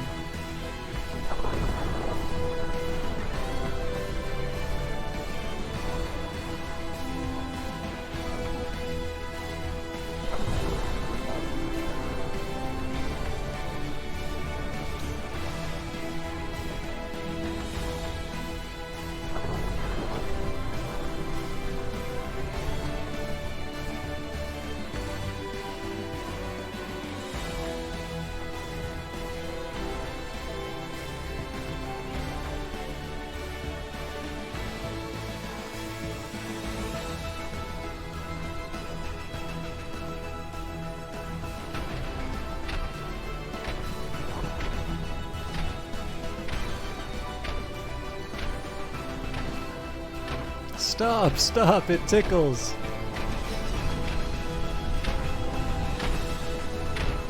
I am curious how this is going to interact with the missiles.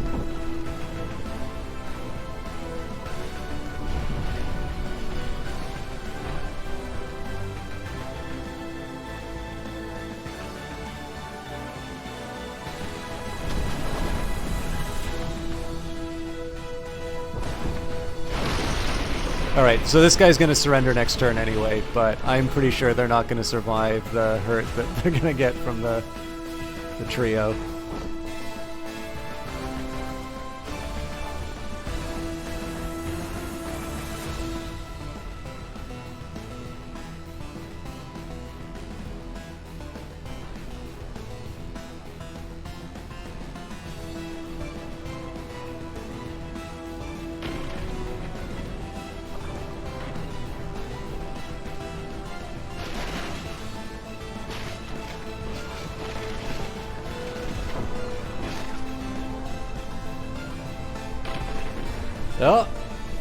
if they can get through the finale, we might actually have some scrap left over.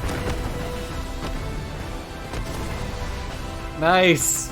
They ejected just as the last missile hit. Alright, and the siege is lifted. So we got to be the good guys 100% of the time today. God, I like this game so much. I don't know how you guys feel about my overuse of slow motion, but the animations of this game are just too good. So, 55-second duration, 1,116 damage taken, 12,310 inflicted, so we're definitely consistently breaking 10,000 for damage inflicted so far. 94 actions planned, 1,796 meters traveled, 7 units destroyed, no parts on site. Well, that's not true. We'll pick it up from the scrap. 247 supplies. We have a marksman rifle. I've kind of gotten used to the sniper. Don't really use improved gyros. Nox heavy shotgun. This might be an improvement for the lance. Probably not going to touch the arrow medium and the Nox H, but you never know. We can get a full breakdown. So yeah, the Nox medium and the marksman. If it's a gray shotgun, I'm never gonna touch it. And we can finally afford to do some salvage. Oh wow, we actually don't have that much in terms of repairs either. Anyways, guys, this has been almost 2 hours over, and I started an hour late, so it's actually quite late at night for me, and I have some stuff that I need to get done. So it has been an absolute pleasure, and I'm obviously extremely grateful to Brace Yourself for sending along a key. I've really been enjoying Industries of Titan, and it's a very nice problem to have two excellent games like this to split between my attentions. Hey, no problem, Olaf. Actually, let me just take a quick minute here.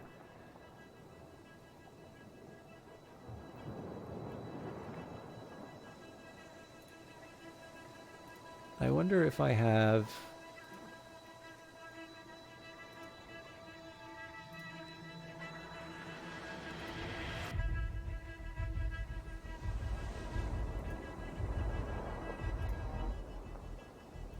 I'll work this all out later. Anyways, quick reminder of the roadmap. I can't remember what week of the patches for this come out. I think it's Phantom Brigade first, and then Industries of Titan. But we are looking for part 2 of the Arsenal update this month. So ultra heavy weaponry, dash and melee improvements, more enemy variants. This just has kept getting better and better. If you own this game, or you're interested in this game, if you liked Crypt of the Necrodancer, if you like Industries of Titan, please do join the Discord. It's a great community there. Brace Yourself are very cool Canadian developers. They're the Katamari of indie games. They keep growing and growing, and they seem to be keeping on going from strength to strength. So, I have every reason to be super enthusiastic about the game and about the people who make it, but it is genuine. Like, this has been a real treat to be able to share with all of you. I still need to find someone to host tonight, so I'd love it if you guys could stick around for a little bit longer. I know we've lost most of the people in the evening already. Oh, but you know what? Night Valian is currently playing Pyre. So we're going to rate him tonight. Night Valian is a Brazilian streamer. He's got a very soft, relaxing voice.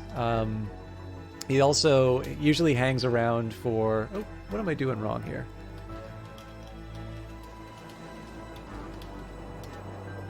It's very, very relaxing voice. Also, somebody who... Oh, actually, you know what? Sorry, I didn't check to see if anybody was playing Phantom Brigade tonight. There is. Sorry. We're not going to raid Night Valian. I do encourage you guys to check out Night Valian, but I don't get a chance to host people playing... I don't get a chance to host people who are playing Phantom Brigade very often, so I'm sorry to pull that away from Night Valian. We are going to raid a streamer called Samurai Kitsune. So They're currently playing Phantom Brigade. I don't know how many or how long they've been going. Looks like they've been going for about 3 hours 45 minutes, so they might be wrapping up around the time that I am as well. But please treat them well. I really would like to see more people streaming this game, so this seems like a great opportunity to encourage that. There's no stream for me on Wednesday. I bet I'm going to be at the local game dev meetup. I completely forgot that it was the second second Wednesday of the month already. But I will be back Friday, so I got to try and find a way to make up the Industries of Titan stream. There will be more Oblivion tomorrow, though. So whether I see you for Oblivion, whether I see you for Hollow Knight on Friday, whether I see you for Phantom Brigade next week, thank you very much for watching, and treat Samurai Kitsune well.